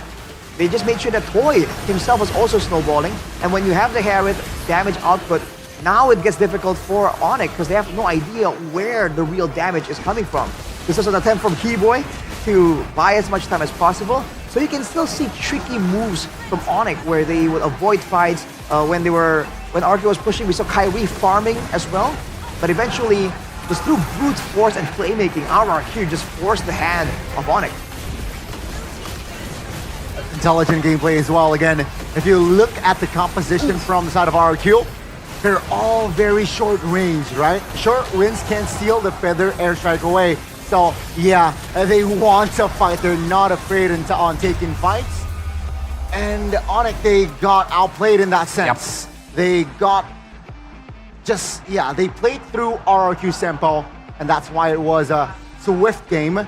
Relatively 11 minutes, not even, and 0-6 Keyboy, 0-3 Severo. Not a great performance from side of Onyx. Because the setup from RRQ itself, since the beginning, they try to vine Severo. They know Severo will be like the nail in the coffin if he got the items or the power spike. That's why 3 kills to aim for the Irrital. And even Sans, they didn't let Sans playing in this game. Rins always stole the Feather Airstrike from Sans and always use it when Sans shows on his screen. And the funny part for me is that we saw a lot of moments where Onyx, because the Gata wasn't tanky enough, because the Khalid can't escape from danger, we saw Sans move into the jungle as the first member again and again, trying to abuse the fact that he has to purify. But because of that, you saw that one fight, Kolios, where Edok noticed it. He did the flicker engage tsunami slam when the purify of Sans was 2 seconds away. That is definitely a crazy moment right there. If you take a look at the item timeline right here, you can see that Toy was absolutely on curve, just immediately getting a lot of these big items on the carrot, and with the early game power, just forcing out the fights again and again. I think it was a really good thing that Goni mentioned in the game that it was very difficult for Savero because he was forced on a Sea Halberd after the Haas Claws. Is this a usual build that we usually see an Airtel on? No, definitely not. I think you see the Berserker's Fury a bit more before that, because that's the crit marksman initial power spike, the Haas Claws Berserker's Fury. But without that, no big crits. He's trying to lower the healing, and also maybe try and chunk down a lot of these tankier frontline members like the Kalia, like the Baksha, like the Phobius. But in the end, it just wasn't enough. It was. Yeah, it was kind of forced in that situation. Yeah. And unfortunately, the power spike just had to be delayed because of that. And then it just really, they didn't have enough damage, honestly, to go against RRQ. So it was really well thought out by RRQ in this particular situation. The fact that they were able to bring Kalea in their roster as well. What other things can RRQ fine-tune to go 2-2 with Onyx? For me personally, I think don't change the winning strategy. No. Just use the similar strategy like if Onyx might be anticipated what heroes that RRQ used on the second game. But there's another option, like maybe if Kalea getting picked by the Onyx, maybe they can pick the Badang if the Badang is not banned. Right. I think the trade between the Kalea and Farsa, that's something that RRQ did really, really well, knowing that Onyx really wants that pick. So I think this is the thing. You can't really outdraft Onyx by just banning out their options. Might as well go for some trades because RRQ have strong weapons in their own right. Depending on how this next game actually goes, we can say that things are very, very tight. And it has been quite tight along the different regions as well. As we take a look at this poster, 4 1s across the board. We see 4 2s coming in from NACT, a 3-4 for MPL PH. I think the only clean sweep is 4-0 down there, MCC for the EECA region. EECA. There you go. EECA, yeah. EECA region. But other than that, things have been quite close. Do you think we might go 4-1? It's still up in the air. There's always a possibility. It depends. I feel if you want to talk about Onyx RRQ, I feel like Onyx will take second pick, and perhaps that might shift the energy. But yeah, closest PH, and it was dramatic, right? It was 1-0, 1-1, 2-1, 2-2, and it was neck and neck. And at the end, it was CLPH taking the dub. I expected Onyx RRQ to feel the same. Hopefully, RRQ can equalize to make it a 2-2 here. But let's wait and see. It's just 4-1, 4-1. 4-3, Latam? Latam. Latam 4-3. Because if we talking back to Indonesia, I think it's back to my prediction. It's gonna be a tight game. It's 7 full of game on the base of 7, so they're gonna use all the game. I mean, that happens. We're the real winners. The fans getting a full-on great show. But we're not to the possibilities, by the way. I like what Goni mentioned about the switch. Because remember, the Fanny factor. That's why RRQ is doing so much better on red sign. They can just ban the Fanny by default anyhow. But considering they're also trading more options right now, maybe it actually would... Maybe the fact that they're doing that makes it that the drafting phase won't be really as one-sided, despite having that Fanny being a factor. Because technically RRQ can't pick up the Fanny. No. I think it's not up to par at this point. We haven't seen Citogen again on the Fanny so far, but chances are it won't really match up to Kyrie's Fanny. So even if there is a chance, it's really not wise to risk it. So we see what Kyrie can do. Well, either or, seeing that previous poster, it really does reflect how competitive things have been lately, especially in this season. So it marks up to a really good MSC journey. Yeah. Not really sure what to expect coming to that, but we'll get to that a little bit later on, as once again, going back to game number 4, right? 1, 2, 3, 4. Game number 4. So going back to the drawing board for RRQ, not forgetting their initial game plan is going to be very important. I think early game again is where RRQ finds their strengths, right? So if they're able to find a composition that allows them a better early game, I think maybe that might be the key factor for RRQ. I somewhat disagree. Early game, if the heroes, or let's say like, I think mid game is going to be very crucial for both. If you control the early game but lose out on the mid, it's useless. I think mid game is going to be, that's the real fight for the drafts. Mid game power spike and hero power. You mean like the first game, right? Because RRQ got the first 2 minutes. Yeah. But That's then, early game. Yeah. Onyx got the next. Position. But we'll discuss about it a little bit later on because we are going to take to Bude Clara Mongstar as she has something special for you guys. Bude?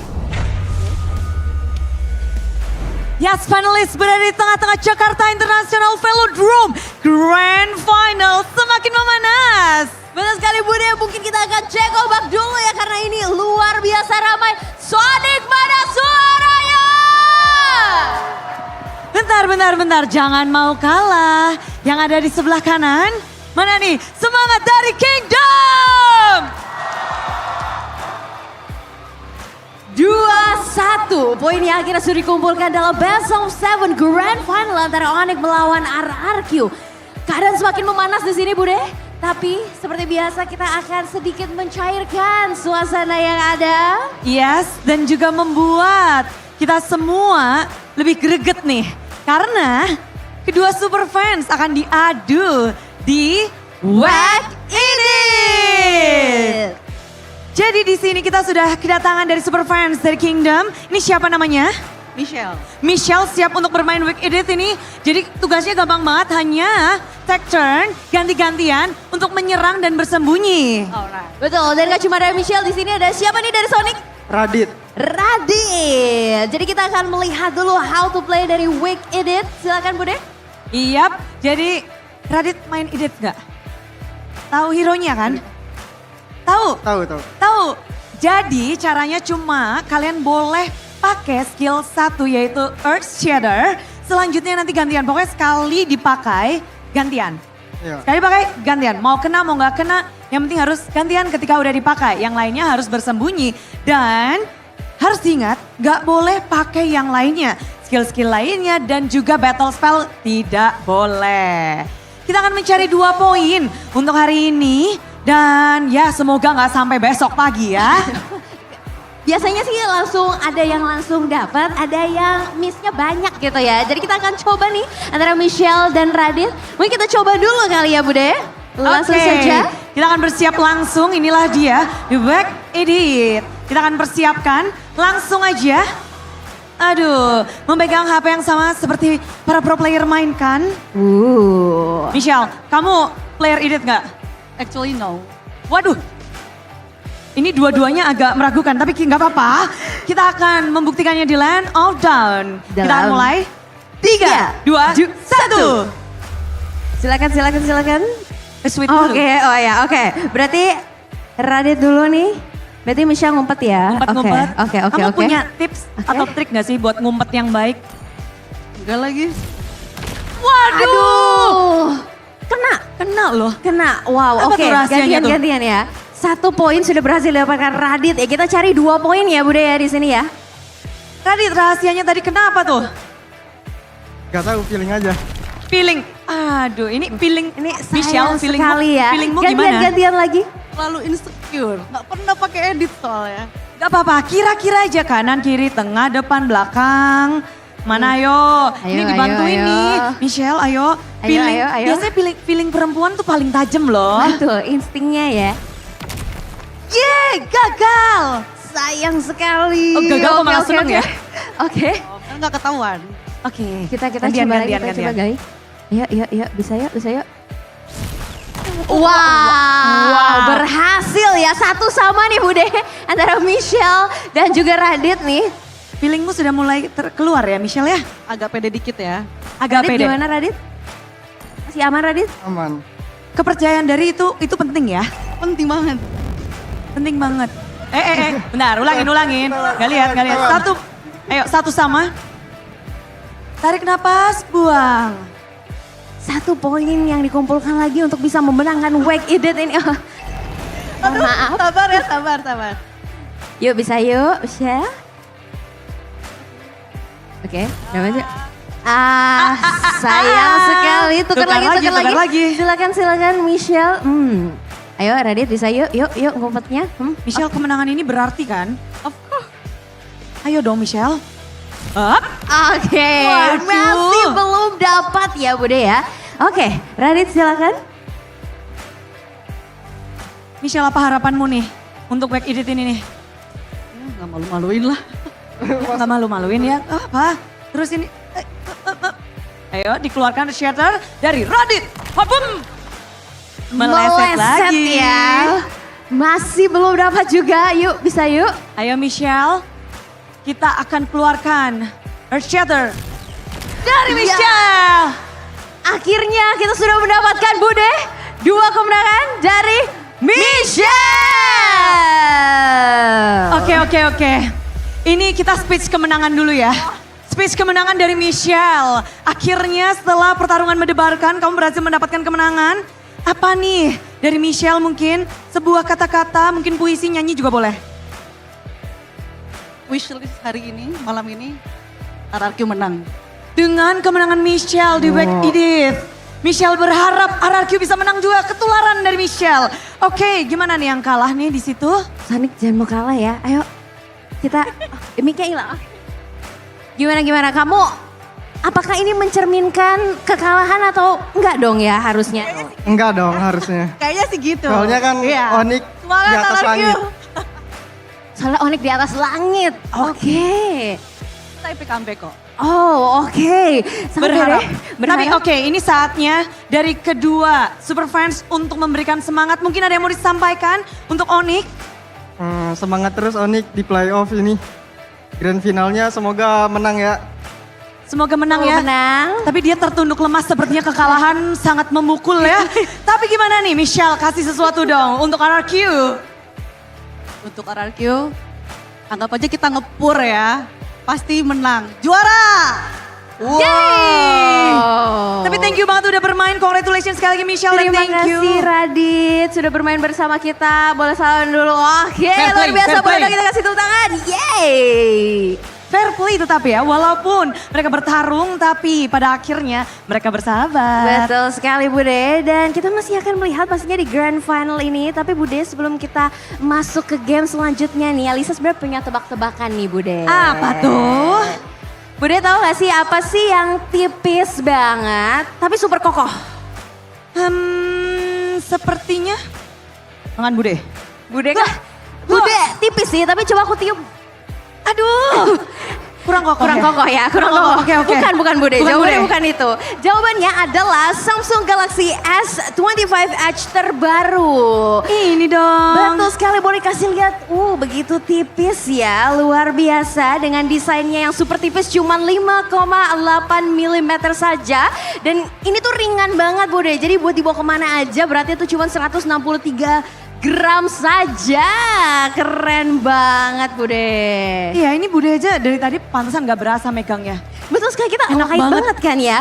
Dan ini karena Galaxy S25 Edge ini adalah Galaxy S yang paling tipis yang pernah ada Bude. Wow, makin seneng ya, dimana kita juga ngelihatnya ini desain yang baru, lalu tipis, nyaman, dan di tangan tuh keren banget sih. Betul, jadi kalau masukin ke tas atau buat cowok-cowok kan suka malas bawa tas ya kemana-mana ya. Jadi tinggal masukin di kantong tuh nggak bikin bulky celana ya. Emang gak bahaya? Kalau kedudukan gimana? Tenang, kan tadi tebak-tebakannya walaupun tipis dia tapi sangat kokoh. Jadi pastinya tidak mudah ringkih Bude. Aman pastinya ya. Galaxy S25 Edge ini dilapisi dengan titanium frame dan Corning Gorilla Glass Ceramic 2 yang bikin jadi lebih durable pastinya. Pantas saja kita jadi nggak takut ya walaupun tipis, tapi ini begitu kuat dan pastinya membuat kita semakin pede ini bawa kemanapun dan jadi teman kita nggak sih? Betul banget Bude, tapi nggak cuma itu aja karena kita lagi ada promo juga Bude. Mau tahu nggak promonya Bude? Mau mau. Bude paling suka promo sih. Jadi buruan aja nih langsung ya para super fans yang nonton di rumah juga. Buruan beli sekarang karena lagi ada promo gratis memory upgrade ke 512 GB dan gratis 6 bulan Gemini Advance. Dan kamu juga bisa cek promo lengkapnya di samsung.com/id atau kunjungi toko Samsung terdekat untuk Galaxy S25 Edge yang tipis tapi powerful. Wah, ini lengkap banget gak sih?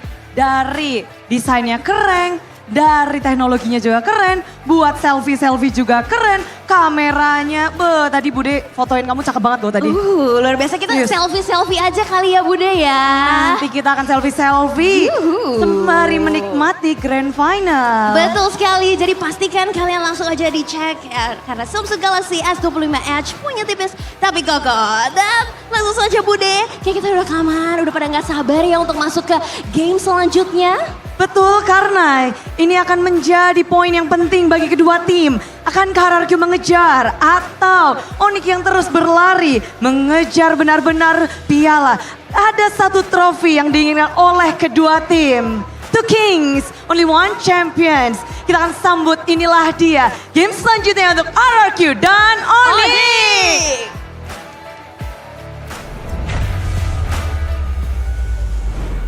Thank you so much, Bude. Thank you so much, Alyssa. And now we're diving back into game number 4. Guys, it's a best of 7. I'm sorry to lose count here. But yes, RRQ comes back after a 2-0 from Onyx. We were talking and discussing about winning conditions coming from RRQ. And I think the last thing that we were talking about is whether or not the early game is important for RRQ or not. Goni feels like the mid game is the most important part for RRQ's win. But what do you guys think? Do you agree with this or not? For me, I think early game still important because if you got the early game, you can put the map pressure to the opponents, right? So you can get the mid game because RRQ during the first game, I think they throw on the mid game, right? So and on the third game, they answer the problems from the first game. That's why we're gonna see on the fourth game. Okay, but I think I found out what's more important than everything else that we've been talking about. Really? What's most important is GoPay. Guys, we're in, after 9 weeks of the regular season. We're coming into, what, the 5th day of the playoffs? Is this the 5th day or the 6th day? Wednesday, yeah. There you go. Do you guys not yet have installed, I can't English suddenly. I can't English. I can't English. I'm so baffled if you guys don't have GoPay yet. Arashi will tell you why. Well, if you go on GoPay, right, you can also get, you have a great app first of all, but you can also vote for your favorite champions in every MPL ID Season 15 playoff match at gopay.co.id/games. So you're guaranteed to win prizes, and for first-time voters, you'll definitely get free rewards of up to 59 diamonds and 1 token. And that's not all. That's the token that you use to spin for prizes in the gift arena. Yep, because that's not all. Because the token can be used to spin for the prizes in the gift arena, like you said before, and the prizes you can get the electric motorbike. Yep. And the other grand prizes. That's crazy. That's wild. And on top of that, you guys can also get WDPs or free weekly diamonds or the weekly diamond pass. On GoPay games, it's only 14,999 IDR, so it's even more affordable than the regular season. And all you need to do is scan the QR code down below, and don't forget to use the promo code from the MPL ID Season 15 live streams to get 5 diamonds for just 1 rupiah IDR. So what you waiting for, guys? Go check it out at gopay.co.id/games, or of course just download the app in general. Very nice. There it is. Great success. QR. Scan it. Now. App Store, Google Play, it's available. Yeah. It's so valuable. It's simple. Yep. It garners to everything that you guys need back at home. Oh, look at Kyrie. He's laughing.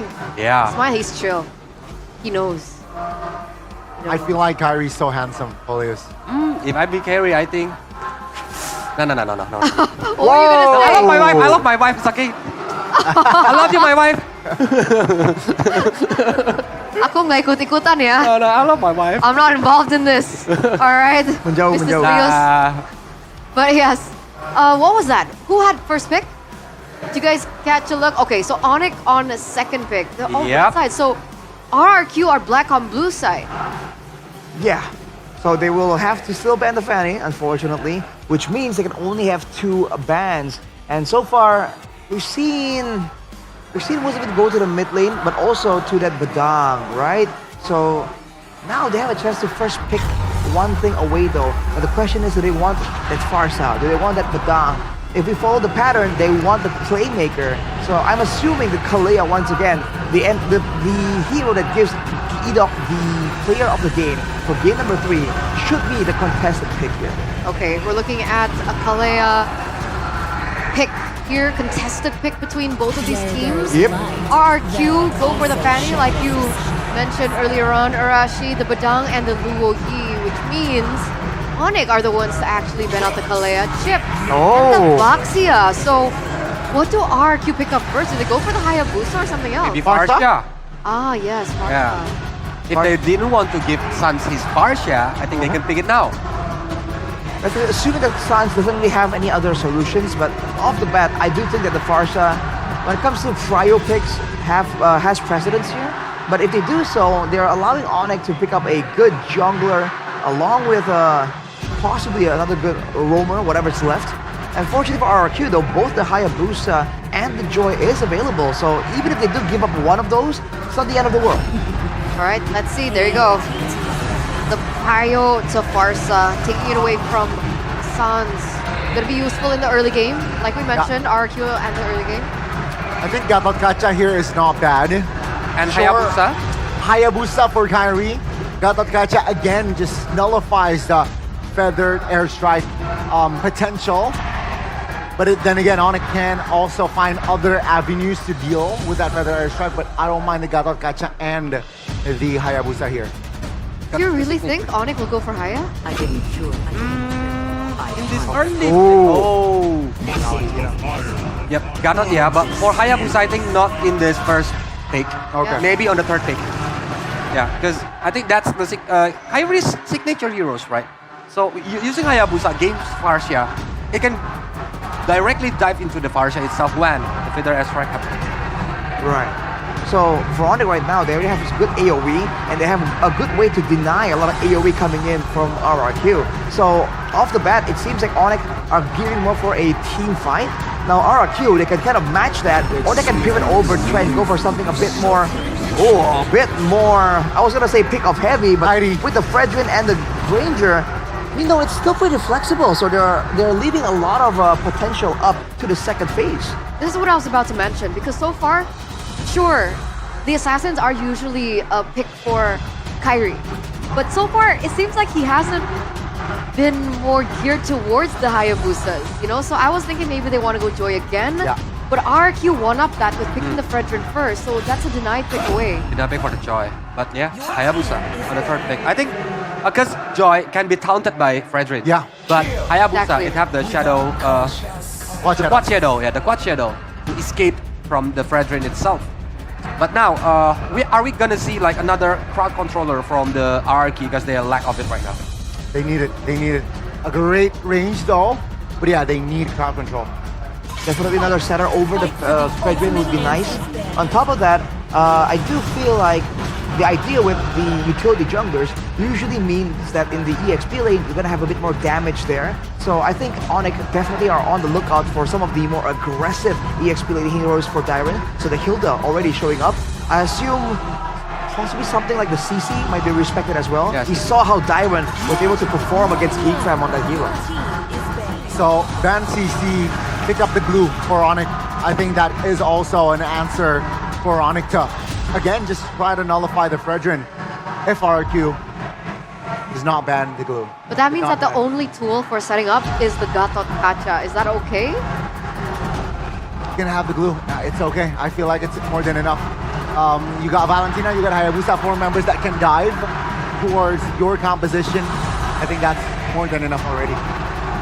Considering the members of RRQ right now have good dashes, I think it's okay. They should be able to still chase far enough, but a bit more crowd control, or at least some kind of slow, would really be nice to have for Onyx if they want to dictate the tempo and the movements around the map. but actually RRQ are the ones who ban out the CC. Because CC can, like, holding on the backline, right? Go through the backline using the Beyond Bounce to aim for the Farsha or even the Granger. And the Yo-Yo Blitz is really painful to Freight Train because of the HP percentage. Right. Oh, they want the Terizla. I think RQ didn't want the Terizla for Iron. CC, yeah. Terizla might be a good option right now. Or high loss. But the glue, yeah, I expected this fix on the side of Onyx. Or, I didn't see any R lot, but it's very dangerous against Valentina. Yeah. The Vinyl Slash can be stolen. If I have to pick a hero I want to see a bit of a throwback to the Esmeralda Uranus, man. We saw a Uranus ban. We saw in the regular season the Esmeralda as well. Right here in this game, we don't see it just yet. But considering that Onyx doesn't really have a lot of good DPS tools secured just yet, you know, beefier frontline will mean that Onyx are going to be pressured to pick a gold lane that can shred through a massive tank. How about Eden? Yeah. Oh. Eden for Dyren? Cannot. There's a Valentina on the other side. 1-1. Oh! Okay, Benedetta. So my 1-1 prediction here. for Benedetta is on this game. 1-1, no? They're gonna go 1-1? 1-1's outranged by the far side. It's a risky Yeah, pick. I think It's a risky pick, but it's yeah, you have other friends that can like Moskov? fight Moskov? Nathan? Oh, Nathan. Whoa. Natan is bold. If they want to... Against the Bennett? Have the range. It's bold, that's why it's bold. Let's go. Oh. Irita. Oh. Right. So still kite gameplay there in the gold lane, but RRQ, man, they have a really good like AoE combo composition. Diving on the Bennett though, I don't think we've seen it too often. I'm really curious on how he's gonna do. It looks like RQ have swatched tempos and gameplay, but will it work out for them? And can they go eye to eye, toe to toe with the Sky Kings? We're gonna throw it over to our casters. Mirko, Realize, take it away. Thank you, panelists. This is an epic game because now we see I love an it. Edoc special, the Tig, and the Benedetta as well in the hands of Dyren. Realize a lot of people must have forgot the roots of Dyrant. Back when he was in Rebellion carrying that team, he was the Benedetta, the Paquito, the Khalid god. So I'm excited to see this. I've been waiting for this ever since we saw the Baksha, the Fredericks start popping up again.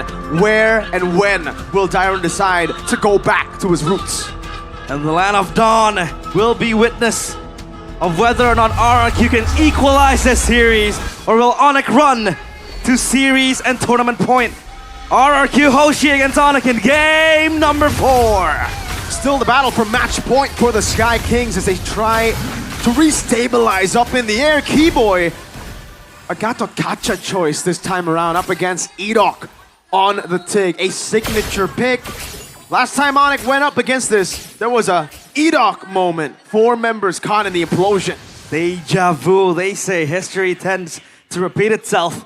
But I think Onyx will be much more calculated now, in which that Edoc implosion put kind of a fighting spot for RRQ to possibly push forth in the upper bracket finals. But this time around, it's going to be different because Onyx, they are more calculated. Edoc going into Kyrie, but I don't think he can kill him. Keyboy will gank him though. Good retreat from Kai, securing it already. Rin's walking up as well. Quad Shadow for the flicker. Ends up being not so worth it, to be fair, right? You kind of need that flicker. Yeah, especially as a Tig. And Toy, or rather Edoc will recall. That is with the pull yourself together. So he's looking for that ultimate, going in with the cooldown reduction.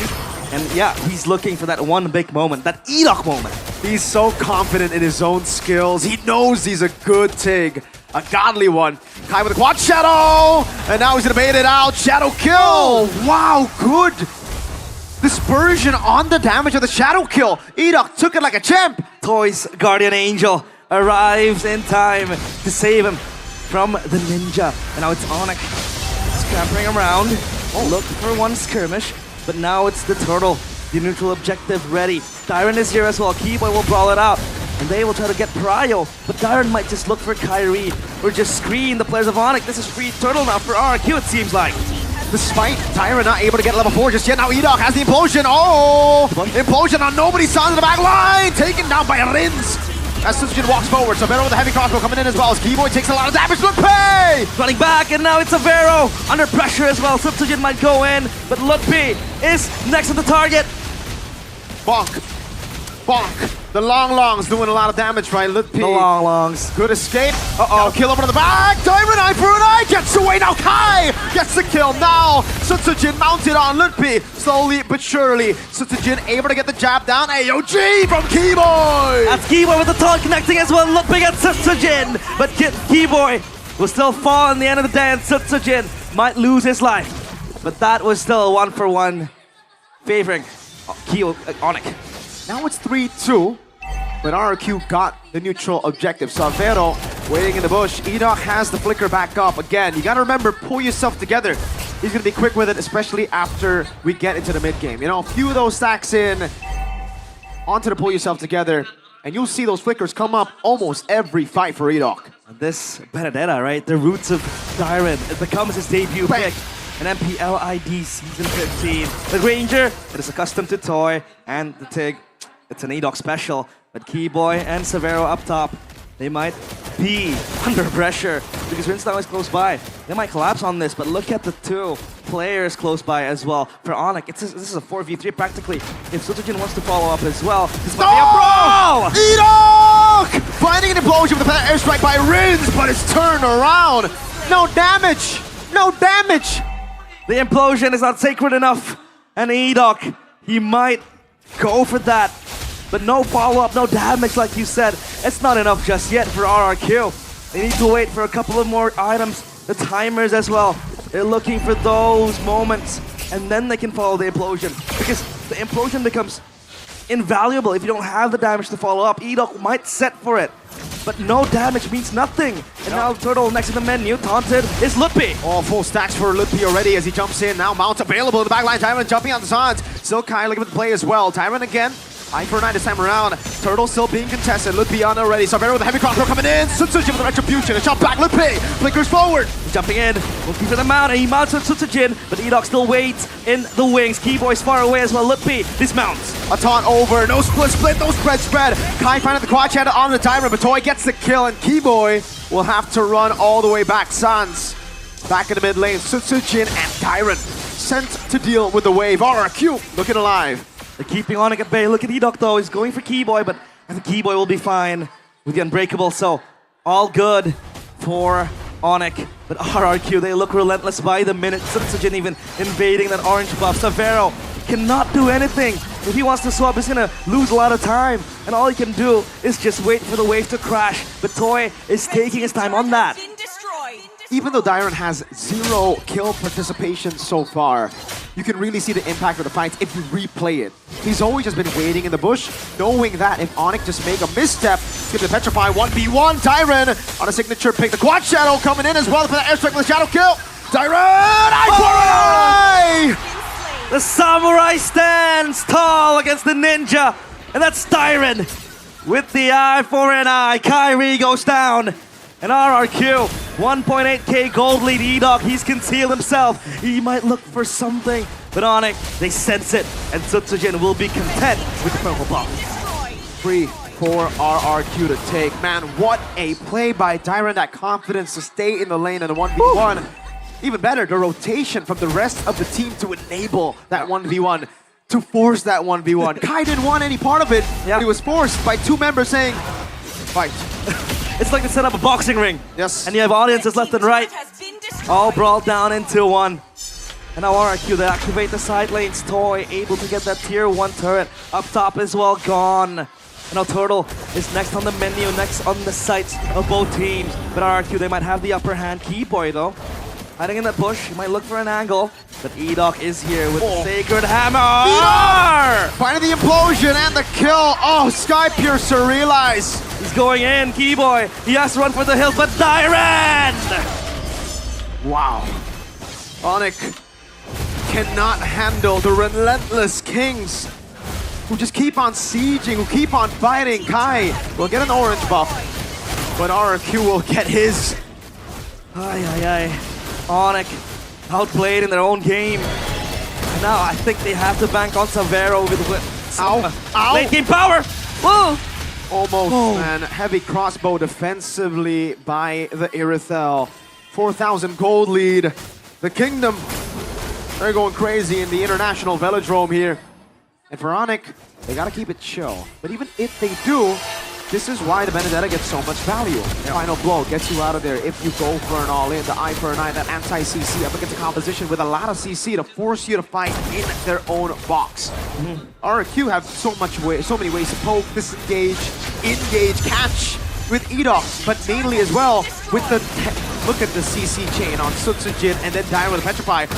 Kibo in the back, finding the taunt. San, oh, that's Sonata steal. Taunt over to Lippy. Able to flicker around to safety. Kibo with the AOG, but the airstrike. Trying to cut him down. Kibo, revitalized, taught it up. He's gone! Done and dusted, that's Toy with the killing spree. And Kyrie with the shadow kill clears the minion wave in the mid. Sans has to be content, he pops the stolen feather airstrike, but that's RRQ. Like you said, with the chain CC, they can layer it up. They have the Petrify, they have the Taunt, they have Edok with the icing on top. So RRQ, I feel like this is an all-rounded draft from them. It's a punish to purify. It's also a punish to flicker. If you got, wait, hold on, feather airstrike of Savero's HP bar. Lippy in the back. Oh, that's not a landing there.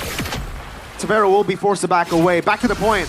If you go flicker here, there's so much range, and then there's that CC. If you go purify, that range will catch you too. It'll be easier for Rins, for Toy to land those Death Sonata, so it was a forced error in the battle spell choices for Sans and Savero. That's why you're seeing it. It's just given on a silver platter to RRQ Onyx. I don't think they will entertain the idea of just contesting this RRQ Lord. This is all theirs.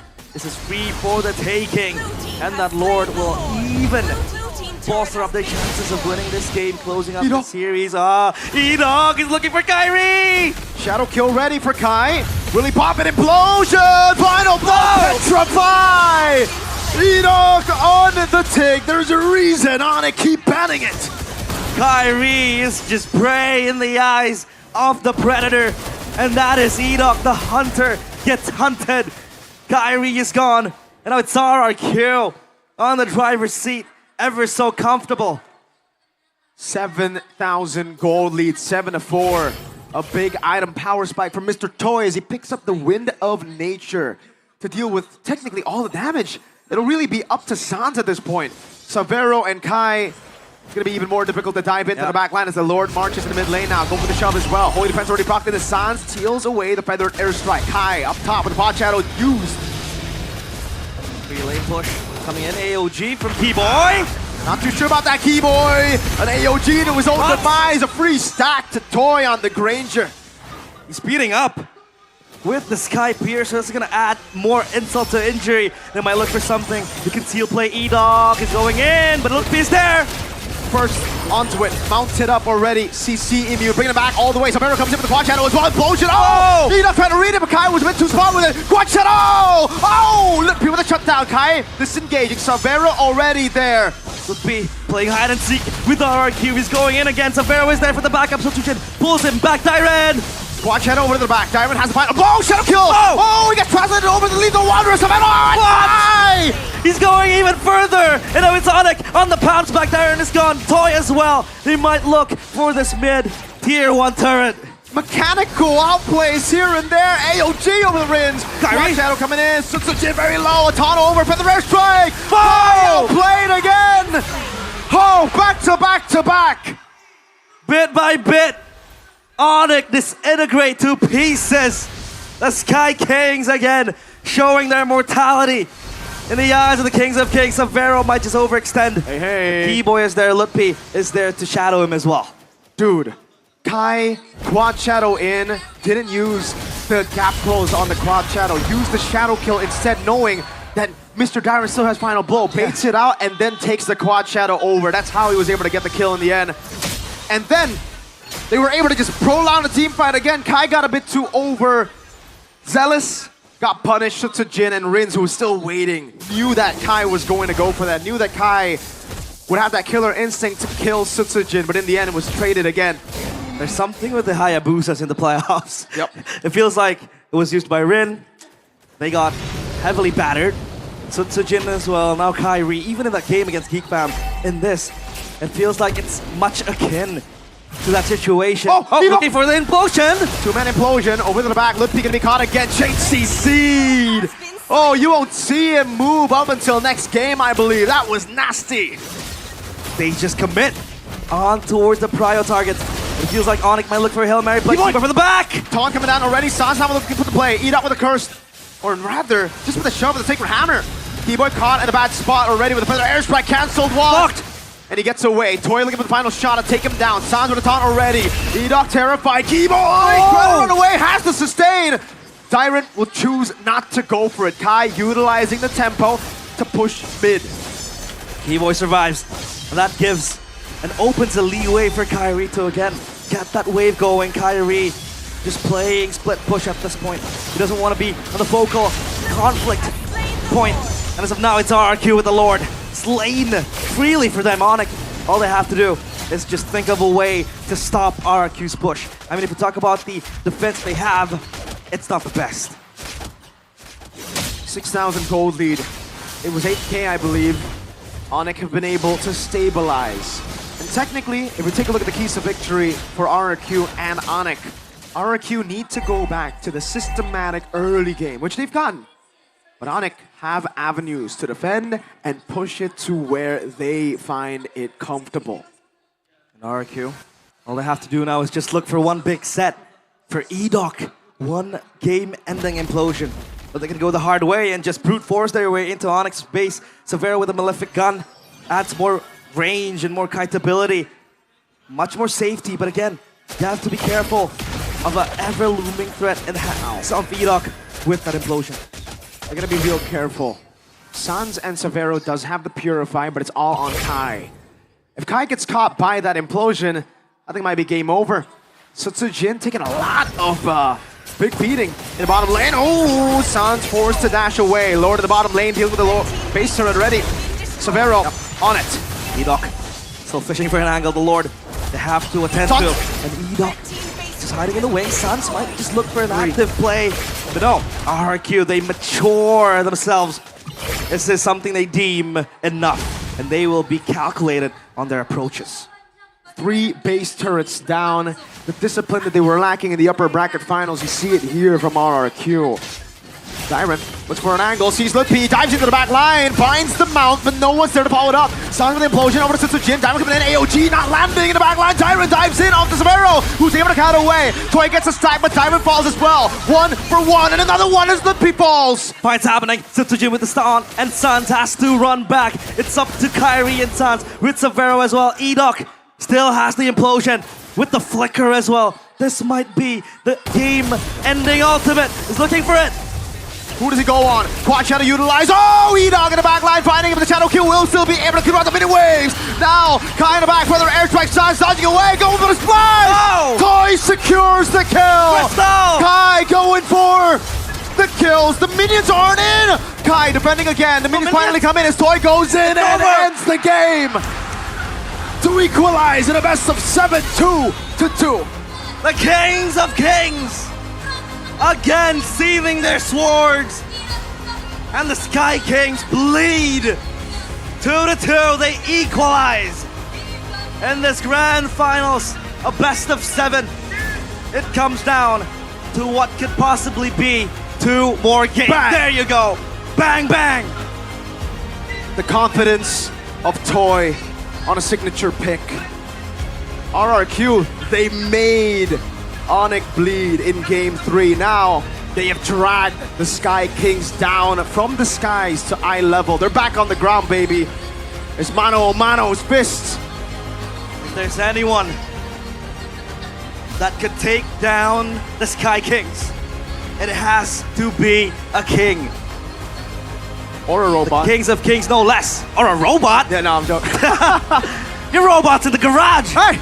Mechanically fixed. What I know is the Kingdoms and the Sonics are here in the building, but the Sonics have gone real quiet the last 2 games. And I'm talking the ones on Legend, Mythic Seeds, but also the one on the panel. On the What's panel? What's going on with Gotti? I wonder how he's feeling. It was so emotional. Back on the panel desk. And take a look at this one final push. The minions, they were stopped, blocked by a potential clear. It was only Kyrie. There was no chance of doing anything in that point, I guess. And it's RRQ. They breathe life back into this grand final run they have. It's still up in the table. It's still up for anyone's taking. Hey! Goni, Arashi, how you feeling up there? Will you say Eterna too? Eterna?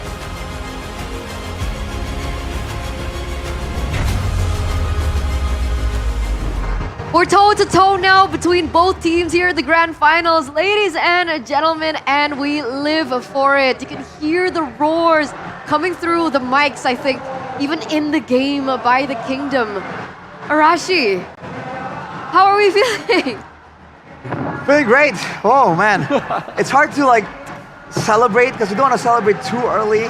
But man, it's a good sign, right? At the very least, we know this is gonna be a competitive series. Hopefully, all the way. But man, dude, that was a crazy game. Outplays left and right. You're seeing though, I think RRQ just finding a more of a groove there and bringing out the Benedetta. I had concerns about this Benedetta, but I think Darren showed me that it's really good. He executed very well. He delivered. He delivered. That's why I like what he mentioned before. Is they got the groove. They know like okay, we know if we get the early game, we can like hold it until the late game and win this game. But the problem is the next game later are gonna be a jungler tank against jungler tank. Because we already see it. If RRQ using the jungler tank, the assassin's jungler is not working right now. Struggle, yeah. This was the greedy play by Onyx. Yeah. They almost got the moment. Yeah, they almost neutralized the situation, but yeah, again, great outplay from side of RRQ, keeping things calm, and after that, it was just all RRQ again applying more pressure. Onyx, they lose momentum after the previous game, and I feel like because of this guy right here. Player of the game, ladies and gentlemen, presented to you by the official tournament smartphone Samsung Galaxy S25 series. It goes to Edok once again, this time on the Tigreal. Which is why in this current meta, even back when the Assassins were still up on top, picking up the Hayabusa first is great, but also there are so many counters towards it, and one of which is the Tigreal. We've seen time and time again Kairi trying to do Kairi things on the Hayabusa, but unfortunately, with so many crowd control tools in the hands of RRQ, including Edox, it was very difficult for him to make those moves actually work. That's the dynamic when you have an assassin jungler against a fighter. And look at that outplay from Darren, dude. This is the problem. All the heroes from the side of RRQ have some form of counterplay, except for the real backline. But when you're going for the backline, you have to be careful, because we even saw Darren, I think right here, just to make sure that Kairi cannot do anything, comes in there with the Petrify. You ain't going nowhere, bro. And they were bringing that aggression the whole way. So this becomes a full-on front-to-back confrontation between Onyx and RRQ. And the side with a Farsa and Granger, come on, dude. It's hard to argue against that kind of firepower. That's why I think that's the power of Benedetta. If you see Petrify, it can deal a lot of damage, massive damage, and it can stop Hayabusa using the Petrify. And yeah, Onyx almost got his moment to like make it on par again, but yeah, they miss it. Because of the greedy, I think. The greedy moment from Kairi. Yeah, just slightly greedy there, but yeah, I mean, props to RRQ right there, keeping things tight. They were again able to translate the early towards the mid relatively well. They got the map like 80% of the time. Map was always on RRQ, and this was the final push. Nothing that Kairi can do there.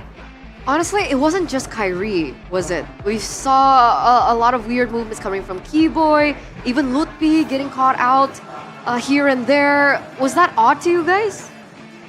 A little bit. I think they were really not as composed. But then again, this is what happens when your team is on the back foot, right? You can't really dictate where the fight happens, when the fight happens, and you let go of the Tigreal, you get imploded. And it's crazy to me that this guy can make the Tigreal a team fight engager into a pickoff hero. Like, brother, the whole time Onyx were struggling, this is what they can do, RRQ, when they have a good engage tool, but also burst damage. Okay, before the fight even begins, Keyboy gets jumped on, Lutpi gets jumped on, and when they are ahead, it's gonna be so difficult to try and do anything, even if all the ultimates are down, as long as RRQ do get one pick off after using all of those ultimates. That's why the misconnection between RRQ on the first game, they answer it on the third and the fourth game. That's why they always back up. They always do the follow up every time his teammates like initiate the team fight or initiate the takeoff. That's the good things from RRQ. Now the problem is from Onyx. How they can answer the movement, the aggressive movement from RRQ. Are they gonna, like I said before, using the jungler tank, so it might be more secure on the early game? Or they have another answer? Because I think back then they were comfortable letting the gold laner just outplay. We remember CW and the other options on the field that they're really good at playing weak side and being attacked, and they know that they're gonna be attacked, and they're really good at playing to kite back and play safe.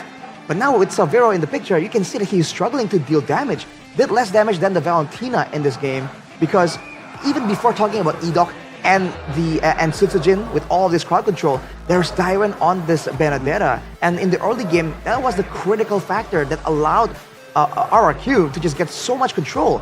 Usually it will be the mage, it will be the roam, zoning, but when Dyron is right there, it's making sure that all the damage dealers are so far back, there's nothing Onyx could have done in the early game if they wanted to really try and contest anything from RRQ. What happens if we look at this right now? Are there any timings or particular items that really stood out to any of you guys? I guess not the main items, but the respect from Dyron. He built the Dreadnought armor early on, I guess the first 5 minutes there, where, yeah, he understood that he will be one of the tools that RQ will be needing to zone members. Sure, he built the Heptasis, sure, he built the Malefic Roar as well, but in addition, he built the Dreadnought armor just to have that extra durability when taking on damage. For me, it was the fact that we saw Sans on the Valentina. He went for the Lightning Truncheon first item. And me personally, that's not an item I would go for. Like, even if it's not the Lightning Truncheon, it will be the Enchanted Talisman or the Glowing one, usually. I think that's the build we've seen so far. So him going with the Lightning Truncheon, I think shows that he wants a bit more wave clear and a bit more team fight damage. But unfortunately, again, against a Farsa, oh man, tall order. Yeah. Looked like he did struggle a little there. But we are going to take a look at this first. Ladies and gentlemen, the MSC battle plan. From lower brackets to champions. Oh. Yeah. So far, the trend is the champions come from the lower brackets. Uh-huh. And technically, it has been true for a couple seasons here at MPL ID particularly. But it looks like the same story can be said amongst all the regions elsewhere. So if that's the case, then RRQ are the ones that come from the lower bracket. Is it written in the stars, Arashi? Oh, maybe, man. I don't, to quote a certain man, I don't believe in patterns, but one can always hope. One can always hope. Finger crossed. Fingers crossed, indeed. Yeah. Oh Because boy. if you're looking at the TLPH, technically they are from the lower bracket to the big champion. But if you're talking about this ID playoff, Onyx are from the play-ins, not the playoff. It's even worse than the lower bracket, right? Because once you lose, you're gonna just... You're right. There was that risk. There was that risk for Onyx. But refresh my memory, in MPLPH, who were number one on the standings? It wasn't Onyx. It was TL It was and Falcons TL. AP. And Falcons AP Brand, I believe. No? Or Number one on the standings for their final week. Oh, I'm bad with history. Yeah, we should ask Professor KB right there. Or Mr. Miracle Man, unfortunately. Yeah, exactly. Can't access him. We're exposed for not remembering that well. The walking encyclopedia. But who's upper because if TLPH were number one on the standings, technically RRQ were as well. Oh, So- wait a minute. Okay, check it with your Samsung Galaxy phone here. Right? Again, is it written in the stars? I feel like a lot of people would hope that it is, by all means, but you never know, right? Sometimes, Including you. Including me, sort of. Because sometimes, again, esports things, man, sometimes it doesn't really make sense. Like, you have no idea.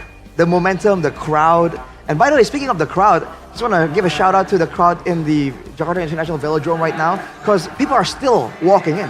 It's crazy. It's crazy, even outside in the festival. So we're going to get a little bit of a check-in with Alyssa to see how things are going. Alyssa, what's up?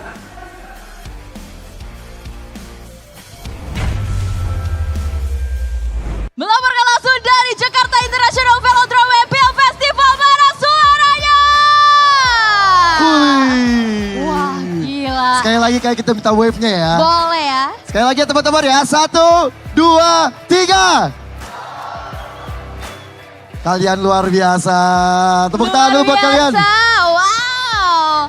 Kak Gio, hari ini luar biasa sekali para penonton yang nonton di rumah, para super fans di MPL Festival. Luar biasa ramai ya Kak Gio. Parah, aku dari siang ngelihat mereka yang satu-satu datang sampai akhirnya paling belakang sampai pintu depan Kalisa. Wah gila Luar banget, biasa. semuanya datang untuk melihat tim mereka bertanding dalam grand final antara RRQ melawan Onyx. Tapi kita mau cek dulu kali ya, sebenarnya di sini super fansnya banyakan fansnya siapa sih? Mungkin aku mau tes dari Sonic dulu kali ya. Boleh, silakan. Kalian yang Sonic ada? Banyak? Oke. What time is it? Kurang semangat. Kurang ya. Kurang ini, semangat. Ini timnya mau juara dunia loh ya. Iya loh. Sekali lagi ya. What time is it? Asik. Boleh lah ya. Alisa kayaknya mau ngetes tim sebelah nih. Of course. Viva! RRQ! Wah gila, luar biasa sekali Kak Gio. Sonic dan Kingdom pastinya memenuhi seluruh MPL Festival, tapi tidak hanya di luar saja, di dalam juga rame banget Kak Gio. Bukan main Kak Alisa, aku ngeliat sampai ke atas-atas, sampai di bawah juga. Sampai ini aku harus duduk di mana? Terlalu meriah untuk grand final kita season ini. Luar biasa sekali. Tapi kalau dari Kak Gio sendiri ngeliatnya gimana nih? Udah 2 sawa nih. Ya ini memang namanya grand final kan Kak Alisa ya. Jelas namanya grand final harus keras. Gak mungkin one sided tuh gak mungkin. Gak mungkin. Gak mungkin. Bisa 4-3 loh ini. Pasti, kelihatannya sih seperti itu ya. Tapi 4 itu akan dimiliki oleh siapa, itu yang kita masih bertanya-tanya. Betul. Tapi di sini Kak Alisa, setelah 5 hari aku di festival, aku ngeliat booth rame-rame banget juga tahu. Wah seru banget. Ada booth apa aja sih kayak bisa dikunjungin? Ada one play. Kalau kalian mau cari MPL card ada di situ. Betul sekali, bisa dapetin langsung kartu-kartu pro player kesayangan kalian ya. Aku kemarin udah beli 1 card pack loh. Dapat siapa kakak? Dapat Kyrie. Keren. Iri. Ada yang mau card packnya? Ada yang mau? Beli ya, ditunggu, oke. Langsung aja, terus habis itu ada booth apa lagi nih Kak Gio? Ada Dunia Games, itu rame juga tuh. Ada boothnya Kacang Sukro juga, di sana ada activities juga menarik, ada boothnya Good Day, RSV Helmet, ada juga kalau yang lagi lapar gitu ya, bisa langsung makan seblak di Kila Food juga. Benar, dan juga banyak sekali merchandise official dari tim-tim yang berada di playoff. Betul sekali Kak Gio, jadi banyak banget keseruannya. Buat yang lagi di rumah, kalau misalkan deket-deket Jakarta International Velodrome langsung aja dateng ya. Karena ini 2 sama, kamu lagi bisa menyaksikan sejarah baru dari MPL Indonesia Season 15. Ya, walaupun memang 2 timnya udah sama-sama masuk MSC. Betul. Tapi ada gengsi, ada pride tersendiri untuk angkat piala dong di hari ini. Betul sekali, our royal bestie. Dan kita akan melihat mungkin sebelum kita lemparkan ke yang di dalam nih, kita coba sekali lagi wave lagi kali ya Kak Gio. Siap semuanya ya. MPL Festival? Oke, dalam hitungan 3, 2, 1. Boleh dong kasih tepuk tangan untuk MPL Indonesia Season 15. Dan kita akan melihat Kak Gio apakah di dalam keseruannya sama dengan energi yang kita dapatkan di MPL Festival. So Bude Clara Monster silakan take it over.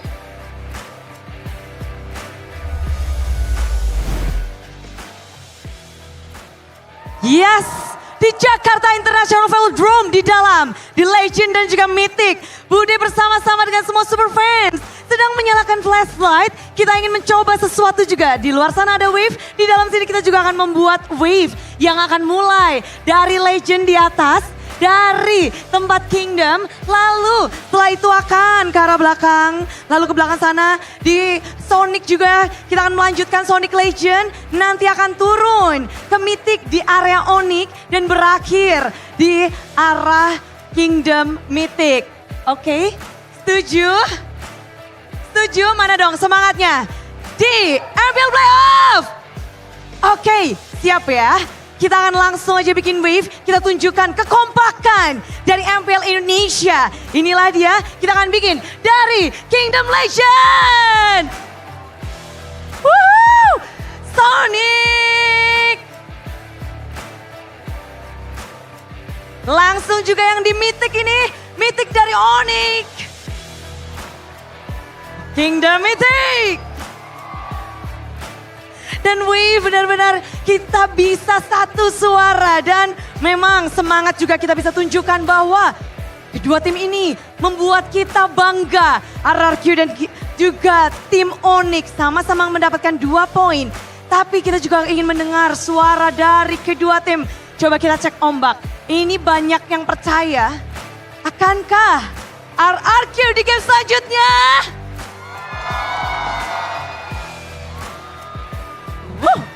Atau akan menjadi milik Onyx? Bentar. Kingdom nggak mau ralat. Mana nih semangat untuk RRQ? Untuk Onyx. RRQ. Sekali lagi Onyx.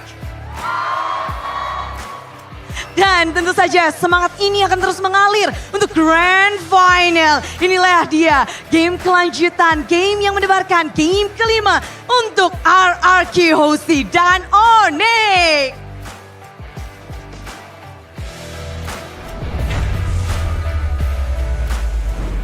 Wow! The energy is electric at the festival with Alyssa. Did you see how many people were there? Wow. With Pio as well? Thousands of people. 3,000 of people. 3,000. Maybe even more. Minimum. No, I wouldn't put it past the Kingdom and the Sonics. And even in the venue as well, it's fully packed. The turnout is crazy. Looking like a concert with the flashlights. I was like, wow. Because we can see some of the audience members here from where we were sitting. I was like, why are they putting out their flashlight? What's going on? It's insane. It's insane. I'm all for it. I love it. Every time RRQ gets it to the playoffs, gets it to the grand finals, that's the crowd we're gonna get. But ladies and gentlemen, because of that 10,000 gold difference, we are gonna give away free diamonds. So for the first 100 people, please do scan the QR code right now to get a chance to get 110 diamonds for only 1 IDR. It's basically nothing. You know, when I scan the QR, you are the panelist, you cannot claim. Oh, well, tough luck. So there is no ordal. There's no ordal. There's no Inside man. nepotism. Yeah. It's all fair right here. If you're fast, you're gonna get it. But you better be quick though, because we had a friend, me and Mirko, had a friend of ours come here yesterday. And when it popped up over here, he took like a couple of seconds at most, scanned it, and it was too late. It says they're out. Too late to apologize. I mean, I tried to scan it. I tried how to scan many it with my thousand people are in the venue right now? Like, And they're fast, dude. They're fast. they are. They have that retry Like reaction. There you go. Retro reaction. Retry. Oh, there's another one. There's another. Rewind. I already put my phone. Another one. Again, guys, scan the QR if you guys want to get your hands on 110 diamonds for only 1 IDR. 1 IDR is basically nothing. You can't buy anything with 1 IDR. No. It's like What year is it? worthless. You know, maybe back in like Right? 20, 30 years ago, 1 rupiah can get you like a pencil. But this is not those days. Is it back in your day? 'Cause Even in our day, we're the same age. What are you talking about? I will. A little no. bit. You know, yeah, we're not Speak the for same yourself. generation here, Rashi. Speak for yourself. But Really. what we can agree on is to have a good day, you should get your hands on Good Day. Bring it up, boys. Bring up the Good Day. What flavor you guys got? My favorite, fantastic mochaccino. Ooh, same. Cheers. Arashi, same? Same. All right. I'm waiting for the day we finally get our hands on the avocado delight. The avocado one? The avocado. The avocado. Avocado. Avocado. Okay. So boys, This is my second bottle, actually. please enjoy it. Yeah. While I talk Yeah. about this I'll for take a sip, a I'll take a bit, sip. right? This is my, yeah. Good Day is a ready-to-drink 3-in-1 bottled coffee with a variety of delicious flavors, including the fantastic mochaccino that they're enjoying right now. There's also the original cappuccino, There's the Tiramisu Bliss, Avocado Delight, and of course the newest edition, Groovy Cookies, the ones that we enjoyed during the regular season. So I gotta ask, do you guys like the mochaccino better or the Groovy Cookies more? Is it greedy that I like both? Okay, that's fine. Yeah. That's fine. Well, I think me and Miko, we're cookie people. Cookie people. We've been very vocal about that since week one. Like, oh, we like this cookie. This cookie thing is kind of unique. We're cookie people. Cookie people. Okay, okay. I agree though. I enjoy the Groovy Cookies. Hey, let's go. But of course, with the Groovy Cookies, you're already having a good day. Obviously, you don't want that day to be ruined with lag. So, to get stable connections, please do check out IndiHome by Telkomsel because with the IndiHome package G21, it is offering speeds of up to 100 Mbps for just 375k IDR. So, subscribe now on the My Telkomsel app or, of course, check it out on the official website tcell.id/nacional. Thank you. Yeah, I use it as a streamer at home. Exactly. 100 Mbps. That's fast, Rashi. It's really fast. Like I mean, the previous game. Whoa. Okay. That was Ouchies to Onyx. relatively fast. 10 minutes and 50 something seconds, I think. 10 minutes and 54 seconds. Yeah. To be exact. Exactamundo. But to be exact with your hair care. Okay. Head and Shoulders is the solution for you. Move on to Head and Shoulders to wipe out 100% of wet and itchy dandruff. Plus, there's also itch protection with the exclusive Mia and Zilong edition. Whether you are more of a minty guy or you're more of a lemon guy, Head and Shoulders is the choice for you. Plus, taking a look at that hair cam, man. That's what you get, guys. Chefin's in the building. CITB. That's Chefin in the building, Goliath. Chefin in the building. Because every time he loves to see like The beautiful person hair. using the hair. The beautiful hair. Yeah. Crazy. I heard he's trying to grow out his hair as well. Oh. Maybe like, you know, get He can be the model. Maybe he wants like a man bun. A man bun. All right, so a guy's got to go through that phase at some point or another, right? I mean, Gotti had a man bun phase. I had that phase. The Aaron Yeager phase. Aaron Yeager. Unfortunately. Unfortunately. Well, we actually have confirmation right now. Yep, RRQ gonna be on the second pick. Oh, Onyx. So Onyx up no. Oh, no. Onyx up to second. Yep. Yeah. All right, RQ well- still on blue side. So, that's the deal here. Interesting. We were thinking that the red side is going to be critical for RRQ to get victory because of the Fanny factor. But it turns out right now, even when they're on first pick, they're finding ways to make it work, man. They're getting some of these picks that really works against what Onyx is doing, but they've already shown the Benedetta card. Onyx will definitely react right now, make adjustments. So can they do the same thing, have the same kind of success, especially in that early game that has been so important? Adjustments will be made as we get into game number 5 of this best of 7. We might be going all the way. We'll see who gets this next point. Ladies and gentlemen, drafting phase. Presented to you by the official tournament smartphone Samsung Galaxy S25 series. RRQ on... blue side. That's the adjustment. Ladies and gentlemen, Onyx, Chip, Lucas, and YSS. So, Farsa still left open. Kalea opened up for grabs as well. There's so many heroes that are available to pick up here. It's the Farsa Kalea conundrum once again. Onyx went for the Farsa earlier, but RRQ, they understand. They know what they need. They go for the Kalea, but Onyx for sure have countermeasures for this decision. They go for the Farsa, but they get that Baksha that was not banned out. Now this was what Colios was talking about. Is it gonna be a utility jungler showdown? And if it is, you know, then the mid lanes, the gold lanes, everyone has to chip in to do more damage because sustain is what that jungle utility brings to the table. That's why if you look at the Baksha, I think Kimi is like maybe out of option for RQ mid laner right now. But if using the Kalea, maybe Valentina and Fredrin might be a good or wise option for RQ if they want to pick it right now. But interestingly enough, so far the Valentina hasn't found success. Yeah, actually. But then again, it's also the Valentina against the Farsa, right? Yeah. So it's not exactly the easiest kind of game. But RRQ, wow, against the Baksha. It's not a Fredrin, so they go for the Joy. But there is a chance that the Baksha could go somewhere else, and then the Fredrin might be coming out soon. Again, with a Farsa as your damage output in the backline, that's a real possibility here. That's still a flexor, right? Let's see here, last pick for the side of Onyx. What do they need?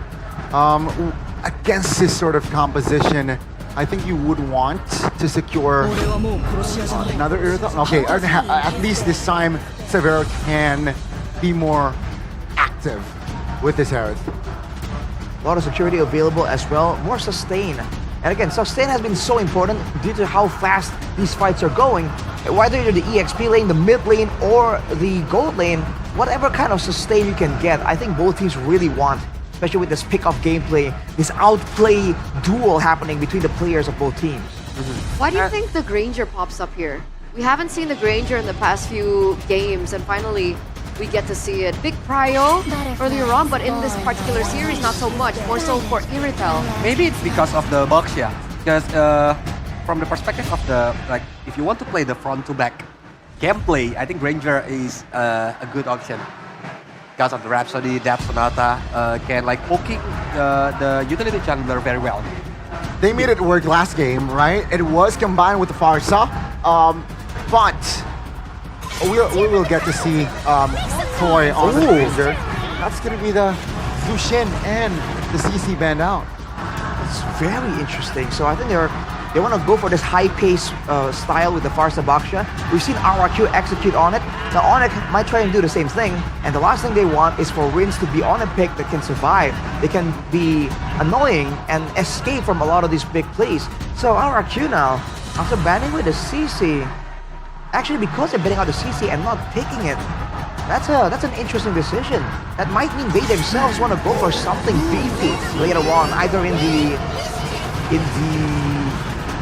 EXP lane or the room. Because technically Phobius is still open.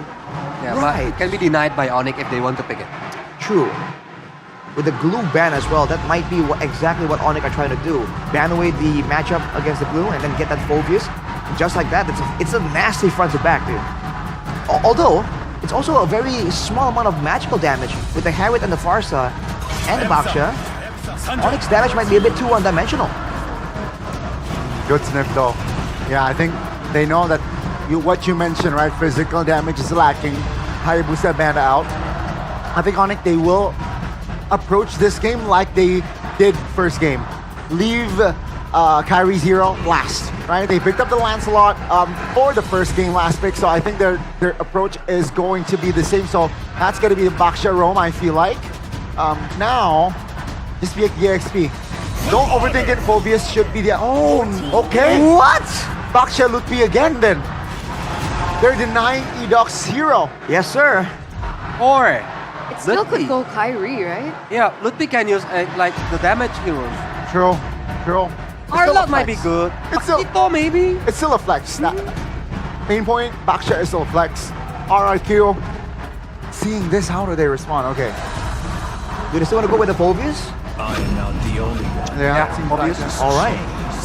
Mid lane though, against the Farsa. This is the problem here.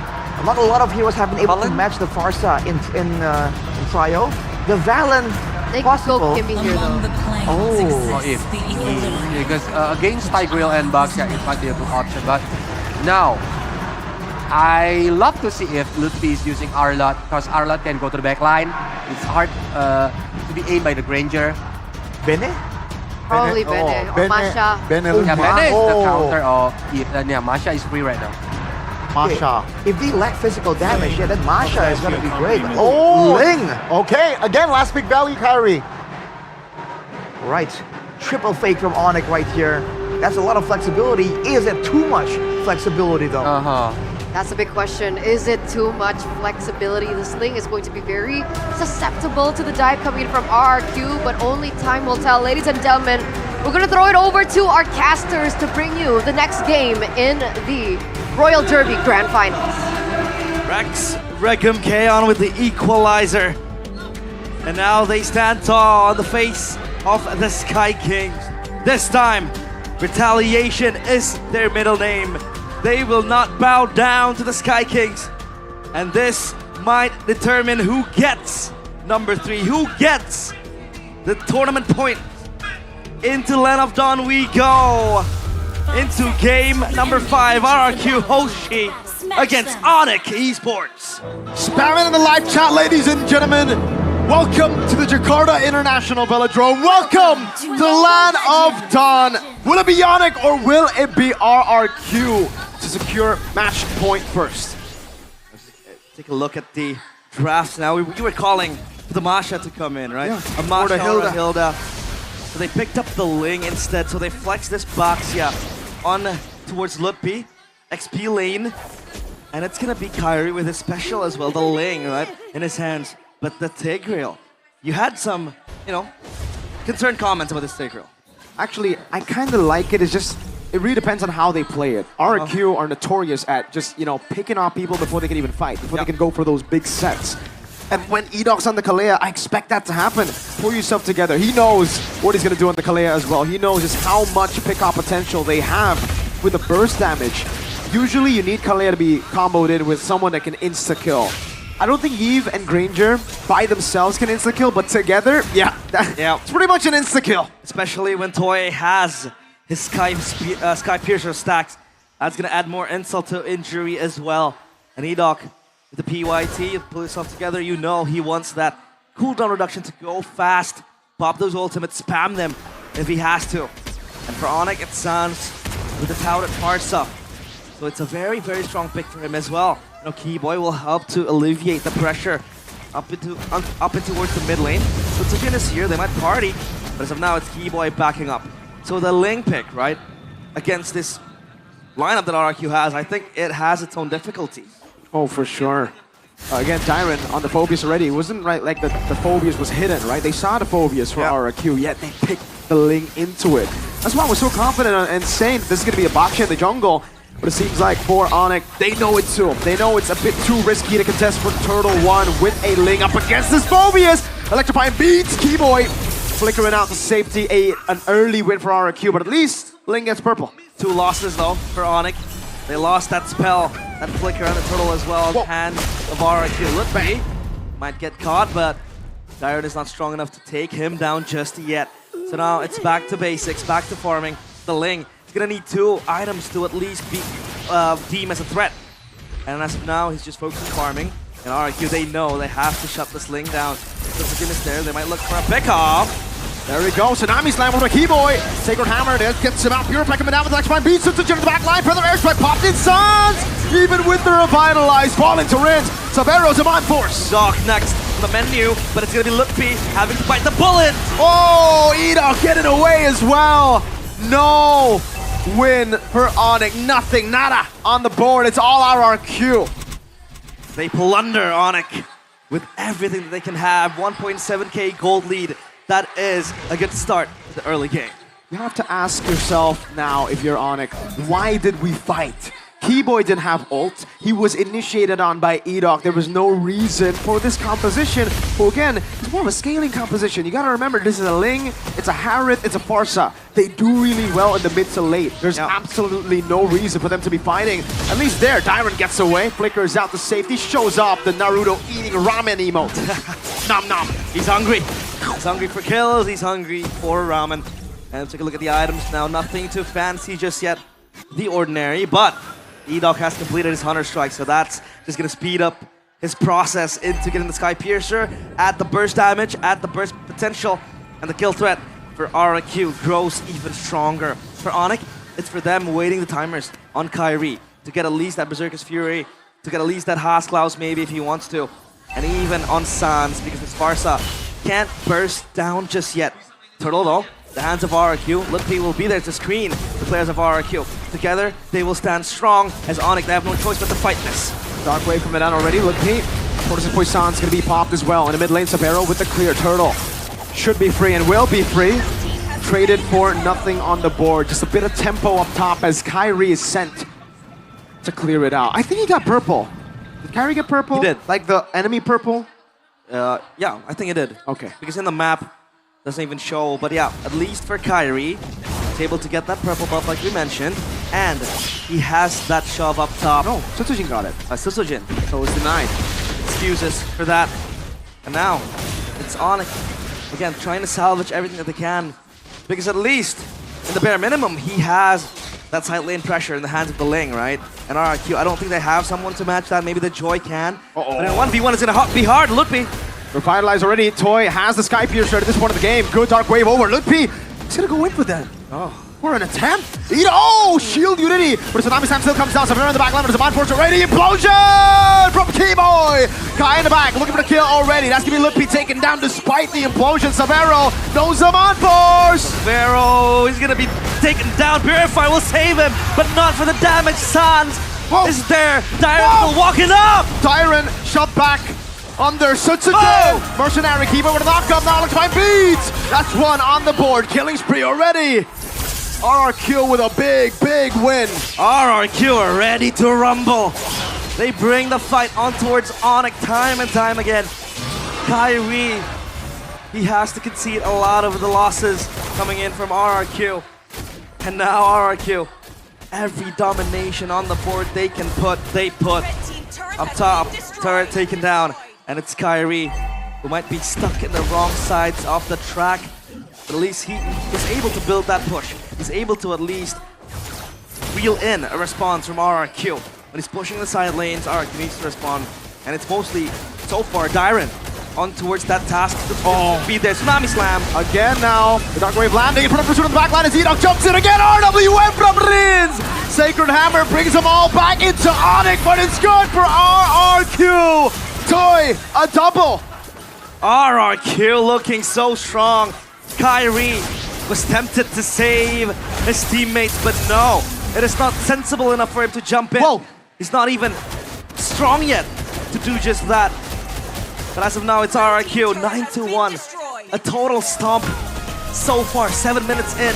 And Onyx, they lose everything and get nothing. Even the turtle, all three claim. And they might look for the Tsunami Slam in.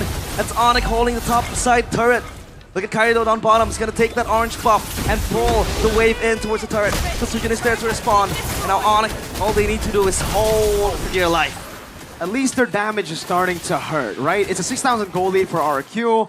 Onyx are, yes, behind.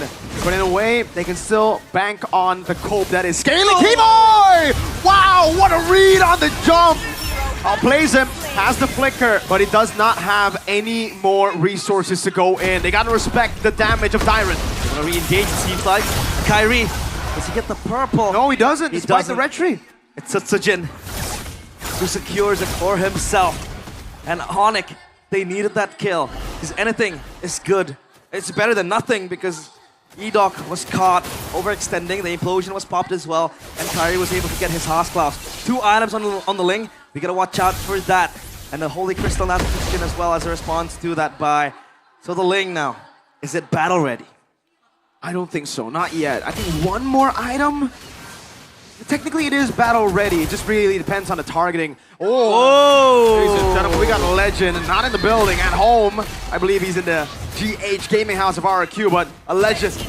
To our left is R7, restreaming from this place. At home is Lemon, waiting favorite for Kevin's least favorite. Prosperity of the Kingdom. Tsunami Slam, free kill for Toy. Unstoppable, another Sky Piercer stack. Look at that damage from Toy. The Mind Force coming down now into the back line again. Top of the blaze, utilize Keyboy. Part of the implosion, but it's not enough. Severo Purify out. Sutsuji with electrifying beats already. Somehow, 2 for 1. Fighting for his life was Severo Kyrie.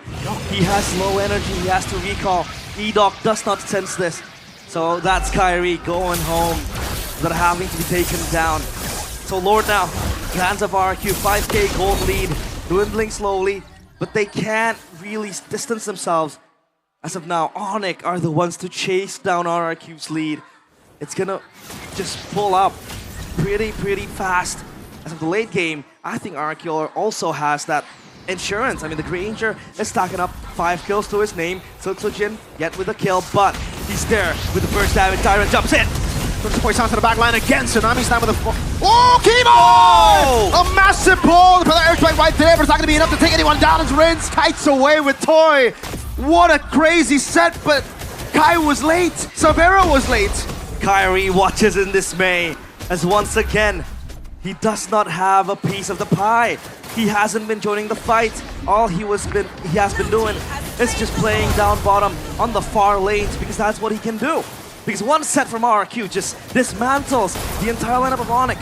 Look at the Tsunami Slams. Look at the Phobius just jumping around. And for the Ling, this is one tough game. He's deathless so far. Now item check. Sojin with extra defense. And that's a Vero. Not yet with the Holy Crystal. It's 10 minutes. Going to 11. So many massive sets that have amounted to nothing for Keyboard. Oh my lord, Toy with the poke, his Rhapsodies and Death Sonatas. Bottom lane cleared out and the wave utilized by RRQ up top, but they're slow pushing it. They want to try to manage at least 2 waves. They have to. As of now, it's RRQ. Looking to barge into the Kingdom of the Sky Kings. The Lord is preparing himself. Edok! Oh! Good implosion to catch him again. Edok gonna be taken down. Tsunami Stack still finding it, but it's gonna be the kill over. Lippy diving to the back line, but it's gonna be the Purify out as Toy gets a kill. Savero with his Zaman Force already. Now on Dyron again. Sutsujin backing away. Savero with another Chrono Dash. Kai jumps in, bites the shutdown. An assassination from Kai. They might have just saved him the game. Kyrie, he gets that kill to Rins, and that was Savero. Courtesy of him. The burst damage is there. Zaman Force popped as well. Dyron in the back. Sutsujin with like 5 beats, but Savero's playing in the Zaman Force. Turret taken. Sans. Wings by wings. Looking for a play. Does not have the Feather Airstrike. Kai coming in. Feather Airstrike now finally up. Dyron tries to read it with the Dark Wave, but Kai knows there's something fishy going round. He wants to chance it. You know deep down that killer instinct in the blood of Kyrie was boiling. But he has to play it safe for the team. And now that goal lead is just going even further. Replay though, presented by the 4 times ago, 25 series. A good set from Keyboy. A defensive implosion, I'd say, because Edok was going in for that Tsunami Slam that could just potentially put down Onyx even further. But Savero again re-aggressing with the Zaman Force. He knows that he could kill, or rather take down Rins as well. Kyrie to the rescue. He was quite late. He had to recall from down bottom. Thankfully enough, they were able to sweep down Rins as well. This is the same cope that, Onyx Philippines were using up against TLPH in a lot of the games in the grand finals where they had a Ling and a Harrod. They would always be able to bank on late game. Late game is going to be the main focus for Onyx. Again and again, the Ling will become a menace when the late game does arrive, but will that late game be there for Onyx, right? They have to hold as of now. Keyboy might look for a moment. Dyron walks up. Keyboy, what a kind of tough spot. Dyron walks up again. Oh, getting so much damage. Keyboy with the concealed away from Dyron! Finds him. Lippy falling. Toy getting another. Again and again, Keyboy cannot save himself. Bar's team as well. So RRQ, that was Dyron with the cancel, the conceal. When you have a player like Dyron and Edok, I think Gato Kacha and Hilo should just be permanently banned out. RRQ are really capitalizing here with the Phobius on Dyron, with the Kalei on Edok. It hasn't looked this good since Season 9 for RRQ. You gotta put the driver in the right car, right? You can't make them ride a motorcycle. Exactly. You need them to ride a good car. Don't force a fish to climb a tree. Let him swim. Exactly. Words to go by and words to live by, and that's RRQ. Finding that formula. You don't need to have to put Edok on a box or Dyron on a passive hero. And that's what Onyx have been trying to do too. They've been trying to play with their comfort, Kai on the Assassin. But as we get towards the later stage of the series, I feel like this box should have been just placed in the jungle instead, no? Yeah. Rins. Oh, RWA! From Rins! A snipe from Toy, Tsunami Slam! From downtown, and that's Keyboy gone as well. Toy with the gun down. There's a man force bombed as well. They go for the back. Kyrie! Up against everybody. He finds the shutdown, but he does not have a pinch poise. Sutsujin will shut Kai down. And RRQ are a step closer for regaining, for reclaiming the throne that was once theirs. Bang, bang, bang from Toy. Raise your banners! As RRQ one step closer to immortality. The Sky Kings in disbelief, showing their mortal side. Slowly, the celestial being crumbles piece by pace. And RRQ Hoshi giving hope and a potential rebirth to the ever so strong kingdom. As a young man from the Philippines, a good friend of mine would say, in a position like this, I'm so kingdom, yo. Look at the banners being raised by RRQ, the fandoms, the kingdom in the building, the crowd erupting after every single play. That home ground advantage is starting to eat Onyx up. The realization of what has made them so strong as well. Tyrant, Edok, I hope you never get Gatot Hylos ever again. And that's for the better of the kingdom. It finally clicked. It finally comes full circle that RRQ are using their winning conditioners, are using the right lanes, the right picks to capitalize on Onyx. The Sky Kings, they might get too greedy with that lane pick on Kyrie. Sure thing, it is his comfort, but RRQ, they go with what works with them. They have gotten too greedy. We called it out here, at least before, we got into the game. I shook my head when I saw the Ling. Yes, it's a comfort pick, but you gotta play through your strengths right now, and they've given all the strengths to RRQ without taking what's theirs. Look beyond carries. Well, Eterna, how is Goni holding up over there in the panel desk? I got some tissue for him.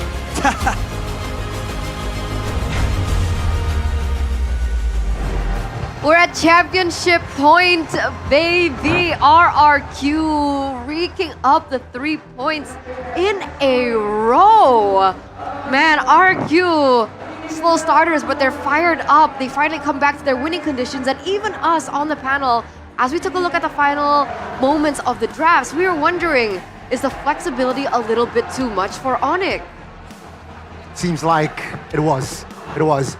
Then again, RQ just displayed, I think, just perfect execution once again from that early. The question that we thought from game one, you got the early game, what's next mid game? They have secured that mid game transition again in this game, and it showed that Onyx, they were behind early till the end. Yeah, like when I said when we do the opening, right? RIQ need to do their homework. It's the early game because from the second day, I think they are rarely got the early game. But now, look at this. After the third game until the game number 5, they got all of the early game. Even they took Onyx very well. Man, sorry. Man, Kingdom in the venue. Freaky move. It's wild. What about you, Arash? I'm trying to stay composed here. Let's be real. The moment that play happened, the final sequence, I was yelling. Make no mistake, I am excited, but you gotta calm down, bro. You gotta calm down. This is esports after all. He doesn't want to curse it. He doesn't want to curse his This is team. Mobile Legends. It's Mobile Legends. Big win. It's a true win, though, Arashi. He's trying to bait. Arashi, you gonna take the bait? Now I'm gonna bring the attention to Dyron here, the player of the game. Oh boy, look at the draft, man. It's almost like Onyx tried to go flexible, and RRQ, this is a full comfort. Obvious for the Dyron as well as the rest of the picks as well. This is the highlights presented by the official tournament smartphone, the Samsung Galaxy S25 series, where you can see everyone just seems to be on their A game. Syzygen on the Joy, Rins on the Yve, Toy on the Granger. This is like full comfort. Either on the Kalea as well. It just works out so well, man. They just seem to understand where they can actually push the tempo even more, and the pace. The amount of fights and skirmishes they were forcing onto Onyx was crazy. There was no time to go for long, drawn-out setups when the fights just keep going on like this. Kalea is just too expensive, man. I feel like in this series, it's still at 100% win rate when picked. So, yeah, I think that is the #1 homework for Onyx next game. What do you do with this Kalea? Because when they picked it up, they got a dub. When they do not pick it up and give it to RRQ, they lose. So again, it's going to be a very expensive hero here in the next game. But yeah, again, just perfect execution. Still, slight mistake here and there were made from the side of RRQ, but this was the final blow. Oh. Yeah. He got Sans as the high ground defender to clear the minion, and that's it. You don't need your roam or even your XP laner to start the team fight, to create the momentum. Even as a mid laner, you can start it. the fact that you can take the Farsa out of the equation before using any of the engage ultimates, and you can burn the Purify too, by the way. Sans was forced to use it, didn't help him at all. But the fact that that happened means that Edok once again just goes in there, gets an engage started, and the player of the game, Dyron himself, went in and just bashed Savero down, dude. Like, Savero really wasn't allowed a lot of space in this game at all. Anytime he pops the Zaman Force, RRQ just barrel through and stand in it so dominantly that he's forced to back away. That's why the Eve pick for the counter against the Harris is just so expensive, because as soon as you put down that real world manipulation box, it's so difficult for the Harris to entry into the team fight because of the slow and of course the DPS that's already, surpassed the amount because of how much of a lead that RRQ was having. It's really great stuff from RRQ. So yes, the harmony, the synchronization showed again from side of RRQ. The young bloods are actually now at championship point, and that is going to be concerning for the quote-unquote vets. The trio mid vets, they need to step up next game. Yeah, no more trial and error, I think. Nah. They need to go all out. Yeah. Yep. Need to take our switching the side is really necessary. Or they want to change their strategy. Even if you look at the items, Wind of Nature from Toy is like respective item for Kairi, right? Because Kairi can go directly to the back line like on the vinyl upper bracket. And still, even though things are just going well for them, they should make sure to keep all their bases covered. They know, they understand, like we talked about this as well, Colliers. The fact that there's a Tigreal, they understand the potential for the Tigreal to turn things around. But because they know how the hero operates, they also shut down any attempt from Keyboy.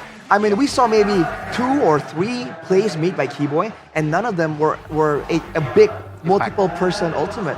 For the most part, it's just a catch. And it's so crazy because literally only one person from RRQ brought Purify. Yeah. And it didn't matter. Absolutely no opportunity for Keyboy to make those plays on heroes that he's usually known to make on, right? Yeah. These momentum-based heroes, the Tigreal, just didn't have a loophole at all in this game. RQ does not allow that play, quote unquote, play to happen.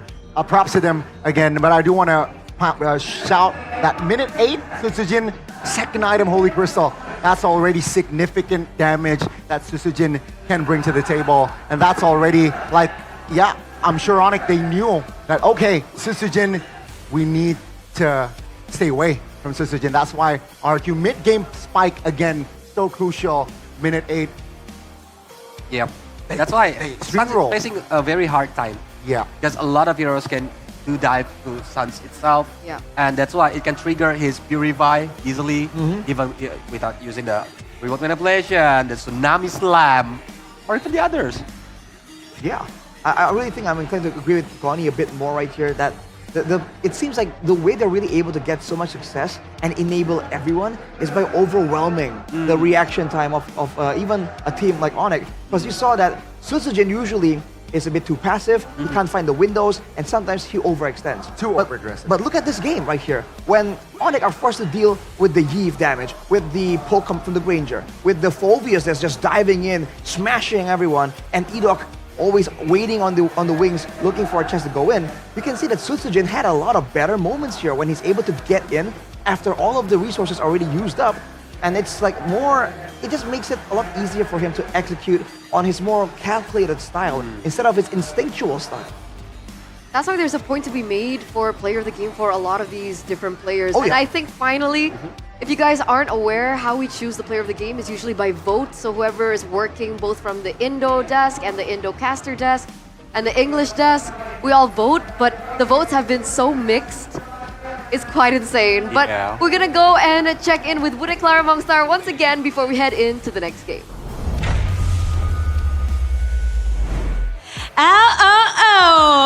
Di tengah-tengah ketegangan dari Super Fans, di sini Kingdom lagi pada happy karena satu langkah lagi mereka bisa mendapatkan kemenangan di Grand Final ini. Lihat betapa menyalanya dari Kingdom. Dan kalau dari sisi Kingdom, Bude juga udah melihat bahwa ada yang dari jauh-jauh untuk mendukung RRQ hari ini. Jauh-jauh dari Bogor, kita langsung panggilkan Deden from Bogor. Halo Bude. Halo. Boleh disapa-sapa, biasa kita ngeliat Deden tuh di live stream. Oh ya benar. Hari Biasanya ini di live stream. Kesini khususkah? Ya pengen nonton grand final aja sih. Terus Ya. sendirian, Lemon gak diajak? Next time kali ya aku ajak ya. Next time. Harus ya, janji Harus. ya, janji ya. Ya. Ditungguin nih. Tapi dengan kamu melihat RRQ di season 15 ini di grand final, tempat di mana cukup bersejarah harusnya dari kamu. Bersejarah banget tempatnya di sini. Untuk aku ya. Season 13. Season 13, iya benar. Tapi gagal di play-in. Gagal. Mungkin ada beberapa yang ingat tentang Luoi di sini kejadiannya. Ya, benar. Lui Deden from Bogor. Betul. Oke, nanti kita play kali ya. Tapi Deden, kalau season ini kayaknya beda banget ya. Karena udah sampai grand final. Gimana sih kamu ngelihat tim RRQ di season 15 ini? Season 15 ini penuh anak-anak muda lah. Regenerasi baru, player-player baru, kayak gitu. Kalau ngomongin tentang regenerasi dan player baru, Ya. kita harus ngomongin tentang Rins. Yang Ya. mana dia menempati posisimu terdahulu. Dan sekarang udah 2 season dia berada di RRQ. Ngelihat perkembangan Rins Ya. dari Deden sendiri, dari Clay, gimana ngelihatnya? Perkembangannya ya seperti anak muda, gameplay yang agresif terus masih panas, masih haus akan juara gitu. Kayak gitu sih. Haus akan juara, Ya, haus akan spiritnya dan gameplaynya tentu darah muda tuh agak berbeda berarti. Iya, young blood.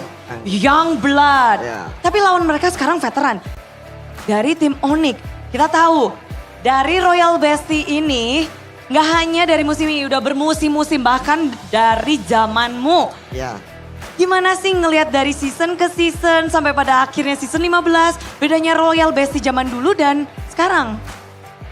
Sekarang apa ya, nggak ada bedanya sebenarnya, sama aja, cuma muka-muka playernya aja yang beda. Muka-muka playernya. Iya. Bener sih Clay, nggak salah tapi nggak bener juga. Tapi oke lah Clay. Dan kalau ngelihat 2 tim ini nih yang akan menuju ke MSC. Wow. Wow. Wow. Prediksimu bener nggak 2 tim ini? Kalau dilihat, iya bener sih prediknya. Dari awal? Enggak dari regular awal, season? sebenarnya dari akhir regular season sih. Pas Onyx udah bangkit-bangkit. Pas Yep, tolongin Yep. Nah, itu langsung kelihatan tuh. Kalau itu baru di situ Baru kelihatannya? kelihatan. Ya. Kalau dari RRQ kelihatannya dari kapan tuh? Oleh RRQ kan dilihat dari week 1 sampai week 9 ya. Konsisten, jadi harusnya udah kelihatan sih kalau RRQ cocok dan pantas di sini. Dari awal sudah terlihat. Iya, betul. Dan kedua tim ini, tim Indonesia akan beradu nih di internasional. Apa nih, kamu kan juga pernah membawa nama Indonesia juga ke ajang internasional. Apa nih kamu harapan-harapan terhadap 2 tim yang akan mewakili Indonesia? Pesan-pesan mungkin. Dan juga momen MSC terakhirmu juga dikenang itu. Grand final loh. Iya tuh orangnya di sana noh yang bikin kalah noh. Aduh. Ada orangnya. Iya, lagi di stream. Ada. Oke, pelajaran apa tuh yang mungkin bisa di-share sekarang? Oh, pelajaran sih inget aja ya, kita dulu player-player lamanya inget tower itu penting guys. Itu Kayak gitu. Itu aja. Ya. Singkat, padat, jelas. Ya, yang penting tower sih. Oke. Tower yang bikin menang. Tower yang bikin menang. Iya. Harus diingat, satu hal yang membuat menang. Tower, turret, harus didapatkan. Betul. Betul. Dan kita akan melanjutkan game di sini. Ada yang mau kamu sampaikan mungkin? Clay udah datang jauh-jauh ke sini dari Bogor. Ada yang mau kamu sampaikan mungkin? Mungkin dulu gua di sini punya kenangan buruk, semoga gua nonton sekarang punya kenangan baik lah. Amin. Semua kingdom tentu langsung bersorak amin. Thank you banget udah di sini. Semoga bisa terwujud. Tapi ada yang gak seneng nih di ujung sana, di sebelah sana. Langsung bro, jangan. Coba dong, mana nih semangatnya dari Sonic. Sonic masih semangat, mereka masih ingin memberikan dukungan karena mereka masih punya harapan. Begitu pula dengan RRQ untuk mengubah histori. dari musim-musim sebelumnya. Jadi kita akan langsung lanjutkan saja ke game berikutnya. Inilah dia match point untuk RRQ. Bagaimana game selanjutnya? Silakan panelis.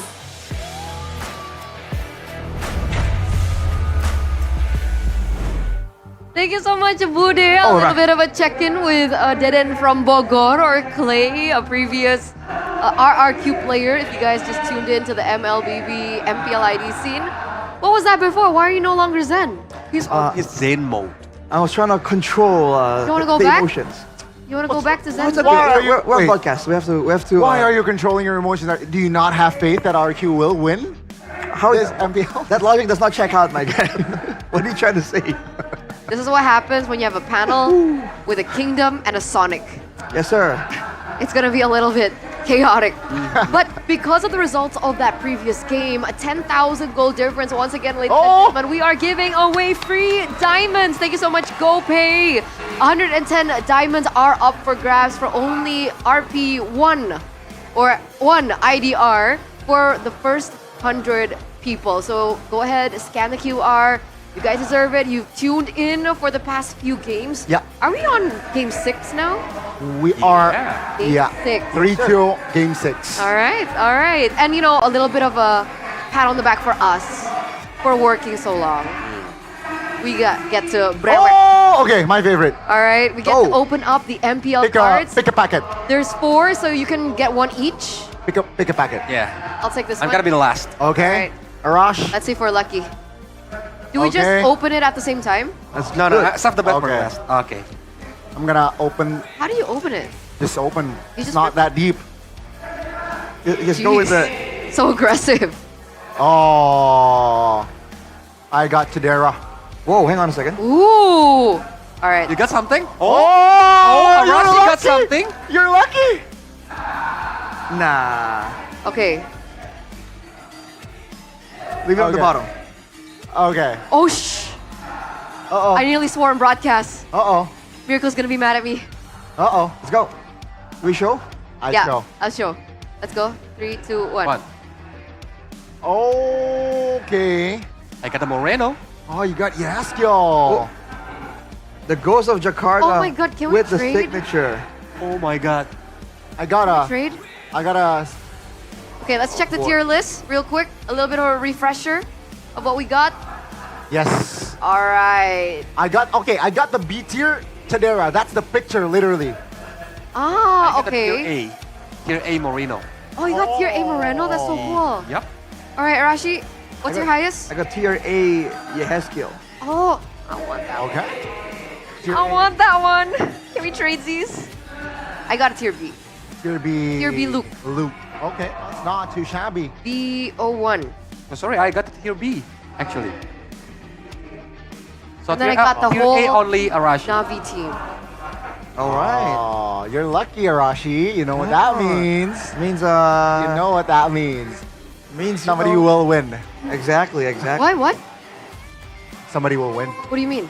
Can I say? What do you mean, Glenn? What do you mean, do you Arashi? mean? Who will win though? That's Pretty gonna be nice the card. question. Pretty nice card, actually. It is. It Got is. Luke. It got some curves in it. So Yep. sexy looking card. Oh, can I see it? Yeah. All right. Just Yoink. I knew it. Enjoy it, Trina. You know, you've been a loyal fan. And loyal fans deserve to get rewarded. That was fun. Not like realize. What? What happened? What is it called? A chaser when you're like a bandwagon. Uh-oh. A bandwagon fan. Someone in the back. Oh, okay. Whoa. Okay, unboxing going on. In the audience, let's see what they pull out. Waifu, Michelle. There's one pack for all of them. 3, 2, 1. Okay, who's that? That is. Yeah. Me? No, No. that's Azura. Azura. Okay, Azura from Dewa. What did Waifu get? Oh! Hey. That's the. Okay. That's Dreams. That's not bad. His dreams. That's not bad. Oh, whole team. Oh, whole team. team of Geek Fam, I believe. Yeah. Yep, Geek Fam. Yes, That's sir. Geek Fam. All right.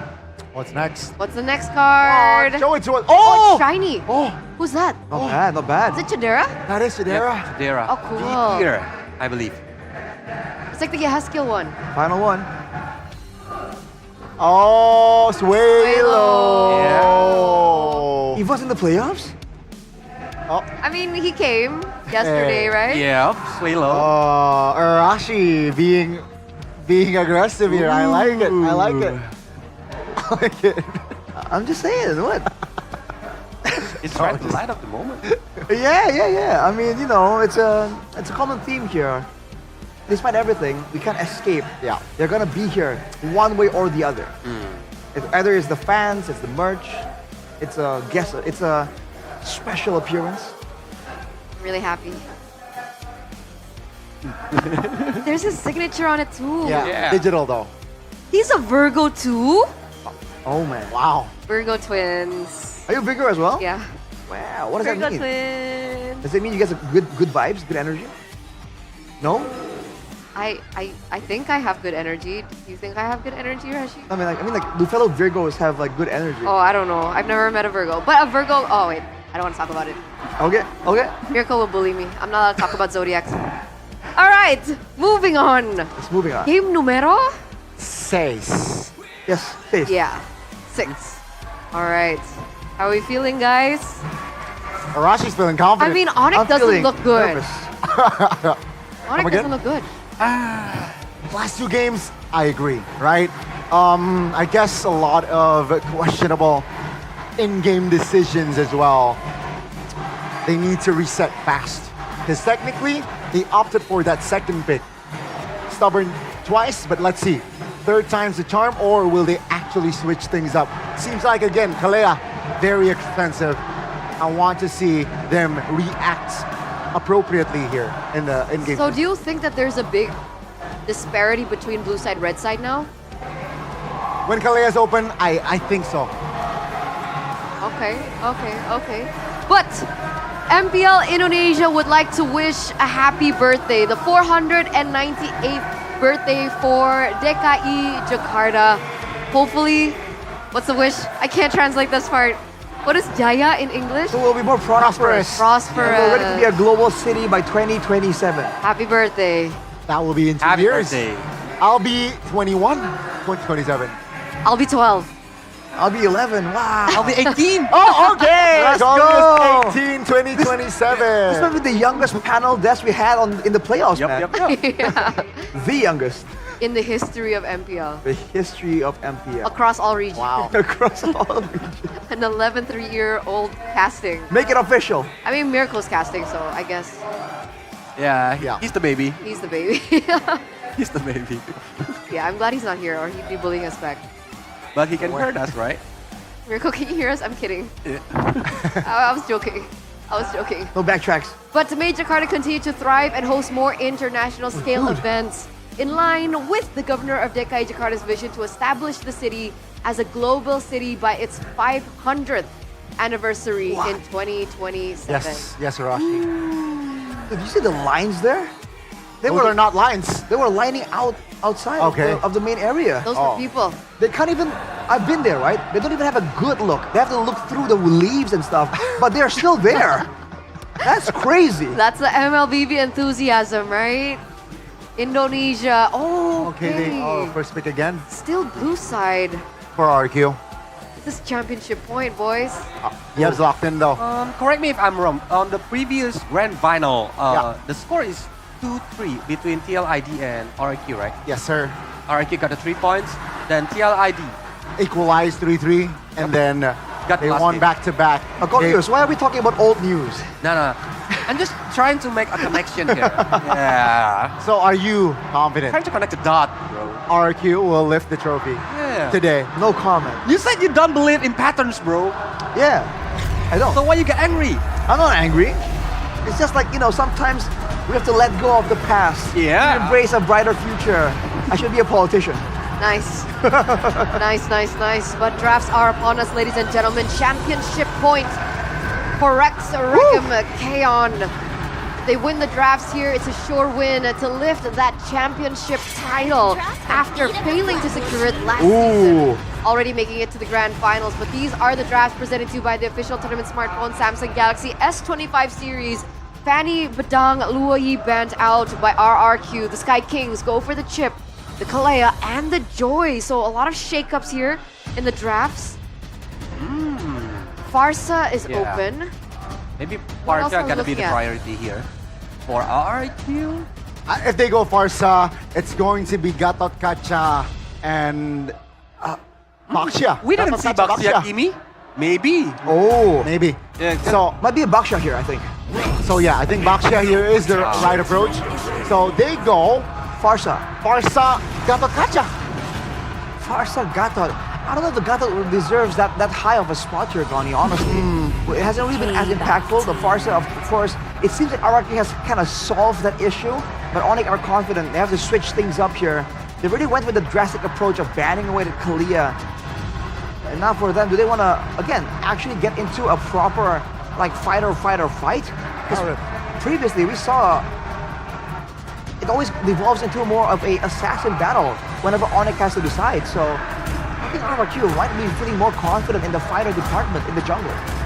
All right. I don't think it should be. Okay, there you go. That's the difference maker here. Cho picked up. Now, is this a lock-in for Keyboy? Or can it be flexed for Lutfi? Knowing Onyx, I think this is definitely flexible. In theory, I think it's more for Keyboy. If the Cho is there, that could be a great solution in order to find where the members of RRQ are, avoid the pickoffs coming in from Edok. And also, Keyboy with the playmaking tools, always good. But RRQ, they double down. You want to secure a playmaking tool, so do we, man. Yeah. Implosion, locked in and ready. I think that's a very good approach from RRQ, right? Okay, you open your roamer potential. I'm gonna open mine. It's direct, it's straightforward, it's so RRQ. And it seems like with the, just direct approach, RRQ has been getting the wins. This looks like a deny pick onto the Hayabusa as well. And I think it closing the potential of Baxia as the roamer. So technically we can say that Baxia is the jungler, but 1-1 is a very wise pick here. It can dodge the implosion using the Needles of Flowers. Yeah, and also no Irithel potential. You picked up the Granger. Yeah, you cannot pick two marksmen. So 1-1, very safe here.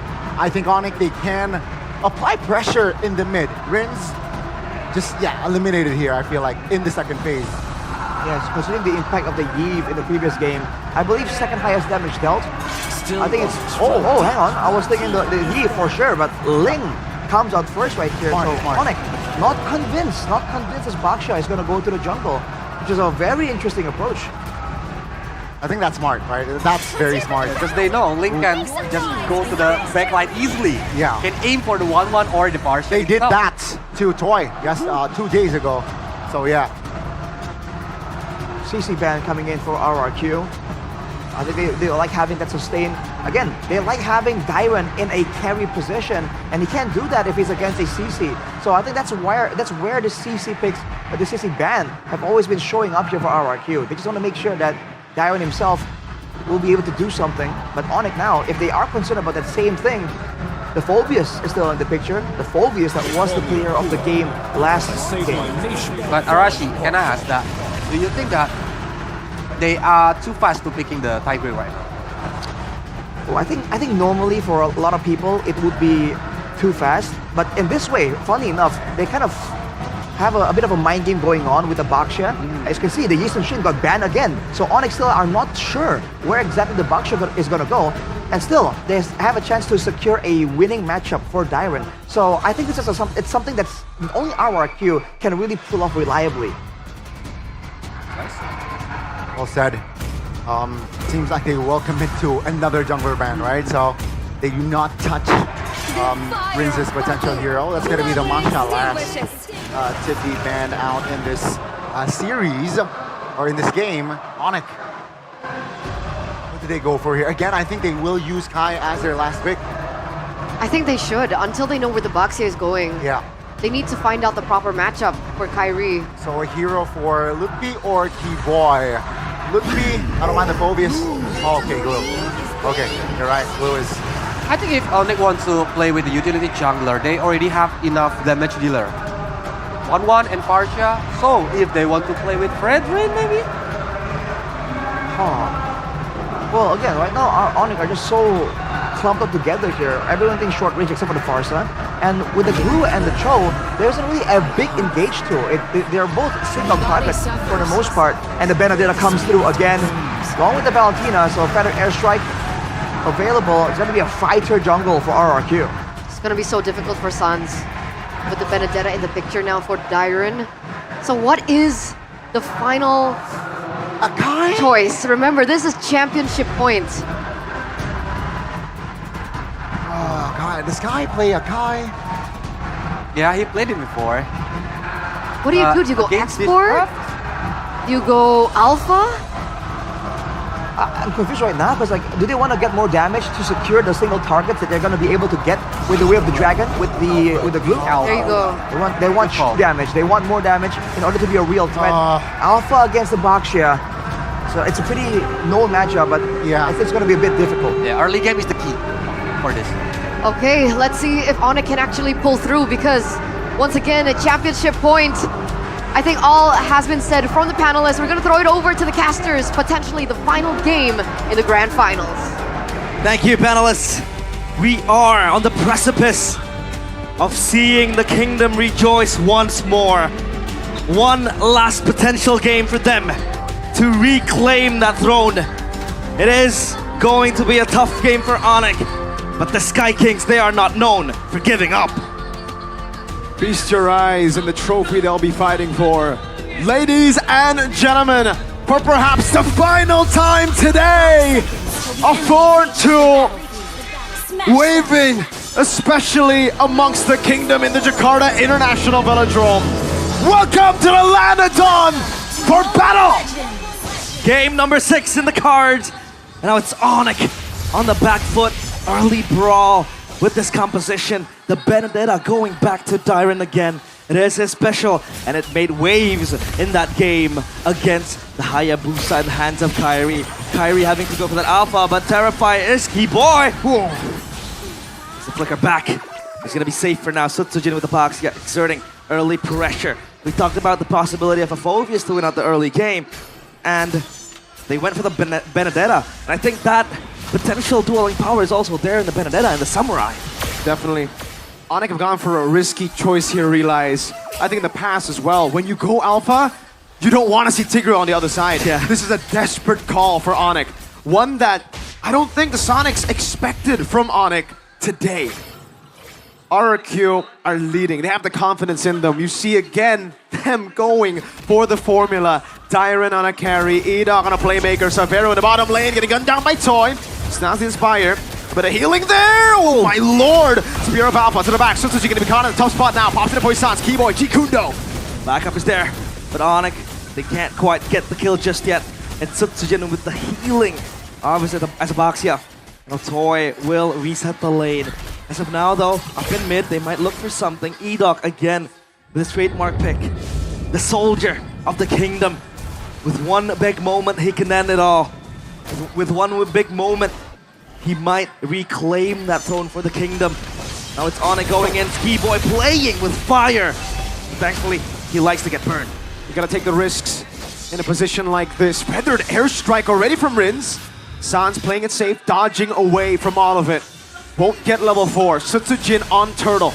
Kyrie might look for an angle, Keyboy as well. Now with the Spear of Alpha. Edok in the back line, Kyrie gonna be caught. Spear of Alpha defensively as Keyboy runs away. Dyron mounted, eye for an eye, getting him out again as the Turtle is still being held down by Edok. Now holding it still in place. Another airstrike pop. Where's the retreat? Not in yet. Sans! Very low, Purify out. Kai with the retreat! Sacred Armor! Not even given the chance. Edok again with the Tigreal. Sends RRQ to Bliss. Dyron almost getting the kill. Litpi barely surviving. The Sacred Hammer might just turn into the Sacred Crown. As that pushback denies Kyrie of a potential retreat steal. And he's down to a kill as well. That was Edok with the first blood, opening things up for RRQ. Onyx, they have to look for a response. But as of now, it's all just them being desperate to look for a trade. The kings who fell, the kings who fail. Always the runner-up, always a loser in the minds of many. are now 1,000 gold ahead, up against the Sky Kings, who came in to the grand finals as the overwhelming favorites. The team that put RRQ down in the lower brackets to battle out against the Kingslayers. The Sky Kings has been distant from the skies for at least the previous season, but they are still the Sky Kings. But the Kings of Kings, RRQ, they show that they are immortal. Shield Unity, Severo with a panic already, Inspire used. Toy looking for the siege again in the bottom lane, but it's gonna be cleared out by Severo. Just a few shots at that turret. And it's the slow build again for RRQ. That Testudo that has just been so reliable for them. Again and again, it's Onyx having to look for a response. Building up the items is Sans as well. Hunter Strike completed on Toy. He might go for the Sky Piercer. It's a 1v2. Sitsujin is rolling in the action. Severo is caught! Shield Unity. Severo! Feathered Airstrike coming down. Severo! Still able to survive for a bit, but finally gets shut down. Kai! Kyrie with the Spear of Alpha connects, and now he has to run for his life. Keyboy with the kick! Way of the Dragon. Sitsujin taking down Sans. And Keyboy bringing life back to Onyx. But it is still a 2-for-1. Onyx now will look for the turtle. No Rins, no Sitsujin. This should be free, but it's traded. RRQ in the bottom lane, keeping their MM down below. Turtle for turret. Is it worth it though? Less. No, no way, Tyrant. Oh, get the turtle for them. Severo! Oh, able to escape. One more shot. Severo gets away. Riz looking for the play again. Keyboy backs him up, and somehow Riz. Severo survives. Way of the Dragon. Keyboy! Oh! Rins! Jakarta International Velodrome goes crazy. Rins surviving. Rins! Rins! The kingdom erupts! What you can do, I can do better. And Rins slaps Keyboy. Kicks him back to the skies. The captain, the man you would expect a shot call to lead, but not to do that. He has shown up today. He's shown up in game, possibly the final game of the grand finals. Wow. He leads the charge to get back what was lost for them. The kingdom slowly coming back to pieces, game by game. And now it's a game fact by the new application, GoPay. Throughout Keyboy's pro scene career, Cho has been his most picked hero with a total of 51 picks and 52.94% win rate. To do that in front of Keyboy is disgusting. To do that, oh, Edok. Implosion onto one. Sansa on the back line. Shield Unity coming down as well, but it's gonna be the burst down over to Lippy, who will fall. Toy picks up yet another Sky Piercer stack. Tier 2 in the bottom lane collapsing as well. The sky's falling. It looks bleak, it looks dark. And it feels like RRQ are inching closer to get their fingertips on glory, on prosperity. And RRQ, today, they might just do it. Keyboy again as the bait, looking to just survive! His favorite pick, his pocket, his comfort. And RRQ shut him down. Sitsujin diving to the back line. Purify out for Sans. Lippy already with the spread as he goes back to normal form. Kai on the Alpha. Game-changing ways. Where does it come from for Onyx? How does it come from? Up against an RRQ with a composition that suits them, with a composition that is built brick by the mastermind for them. The mastermind in the very castle walls of the kingdom. Again, just formulating this plan. The sacred plan. Again, with the ultimate from Sans. Looking to clear the wave. That's Edok holding his ground. Lippy on mid. Split pop, Kyrie. He isn't able to just pass his way through the front line of RRQ. The Spear of Alphas hasn't been working, hasn't been coming clutch. And Severo has to farm up a bunch before he gets online. But by then, RRQ has soared very high. The glory that RRQ have been chasing has been echoing throughout the chambers for a long time. Their last title was in 2022. Keyboy looking for the kick, will be able to find Rins now. Sounds of the better airstrike. Rins gonna be taken down by the Spear of Alpha. Tyron! Implosion from Edok! Electo final blow connects, and that's Severo in a 1v3. Crossbow tank popped in already. Toy with a double kill now. Sutsujin getting tickled by that crossbow of Savero. 3 for 2. Rins and Edok down. But that's Lippy, Kyrie, and Keyboy as one package shipped back to their places. And RRQ again breathing life back into the hopes of a rebuild. And a fun fact, by the new application GoPay, we've delivered 422 dynamic assets, 294 posters, and 143 host segments in MPL ID Season 15. For this final match, let us just enjoy the game. The content team is signing off. They think it's done and dusted. For all the Sonics back at home, tell us what you think. For all the Kingdom back at home, tell us what you think. Is it truly over for the Sky Kings? Ladies and gentlemen, it's now or never. If Onyx want to stay, if Onyx wants to win again. Props to the content team for all the effort put, but now it's Onyx backs against the wall. RRQ again mounting that lead, charging into the dying ninth. And Onyx, they want to Lord dance this Lord.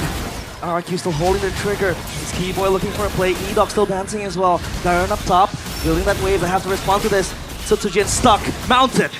Sutsujin brought back to the team. Kyrie looking for the play. Edok already hovering over. Savero! Oh! Able to dive into the back, but it's going to be the kill. Lutpi taken down. Keyboy with a kick. Way to drag it over to Edok. A shred down. Crossbow attack, not popped there. Savero with the chase. Now, Rins has the way the dragon. Sutsujin is waiting. Shield unity. Shunpo! Keyboy spotted out.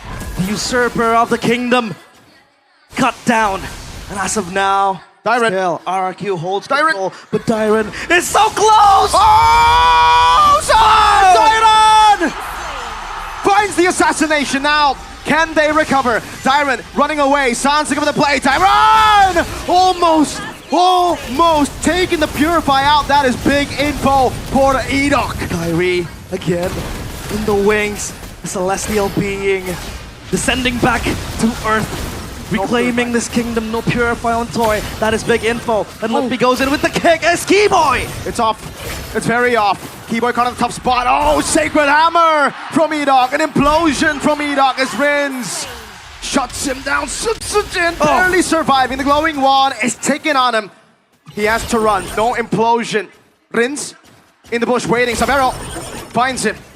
They can't go for Lord. Sutsujin in the base already, regenning. Edok still there. But no implosion, so he has to play with the pushbacks, with the Sacred Hammers. And now Kyrie fishing for that steal, but no, he's screened up.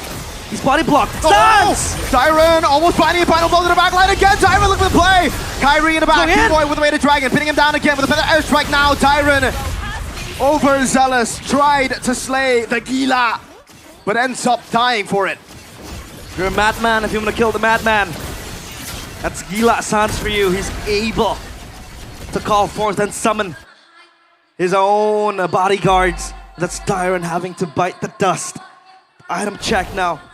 That Heptasy is going full damage for the Benedetta Dyren as well.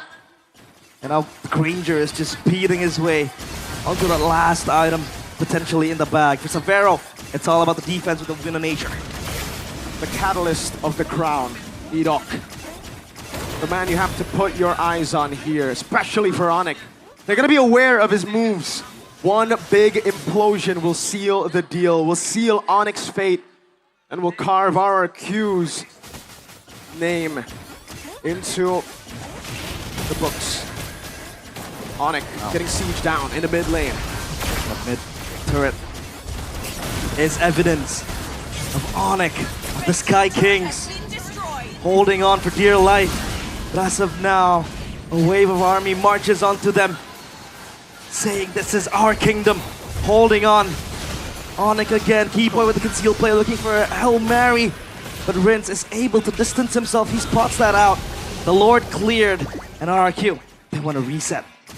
5,000 gold ahead for RRQ. The timer is ticking down for Onyx. For RRQ, Wind of Nature, there you go. An answer to the problem that is Savero, that is Kai. The two damage dealers. Now, even more pressure on Sans to not just play well, by evading from the many threats into the back, but also to target perfectly. Onyx will have to play this perfect if they want to stay alive. They have to. It's a game of inches at this point for both teams. It's about not dying. It's about playing it safely. RRQ, they have been disinclined to take risks after what happened to Dyran. And look at Toy, Win of Nature completed as well. Yep. So that is a safe Granger with 7 kills and 0 deaths. Full stacked, I think, for the Sky Piercer as well. So now, Onyx just need to hold their ground. 5.2k gold lead. They don't even have access to go out of their jungle. Look at this. They can't. They're caged in. The Sky Kings divine no more. Caged beasts. Onyx are right now. Sea Halberd will be the final choice for Savero for his 5th item. Leather Jerkin still in play. Keyboy with the conceal. Looking for the play already.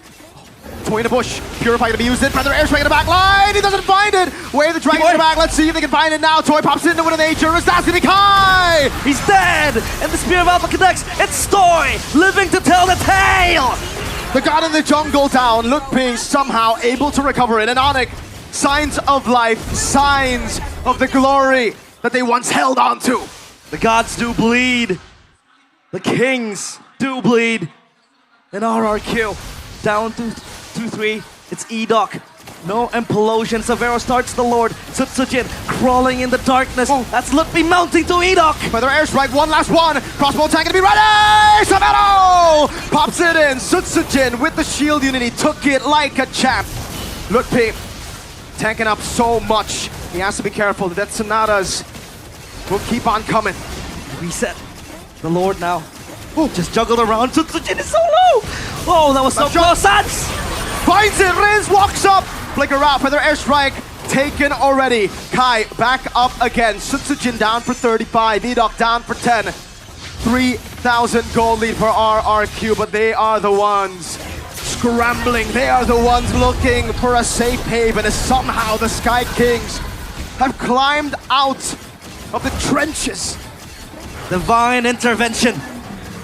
The Sky Kings, time and time again, find a way out of certain death.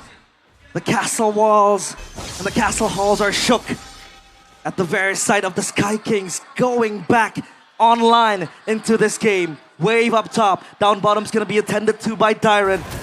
They might look for a push, and this is the time for them to recover what was lost, what was plundered by the kingdom. A siege down, not an Evolved Lord just yet, but it will get the job done for... Oh, what a kill! What a lot of damage! I didn't expect that! What the heck? What hit him? Savero, Rose Gold down.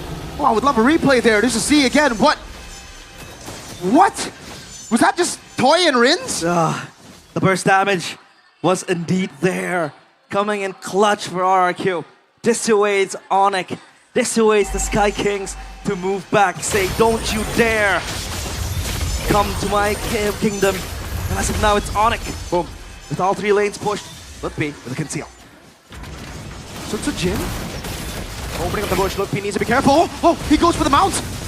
Free crossbow tank. Feather airstrike to zone him in the back, but Savero still has it. Keyboy looking for the play again. Savero will he go for it? E-Doc in the back line. Petrify bit it out. The steal to E-Doc. Only finding Lutpi. Now Savero will fly. But how will they decide to do it? The hell? RRQ just leave E-Doc. They do not want crossbow. They don't want that tank. It's fed to the wolves.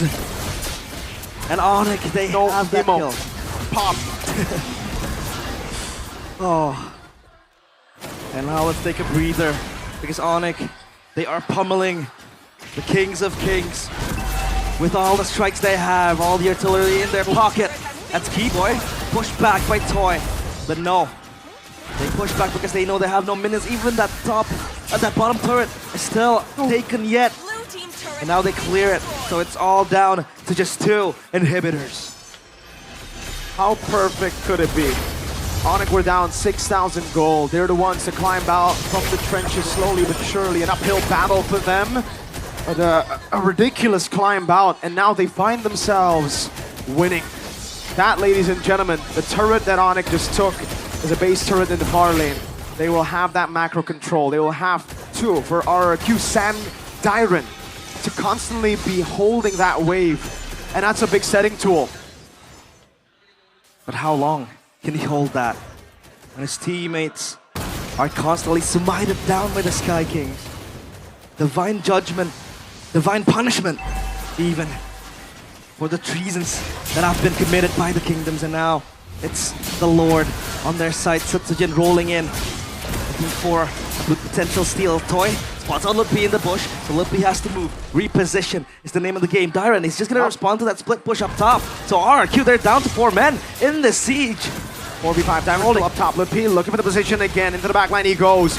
Toy, compromise. Edok with the conceal. They mount on Setsujin. Edok looking for the conceal again. He has the conceal, but he's going to be cancelled out by Sabero with the first kill. Setsujin taking low. Kai jumps up the spear bomb. Pops it up in the crowd. Edok waiting for the moment. Finds two, but Sabero still free. In the back line, Dyron falling. Lutpi, Immortality flickers out to safety. Keyboy! They turn, and the engager comes, becoming engaged. It's Sabero with the crossbow. Dang! Toy, you have not died for a single time, and now they capitalize. It's Sabero with a triple. Sabero looking for the maniac, and he gets it! The Sky Kings will not go down without a fight. They will battle to their deaths for the championship. We're going to a Game 7. That was the Sky Prince, Sabero, with the maniac to save Onyx. The kingdom, their gates slowly opening as the Sky Kings descend and smite them from above. 6-6. It all comes down to game number 7. 3-3. Championship point on the table. This best of 7 has turned to a best of 1. Absolute, I want to say a bad word, cinema.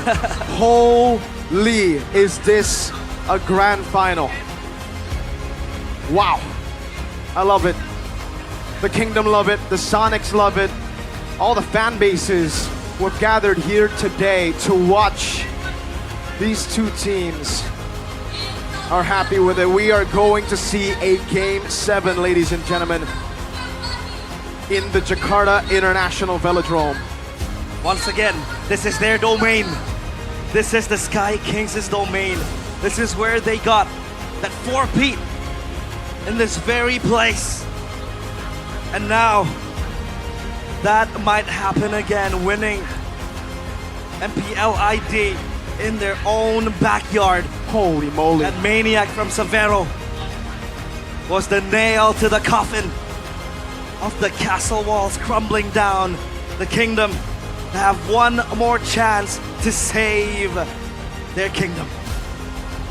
Ladies and gentlemen, it's been a pleasure and it will be an honor to bring you Game 7. But first, we must relax. We must get ready and the panel will help us dissect that game. Panel, holy, holy.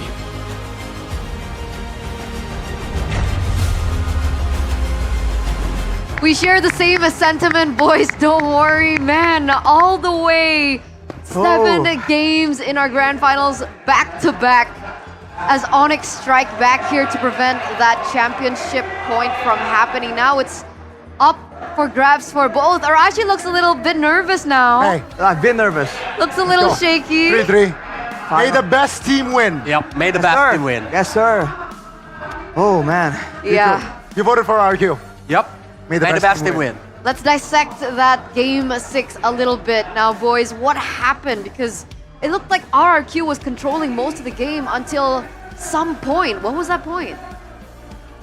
That fight that pick off before the Lord. I think that certainly is it. Yeah. Because if you look at I think Collins was mentioning it as well as we were watching the game. Hey, RRQ are controlling, but the goal difference is what? 5K? 6K? Only 5K. It is still an amount that can be overturned in a single good team fight. And that is exactly what Onyx were waiting for. Once they do get the pickoffs, they made, and initially they got the Lord. Once they were able to stall the game with that Lord, I think at that point, it is Onyx game to lose at that point. Yeah. RRQ were the ones trying to do something crazy, but in the end, you know, with the composition, Onyx were just too clean with it. Yeah, after that turret top, from the side of base, from the side of RQ was taken down. It was just Onyx controlling the macro game. And this was one of the pivotal moment, I feel like, where you gotta pick, where it's a 2 for 2, but it's favoring Onyx. And of course, this was the final touch from Onyx.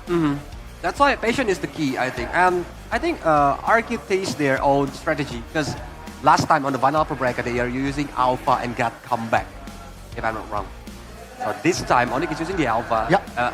Almost, it's similar about the moment, and yeah, here it is. Yeah, your MVP or player of the game presented to you by the official tournament smartphone Samsung Galaxy S25 series. And it's peculiar, right? Because the longer the game goes, usually the Wanwan has little impact because of the itemization choices that are usually built in by the enemy team. But if we take a look at the breakdown, we only see, what, 2 Immortals and a single Winter Crown?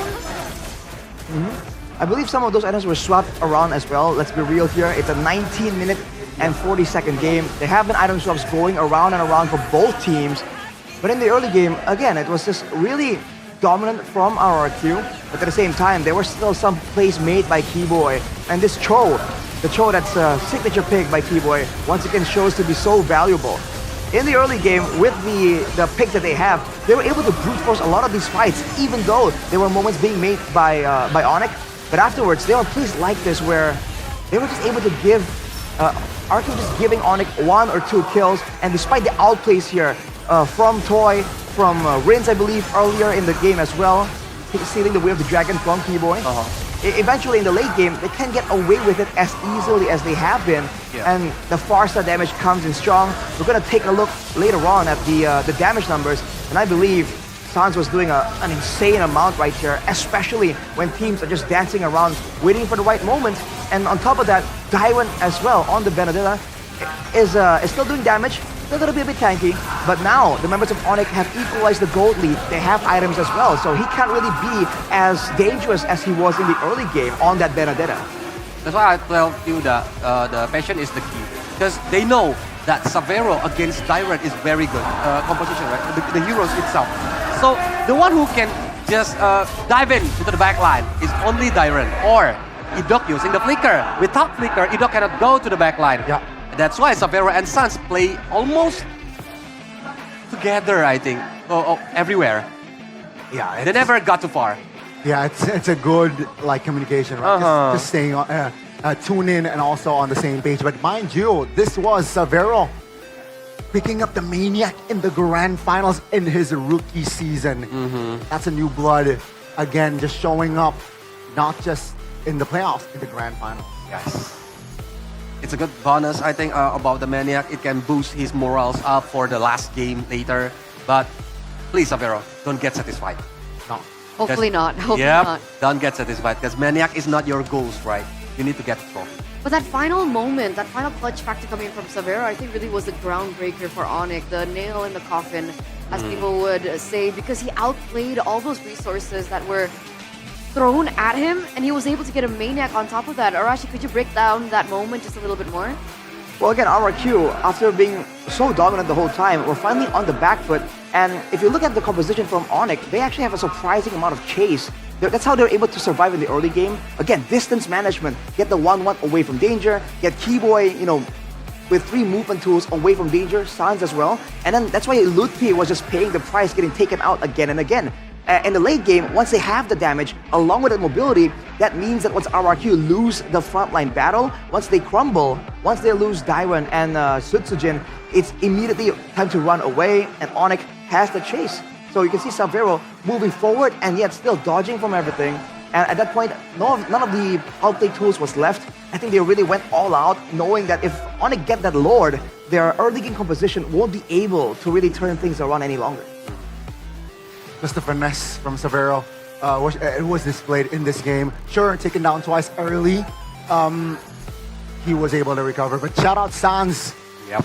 0 deaths on a Farsa against a Benedetta, against Valentina, right? Combined it with the Tigreal, he was able to space himself very, very well.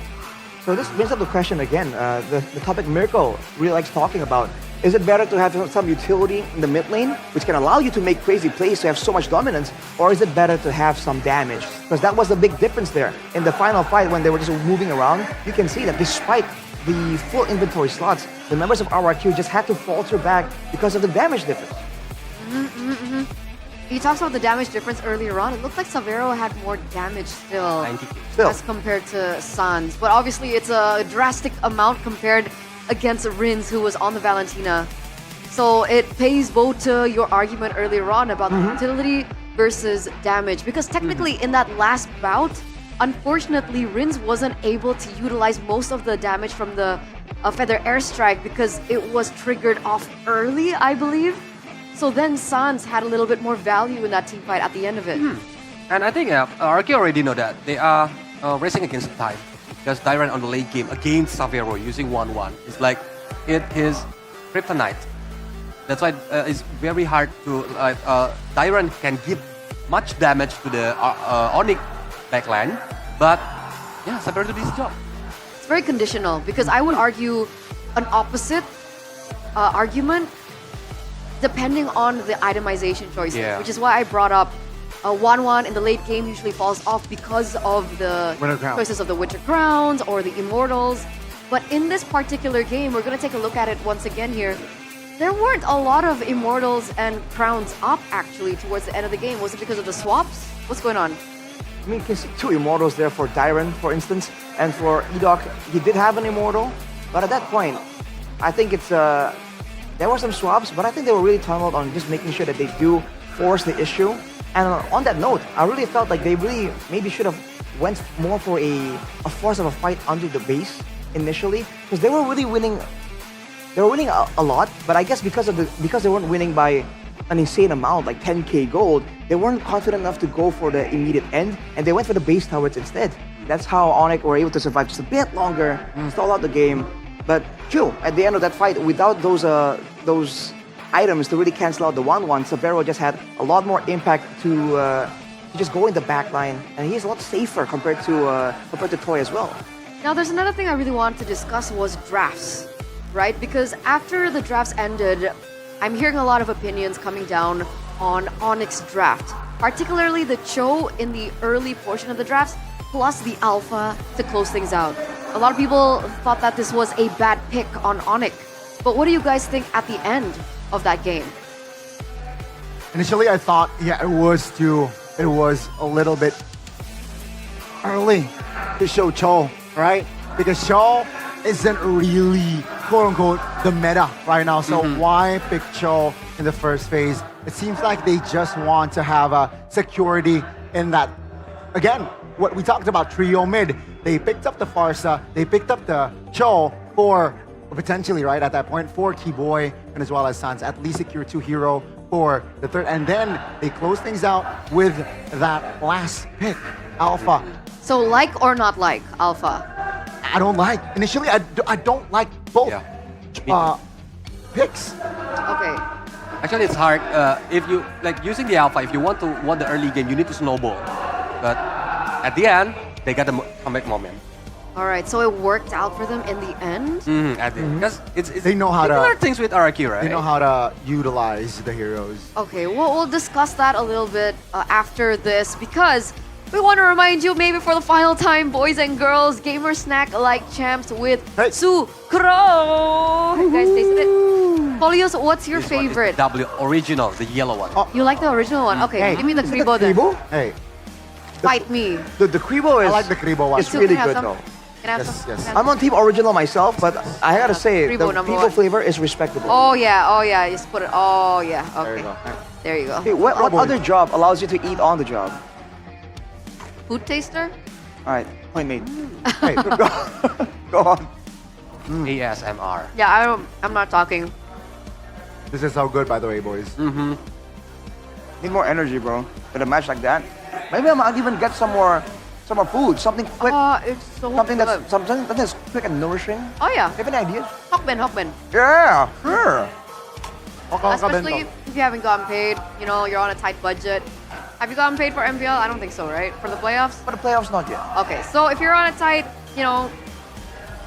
budget, Hawkband actually offers the MPL Hoka Hemat. Hey! And not to mention, for every purchase of one MPL Hawkband package, whatever it be the MPL Hoka, ramen or the MPL Hawkband fried chicken, you guys can actually get a special code for free in-game items in Mobile Legends. How cool is that? That's pretty So cool. you got a booth, Basically, you got a code. exactly. Just like a cash Win-win back. solution. Double value. Yeah, absolutely. Speaking of value though, whoa, what is that? I need some Protection. protection for Game 7. Oh yeah. This is gonna get You should wear it. dirty. Oh my god, it fits. Is it? I have a bigger head. And this one is the original one. It's the MPL, Oh, not the this team. It's a flat MPL one. I see. Yeah. There you go. There you go. You're welcome. But now you know how it looks like when it's actually worn, and I gotta say, man, it's pretty swag. It's pretty Cool swag. design. Oh, my hair is But what more swag Messy. is invest in gold, bro. Hey, Severo got the gold, and then Crossbow tank Yeah. popped. So you guys get the gold, and perhaps you might fly high in reality. So you can secure your future today because it's time to invest in gold. Start from just 200k IDR. You can own US gold bars. Yeah. Guaranteed 100% authentic, completely safe, highly profitable. And gold is kind of expensive right now, so I think and it's still moving up. So I think it's a good investment. A safe investment as well. Okay. You're still munching, huh? I'm busy. Yep. Don't bother me. Yeah, this one. I still have this one. Okay. I'm finally done. I think why I'm still munching is I'm still hungry. All right, all right. All right. Do you have any solutions, recommendations? Have you tried that booth outside? The At the festival? Kyla food. Kila food. Kila food. Have you? No. Dude, they have local flavors there. I mean, it's so good, man. Oh? Yeah, like they have baksos and all that. The subblock.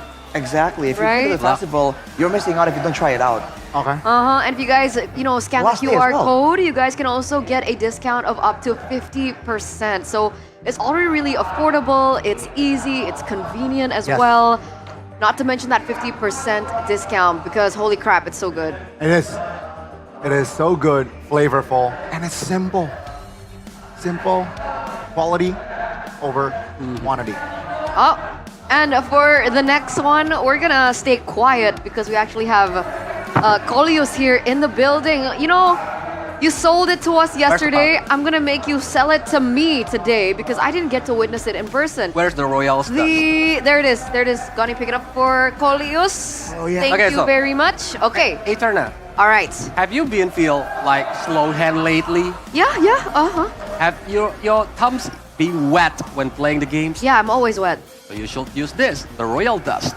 Ah. If you saw the player when they are playing the games on the stage, they are using the royal dust. So it's very easy to amplify this.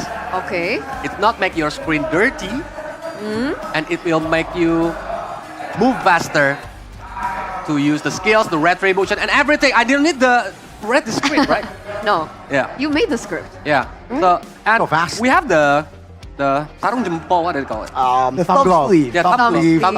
The thumb sleeve one. If you want the thumb sleeve one, just have it because we are collaborating with MPL right now. So grab it fast and guess the price. Guess the price. I bet it's expensive, like 1 mil. Yeah. 1 mil for a powder? 1 mil for all in. Okay, 600k IDR. No, it's below 50k. Only 40k. Are you serious? Yep. We still have the flash sale now, so grab it now fast. That's value. Grab it fast, guys. W. W. I actually have a pack at home. Yeah. Do I ya? still use it, yeah. Yeah. I have the thumb sleeve. Thumb sleeves as well. I still use it. I love it. I But see. of course, ladies and gentlemen, when you're playing like crazy, you're already fast-handing things in the ranked games, you're gonna get hungry. After eating all your Kila food, you guys want something else. You guys can go for the Mercon Merah Putih because, ladies and gentlemen, it lasts for up to 12 months. It's perfect for stocking up at Wow. home. And it only takes 3 minutes to heat up. So it's so convenient. You don't have to waste too much time. I'm pretty sure 3 minutes in a ranked game, Yeah. that's pretty long. But Because my rank is immortal right now. Usually I'm looking for the the match up is like 4 or 5 minutes. there you go. Perfect Really? timing. Yeah, perfect time. Perfect time Wow. between matchups. This is actually news for me. Lasts up to 12 months. Yep. That is pretty crazy. Hey, it's tactical. Yeah, It is tactical. it's great for emergency purposes. 12 months is a long time. Arashi would know. Yes, sir. When you're stuck with no food for a while and you're looking for everything and everything you find is expired, when you find merah putih, man, you're like, ooh. Mercon merah Beautiful. putih, you're like, finally. But I have more good news Hey. because, ladies and gentlemen, we've been nominated by Esports Awards for 3 Decade Awards. And Yep. of course, we need your help to rally in the community to vote for MLBB. This year, they're not just recognizing esports stakeholders from the past year, but the past decade.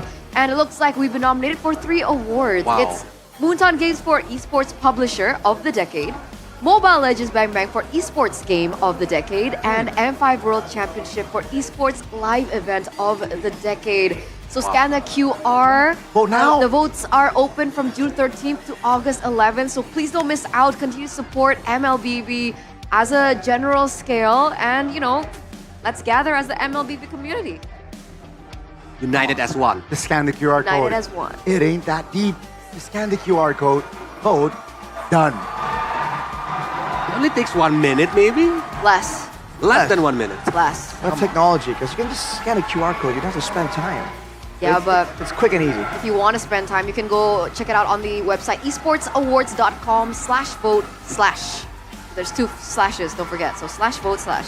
There you go. But you know what's coming up, right? I sure do.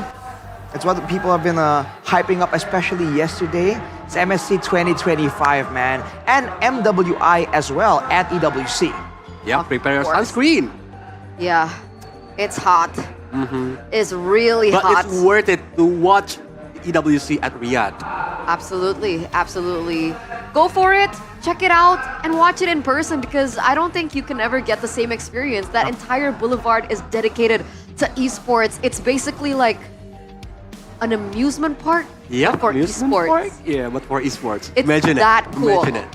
So get your pass for the knockout stage and the grand finals now at webbook.com or I usually go scan the QR code, but there's no QR code, so I guess you just gotta go to webook.com, bro.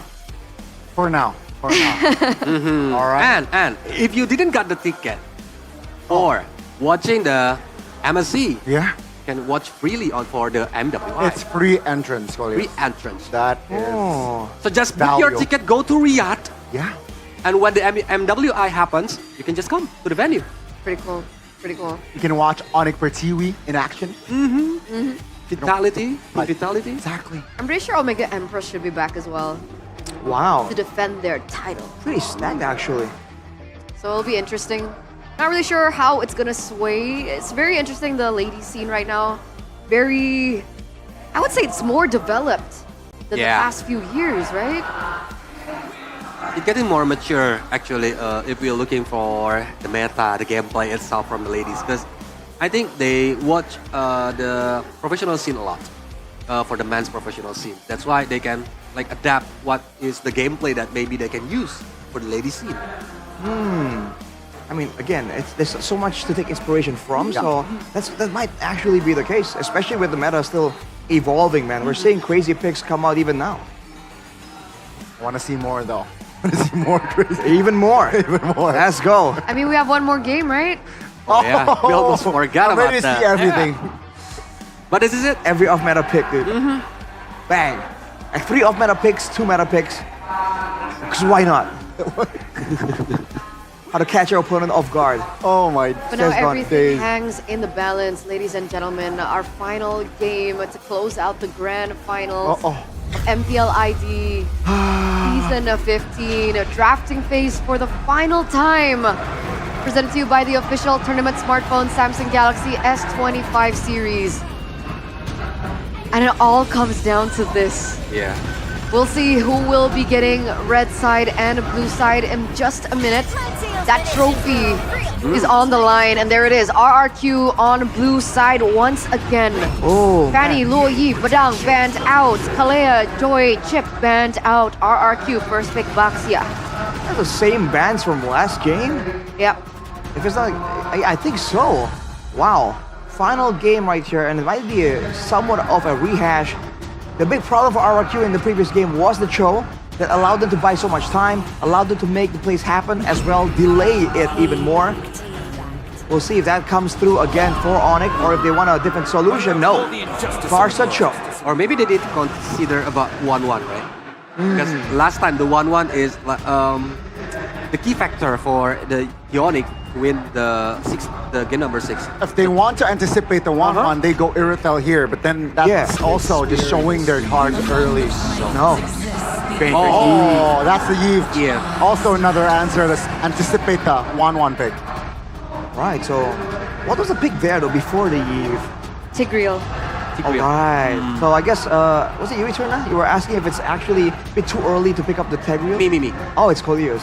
Yeah, so I guess you are right. Maybe it's a bit too early, especially because they lost out. And now, equal damage potential from the mid lane. Once burst, once more DPS. All the other picks though, I wonder if it might just be all the same. I don't think the 1-1 will come here, right? Yeah.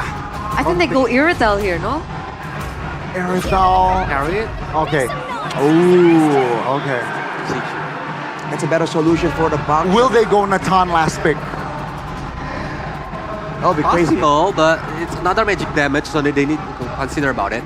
Because they can't go Harith here because of the real world manipulation. I think it's too big of a box. Yeah, they already faced it before. Exactly.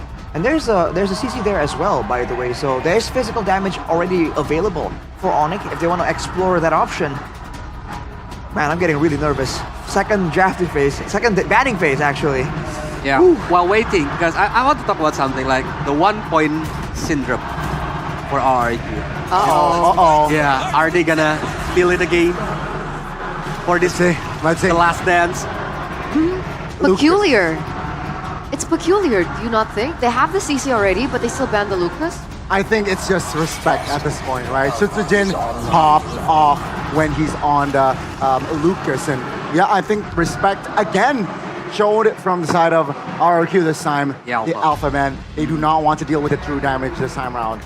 I like that idea, man. The Alpha is definitely a part of the reason why the front line of RRQ were they've taken out a lot faster there. That's true damage, and on top of that, that's sustain as well. So it's more of a best of both worlds.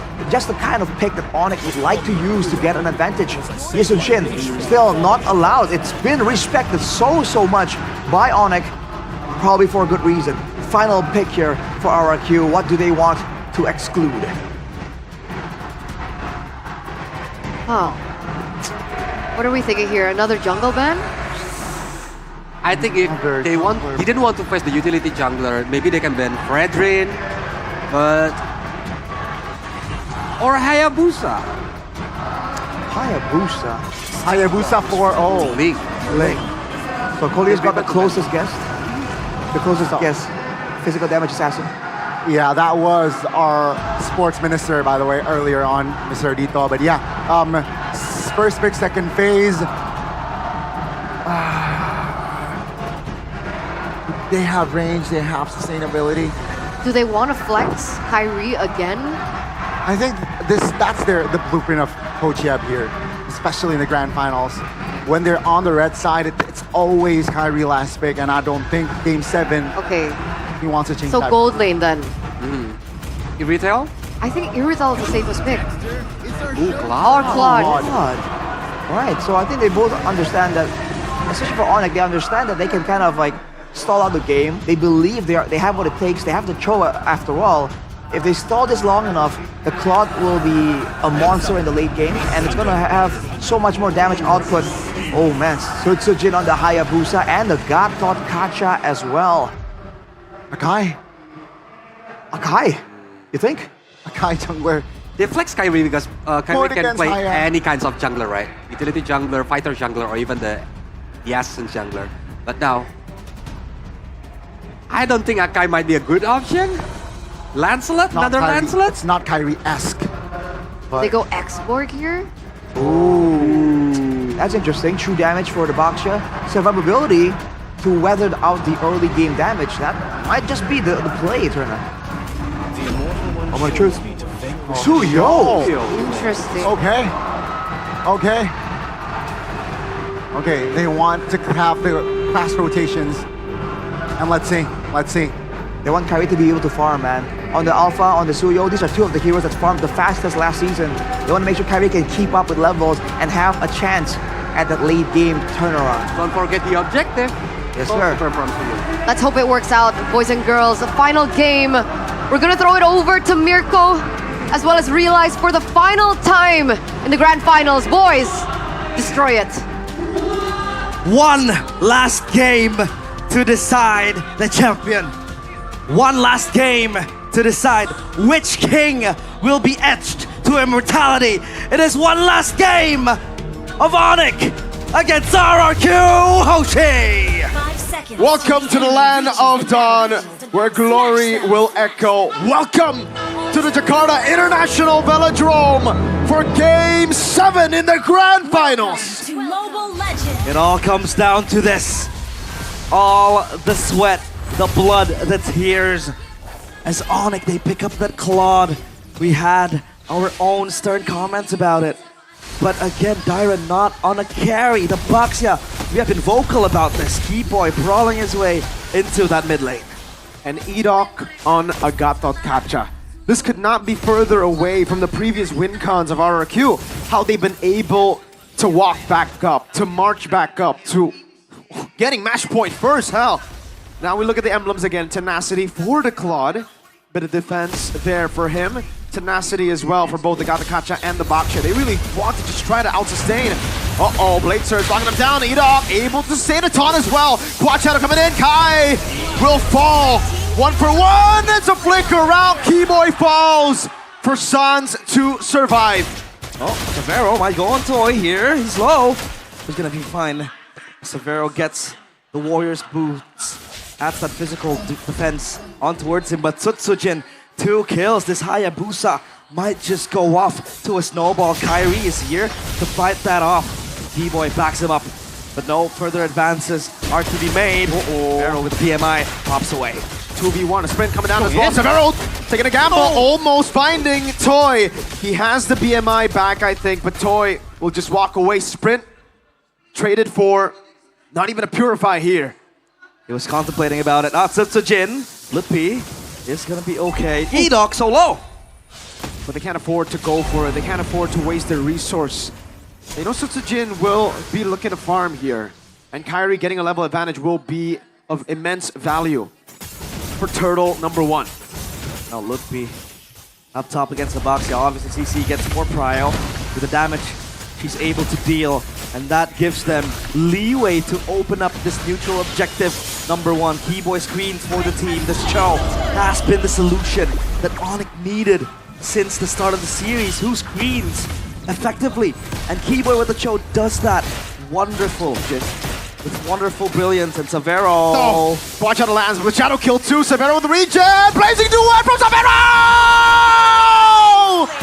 He gets the kill. It's Keyboy with the kick. RWM opening will rinse. Severo, what are you made of? Keyboy and Sans with a backup to the young gun of Onyx. The Sky Prince saved together by the elderly Sky Kings. They come to his aid. And now Onyx, they turned and flipped the script around. The glowing wand secured by Sans. And now Onyx, 1.1k gold lead. They flip it easily. So Keyboy has level 4. The kick though, available. Further airstrike, the combo with down. Tsutsujin doesn't know where to look. Curtain Call locks him down. Keyboy walks up. That's Sequela coming down. And Sloopy down as well. Kyrie can't go any further. Sans stuck and locked, but Sans! Queller on Dyron. Katon! Last shot. Now the slow. Kyrie dodging away from the bullets. Back to almost level on the board. 4-5. 1,000 gold lead still in the hands of the Sky Kings. All 5 kills for the Sky Kings has been made by the madman, by the Gila Sans. All 5 to the far side. He has the glowing wand. as aforementioned. But it's Kyrie struggling to just go quickly, right? Tsujin, that 2-kill lead he has down the drain. Counter-strike secured, Rinse with a glowing wand as well. They are battle ready, it feels like, at this stage of the game. But as of now, it's for RRQ to come back and climb back. They have to stabilize the lead.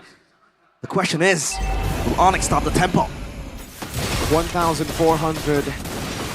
RRQ have a pretty good mid-game power spike here. Severo, they'll have to wait quite a while. Yes, a massive outplay down below, but Hassan needs to wait for 3 items for him to really be relevant, especially up against these tanks. Yep. The Claude does struggle heavily in the early game. That wasn't even his kill. Well, Leon, the turtle contested yet again. E-Doc with the Unbreakable wants to go in. Tsujin, no Quad Shadow, hunted. No Quad Shadow, you are right. Look, P. Gunned down to solo. Dyron still rolling. They're contemplating. Shield Unity. Keyboy able to dodge away from the AOG, but lands on Ludwig just barely. Turtle still half. Severo with Blazing Duet in the back line, finding the damage. Toy gonna be using the Purify. Turtle taken by Tsujin. Severo backing away to the BMI. Onyx advance. Dyron is slow. Rinse as well. Ludwig! Finding the double. Now Dyron left for the Sky Kings to take. The Kings have fallen, all 4 of them.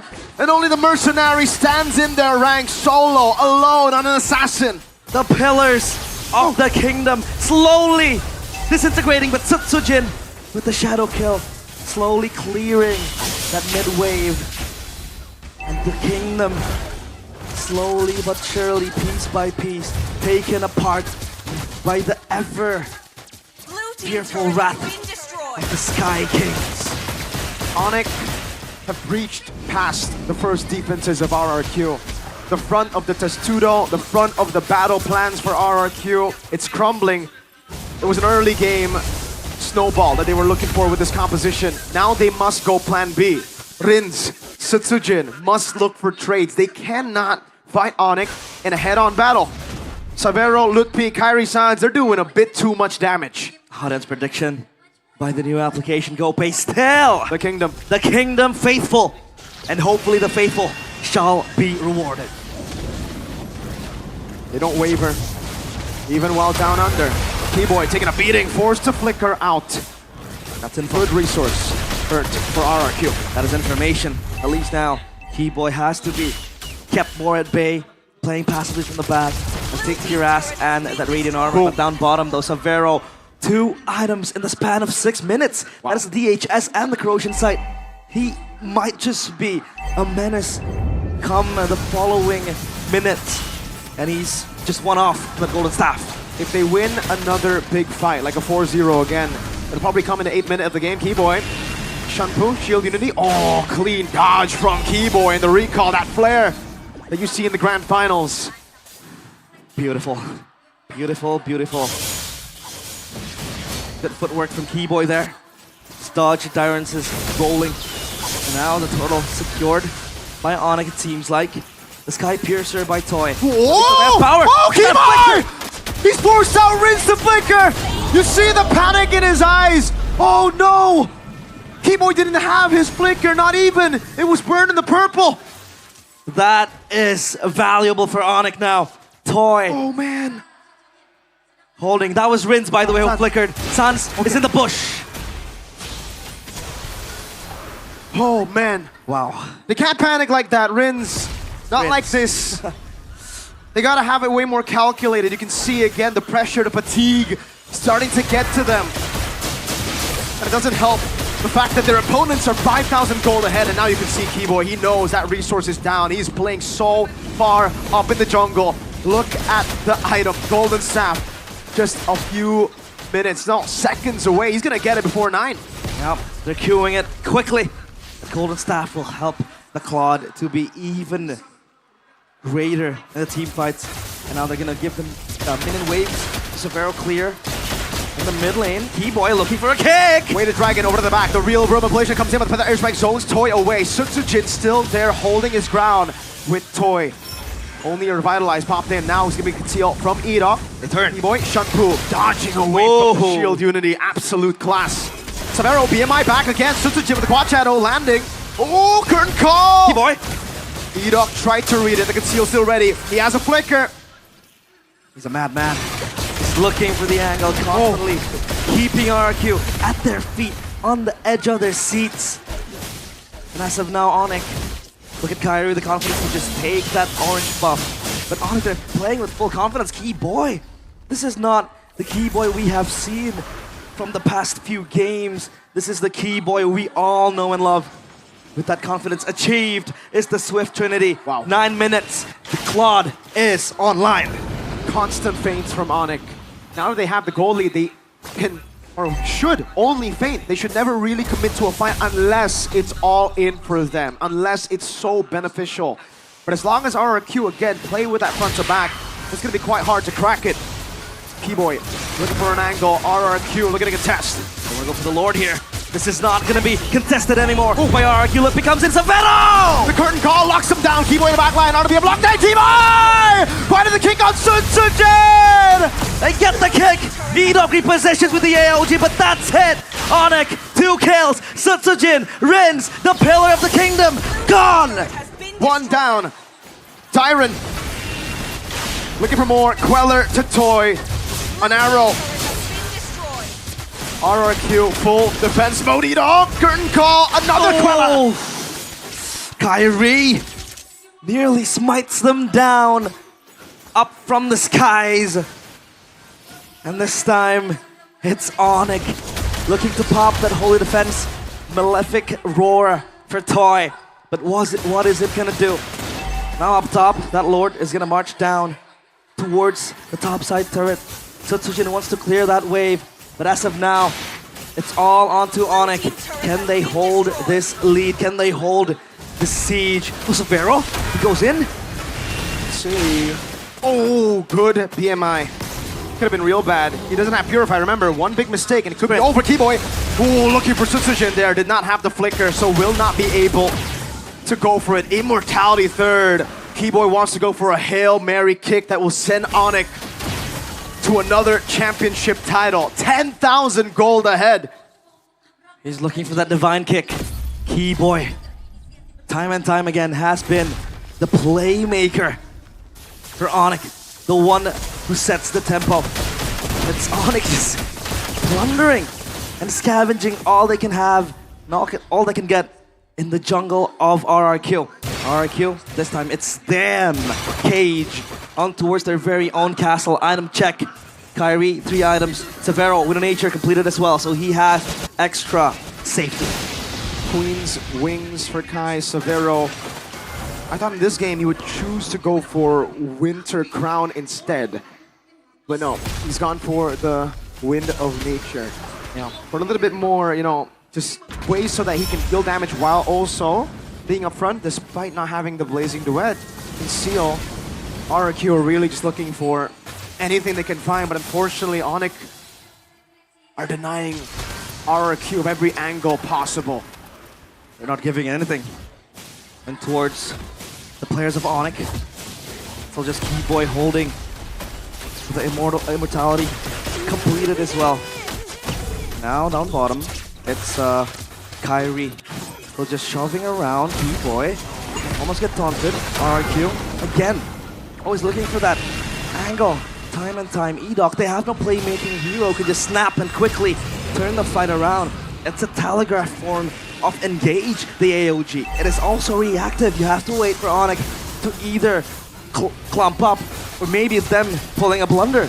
But for Keyboy, it's him constantly screening. A single kick can send RRQ to losing the entire tournament, and that Lord is all free for them. RRQ decide they are better off weathering the seas! Oh! Gila Suns! Suns is godlike! And he is insane! The kill towards Rins might just seal the deal, but for now, Onyx, their eyes are set to end this game. Sieging into the base, into the kingdom. A cannon minute in the mid lane. Toy able to escape. The Feather Airstrike comes in one more time for the Madman. Sutsujin with the quad shadow. Now the shadow kill as well. Sans able to fly by and giving away that damage to the rest. In the back line, they dive on to Severo. A BMI backwards. Onyx! It echoes far and loud throughout the world. The crown returns to its rightful place. High above, where only kings dare fly.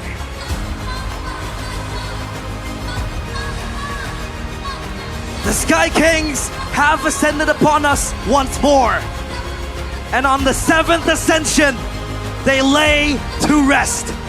The crumbled kingdom laid down on their feet. From celestial heights, they soar once more. The long-forsaken throne is theirs once more. Their names once again etched to immortality. The Sky Kings are back!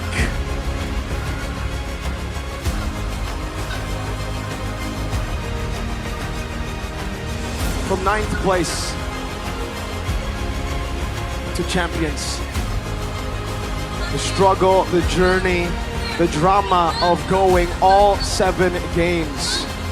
The lower bracket blessing that we've been seeing throughout different regions will not be a blessing for RRQ. Rather, the curse for RRQ at being runners-up will continue. The thrill and the agony. The thrill for Onyx, the agony for the RRQ members who yet again must watch as another team lifts the trophy right in front of them. RRQ have been tested. Their crown shatters once more. And that throne seems even further. The return of the father. It's Raja Yeba. Raja Yeba will etch his name in history for a long, long time. That name will stick with us in ID forever. GG, well played. RRQ Hoshi, they've given us something to expect. The Indonesians, something to hope for in the internationals. Despite their loss here, they've shown us great MLBB, a promise that will be fulfilled one day. But for today, it will be Onyx. The Sky Kings again smiting the kingdom. It has been a turbulent time for them. Give it up, ladies and gentlemen, for the Kings of Kings, Rex, Regum, Kaon, as they take their final bow. It has been a tough fight. That road to rebuilding the kingdom once again. 5 seasons of failure. 5 seasons of heartbreak. It seems like the glory days, the prosperity is a name of the past. But for the Sky Kings, that glory is in their eyes. The whole team marches forward up on stage to celebrate their journey, the result of hard work. Blood, sweat, and tears for this lineup who went through everything to get here, to get to this point. All the doubts, but now they are immortal. They will be immortalized. And now,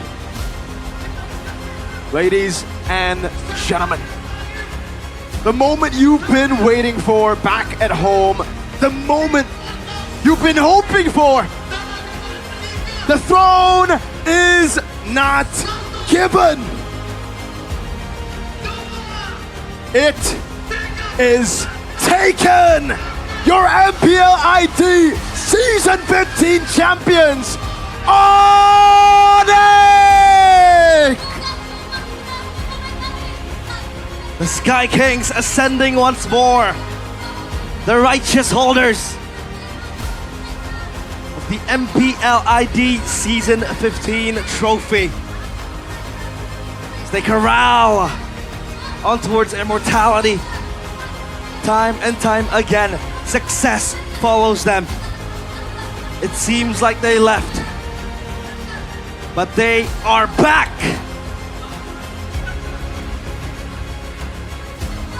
Onyx have done it, ladies and gentlemen, but our work here, me, Mirko, and Realize will be signing off. It is done for us. Now we must watch again as we'll get some answers to that phenomenal performance from our champions of Season 15. We have Bude, Clara, Mongstar, and Alyssa up on stage. Sonic, Superfans, Onyx telah berjuang dari babak regular season. Mereka datang dari hashtag 9, namun pada akhirnya Sonic kali ini mereka berpesta. Perjalanan tim Onyx telah terukir. Mereka memberikan yang mereka miliki dari hari pertama, kedua, ketiga, keempat, dan pada akhirnya di hari grand final mereka bisa terus berjuang dan mengangkat trofi. Inilah dia Sonic, sambutlah tim Onyx. Mereka tidak hanya datang untuk bertanding, tapi juga mencetak nama mereka ke dalam sejarah. Dan inilah mereka, tim Onyx, the winner of MPL Indonesia Season 15! Dan kami turut mengundang Bapak Dito Aryo Tejo selaku Menteri Pemuda dan Olahraga Republik Indonesia untuk berkenan memberikan tanda kemenangan, tanda dari Raja Galaksi, tanda bahwa mereka telah menjadi yang terbaik. Bapak Dito Aryo Tejo akan memberikan medali dan juga cincin kepada tim Onyx satu persatu dari para player, dari coaching staff, dari semua support yang dimiliki oleh tim Onyx. Setelah kita tahu Onyx sempat terdelay untuk mendapatkan cincin kelima mereka. Musim lalu mereka gagal untuk mendapatkan cincin kelima mereka. Namun saat ini kita bisa melihat satu tangan mereka penuh dengan cincin kemenangan dari MPL Indonesia.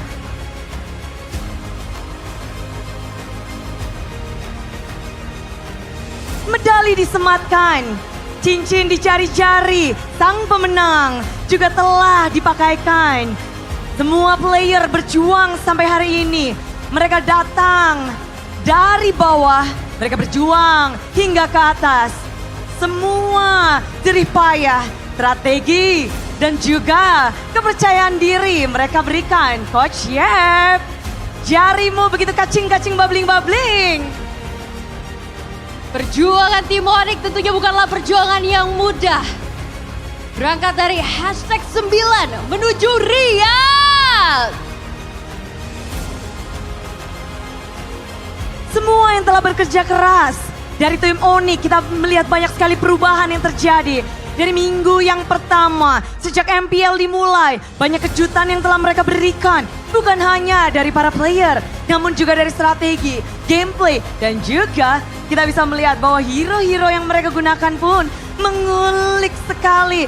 Dari menggelitik sampai kita bisa terbelanga karena kebolehan dari tim Onyx.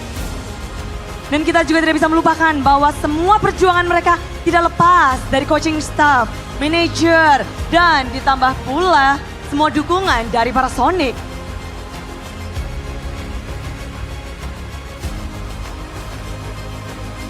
Semua keluarga dari Onyx kita bisa melihat bahwa mereka menselebrasi. Mereka berjuang, mereka terus tumbuh. Dan tentu saja kemenangan ini telah disaksikan oleh seluruh superfans, oleh seluruh Sonic. Dan tentunya kita penasaran bagaimana dari Bapak Dito Aryo Tejo melihat kemenangan dari tim Onyx. Kita akan mengabadikan momen ini dan benar-benar Bude penasaran bagaimana dengan pandangan dan dukungan juga. Karena mereka adalah sang juara dari MPL Indonesia. Betul sekali, selain kita juga akan mendengarkan dua patah kata yang akan disampaikan nantinya oleh Bapak Dito Aryo Tejo selaku Menteri Pemuda dan Olahraga yang mewakili PBSI. Dan tentu saja, Pak Dito, kami ingin mendengar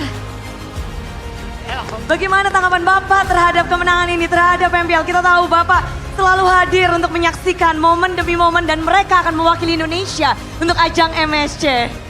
Ya, yang pasti pertama-tama saya ucapkan selamat untuk tim Onyx.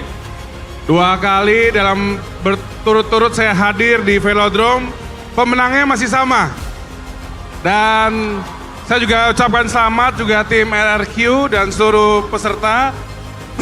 Yang paling penting pesan saya, 2 tim ini akan berangkat ke IWC di Arab Saudi, di Riyadh. Semoga bisa kembali memberikan juara untuk Indonesia. Sekali lagi selamat dan semangat! Terima kasih Pak Dito telah menjadi saksi lahirnya juara di Jakarta International Velodrome. Kami persilakan Bapak untuk kembali ke tempatnya karena telah menyematkan juga medali, cincin dan juga sebagai saksi kemenangan dari tim Onyx. Betul sekali Bude, dan selanjutnya kita akan turut mengundang Ibu Aribah Macy selaku MX Product Marketing dari Samsung Electronics Indonesia untuk memberikan hadiah berupa handphone Samsung kepada tim Onyx. Kepada Ibu Aribah kami persilahkan. Dan tim Onyx akan mendapatkan Samsung S25 Ultra sebagai hadiah dari kemenangan di MPL Indonesia Season 15. Asik! Kemenangan ini tentu membuat Onyx akan semakin membaik dengan dukungan dari Samsung Galaxy S25 Ultra. Mereka akan semakin semangat berlatih dan push rank terus karena harapan besar kemenangan ini bukanlah akhir melainkan langkah awal untuk kemudian mewakili Indonesia di MSC at IWC nantinya. Betul sekali, perjalanan Onyx masih panjang, terutama dalam mewakili Indonesia. Jadi kita akan melihat bersama-sama perjuangan Onyx akan dilanjutkan nantinya di IWC MSC 2025. Kami akan menabadikan momen ini bersama. Kita akan berfoto bersama, boleh? Onyx, Onyx. Jangan kelayapan dulu, kita berfoto bersama. Tolong kasih space di tengah. Kita akan mengabadikan momen. Semua berpesta, semua bahagia. Pastinya sang Raja Langit yang kembali mengambil tatanya dengan lokasi yang sama. Kita juga tidak menyangka-nyangka pastinya. Namun inilah juara yang harus kita dukung. Terutama dalam langkahnya mewakili Indonesia dalam WC MSC 2025 yang akan dilaksanakan di Riyadh. Baik, terima kasih Ibu. Boleh kembali ke tempatnya dan udah dapat banyak hadiah. Masih ada hadiah kelanjutan Alisa. Betul sekali Bude, karena selanjutnya kami akan mengundang Ibu Gloria Famiela selaku Wakil Ketua Bidang Kompetisi yang mewakili PBSI untuk memberikan giant check kepada tim Onyx.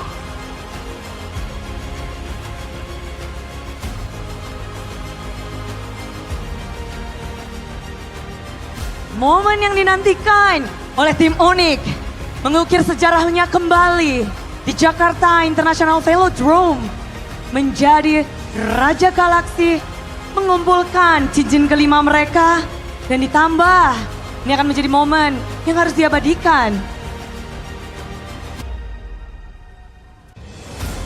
Lihatlah ke depan untuk menandakan dan mengabadikan momen di mana ini adalah hari untuk Onyx. Ini adalah kemenangan untuk Onyx. Konsistensi, kekuatan dan tekad yang tak tergoyahkan. Dan ini merupakan wujud dari perjuangan tim Onyx yang lagi-lagi mencetak sejarah kelima mereka. Yap, dan terima kasih telah bergabung bersama kami. Dan Kami juga akan selanjutnya mengumumkan final MVP. Kami persilakan untuk Ibu Ariba untuk kembali. Ibu Gloria. Kami berbahagia dan nanti kita akan mengumumkan final MVP. Semuanya pasti pada penasaran. Siapa yang akan menjadi final MVP? Wait. Dari Onyx udah rame-rame nih. Tahan Bude. Lalu Siapa Sonic yang akan menjadi MVP?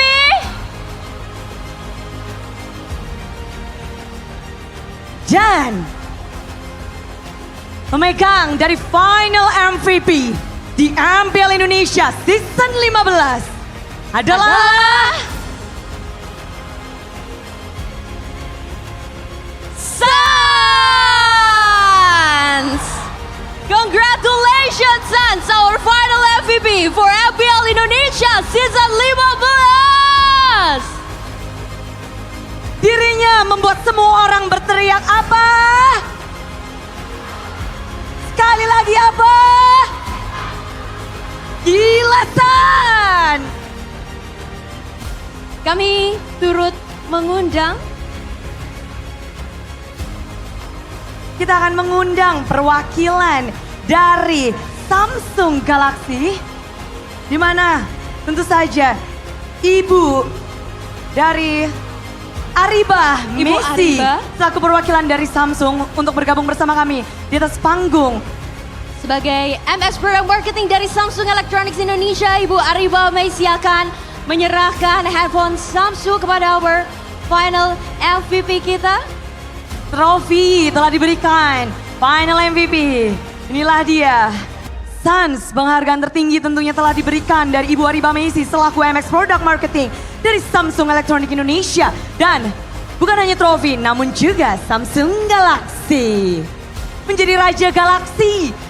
Belum cukup, namun ternyata dia juga menjadi final MVP. Betul sekali, and congratulations Sans. Telah menjadi finals MVP MPL Indonesia Season 15. Juga telah diserahkan hadiah handphone Samsung piala atas kemenangan dari Sans mendapatkan Samsung Galaxy. Begitu hebatnya Sans, kita lihat permainannya yang membuat semuanya berteriak. Gila Sans, gila Sans, gila Sans. Dengan gameplay yang unik, mekanik yang apik, Sans telah benar-benar menjadi yang terbaik. Sans, kita pengen dengar sepatah dua patah kata dari Sans sebagai final MVP. Tes, nggak ada suaranya kak? Kak, nggak ada. Bentar Tes, Sans, hadiahmu belum selesai Sans. Betul sekali, karena ternyata kami akan mengundang terlebih dahulu Bapak Martinus Manurung selaku Head of Esport Business Development dari Muton Indonesia untuk naik ke atas panggung dan memberikan Golden Thumb kepada Sans sebagai our finals MVP. Golden Thumb by UBS Gold. Sans, tanganmu banyak banget hadiahnya Sans. Asik banget Sans. Betul sekali Bude. Titipin dulu ya. Ya. Boleh untuk berfoto. Abadikan momen. Jempol Sans memang luar biasa. Jempol yang bisa dibilang ajaib. Hadiah yang begitu banyak, boleh teman-temannya bantuin. Hadiah dari Sans sebagai final MVP. Begitu banyak. Terima kasih Bapak Martinus Manurung telah berkenan sebagai perwakilan dari UBS untuk memberikan Golden Thumb untuk Sans. Di mana Sans, kita penasaran banget kemenangan ini untuk Sans. Silahkan Sans untuk memberikan sepatah dua patah kata. Tes. Pertama terima kasih yang udah datang. Udah datang untuk menserukan final match ini, dan terima kasih buat Sonic, buat pacar saya, dari RRQ juga makasih yang udah datang, sama orang tua juga yang nonton di Makassar. Ya ini semua dari hasil kerja keras saya sama tim dan saya juga berterima kasih dengan Coach Adik, Coach Yep, Coach Badinton, Cewek dan Kak Indah dan lain-lainnya. Tim gue juga membantu untuk dapatin MVP ini dan ya gue berterima kasih banget sama teammate gue. Thank you yang udah datang guys, let's go! Terima kasih banyak Sans. Happy birthday, Heart. Happy birthday, Po. Baik, selanjutnya. Happy birthday. Ini jadi Bude bakal langsung membiarkan Coach Yep. Coach Yep mungkin, do you have something to words? Winner speech for you and your team. You can say something. The winner speech. Show us your 5 fingers. Pertama ya to God be the glory dan gua mau thank you to my wife. Soalnya kalau dia nggak support gua, kayaknya gua pusing lagi kayak tahun lalu. Jadi dari MVP di sini, bini gua sih dan terima kasih buat semua Sonic dan tim ini emang keren banget. Gua tahu gimana cara tim ini kerja, emang passionnya gede banget sih. Dan buat tim Onyx, manajemennya, sama gue. Ya, congrats buat kita. Ada yang mau menambahkan? Sepatah dua patah kata silakan. Savero? Savero? Savero. King Savero! Savero. Mama gua. Ya, gue mau bilang thank you buat orang tua gue yang udah nge-support gue dari awal itulah e-sport dari MDL sampai sekarang. Sama gue mau bilang buat coach ini, Coach Yep, Coach Adi sama Paddington yang udah percaya gue dari awal masuk MPL sampai bisa juara kayak sekarang. Sama makasih buat Sonic yang dukung kita hari ini. Dukung kita lagi di EWC nanti. Silakan, mungkin masih ada untuk winning speech. Happy birthday bisa. Sure. Gua cuma mau tambah happy birthday to my wife, Heart Miranda. Happy birthday, I love you. Happy birthday, Miss Heart. Hope you have a blessed one with the winning team of Onyx. The gift is the trophy. Oh yes, exactly. Ini hadiah yang luar biasa ya tentunya yang tidak bisa didapatkan siapapun, Miss Heart. So, tim Onyx berkumpullah di trofi terbaru kalian, MPL Immortal Cup. Kalian berhak untuk mendapatkannya, kalian berhak untuk mengangkatnya. Dan bersiaplah Indonesia, MPL Indonesia Season 15. Sambutlah sang juara kalian, Raja Galaksi Tim Onyx.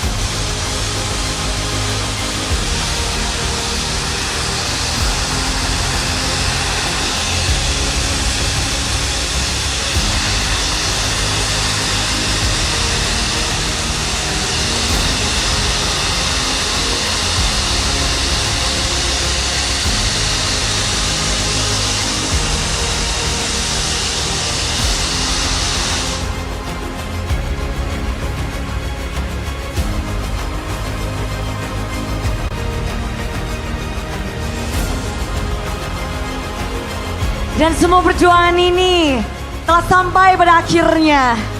Usaha yang mereka lakukan satu persatu. Sampai pada akhirnya di hari terakhir babak playoff. Mereka bisa mengangkat piala trofi Immortal Cup.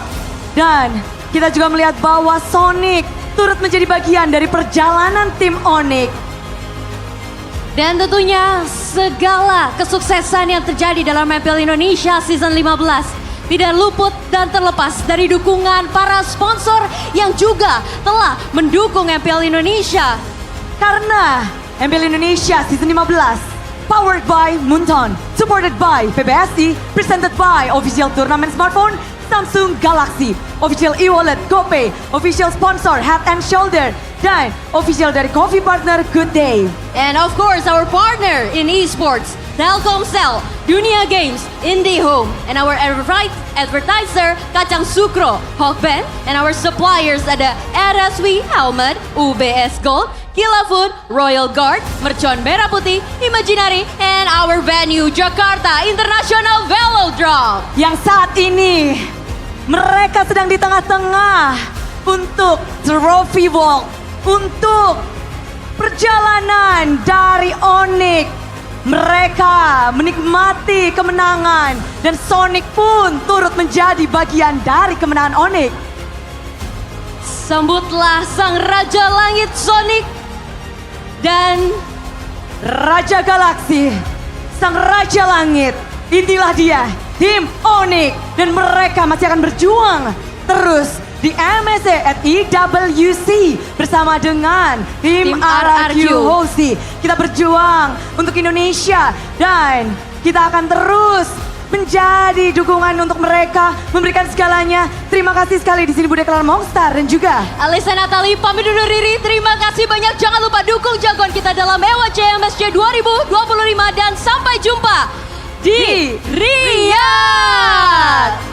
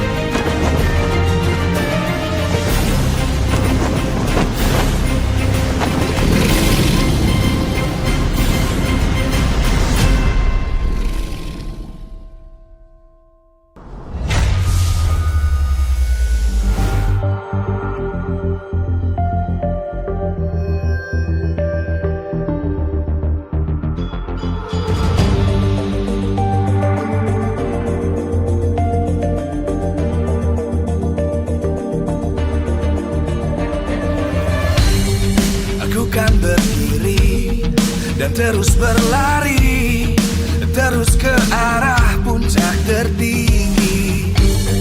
Ku takkan berhenti, hanya sampai di sini. Kemenangan abadi menanti. You know we won't miss if we unite our focus. And if you haven't noticed, we all live. Nyalakan apimu, hadapi semua tantangan. Serangan jatuh bukan halangan. Bakar semangatmu, janganlah engkau menyerah. Kita kan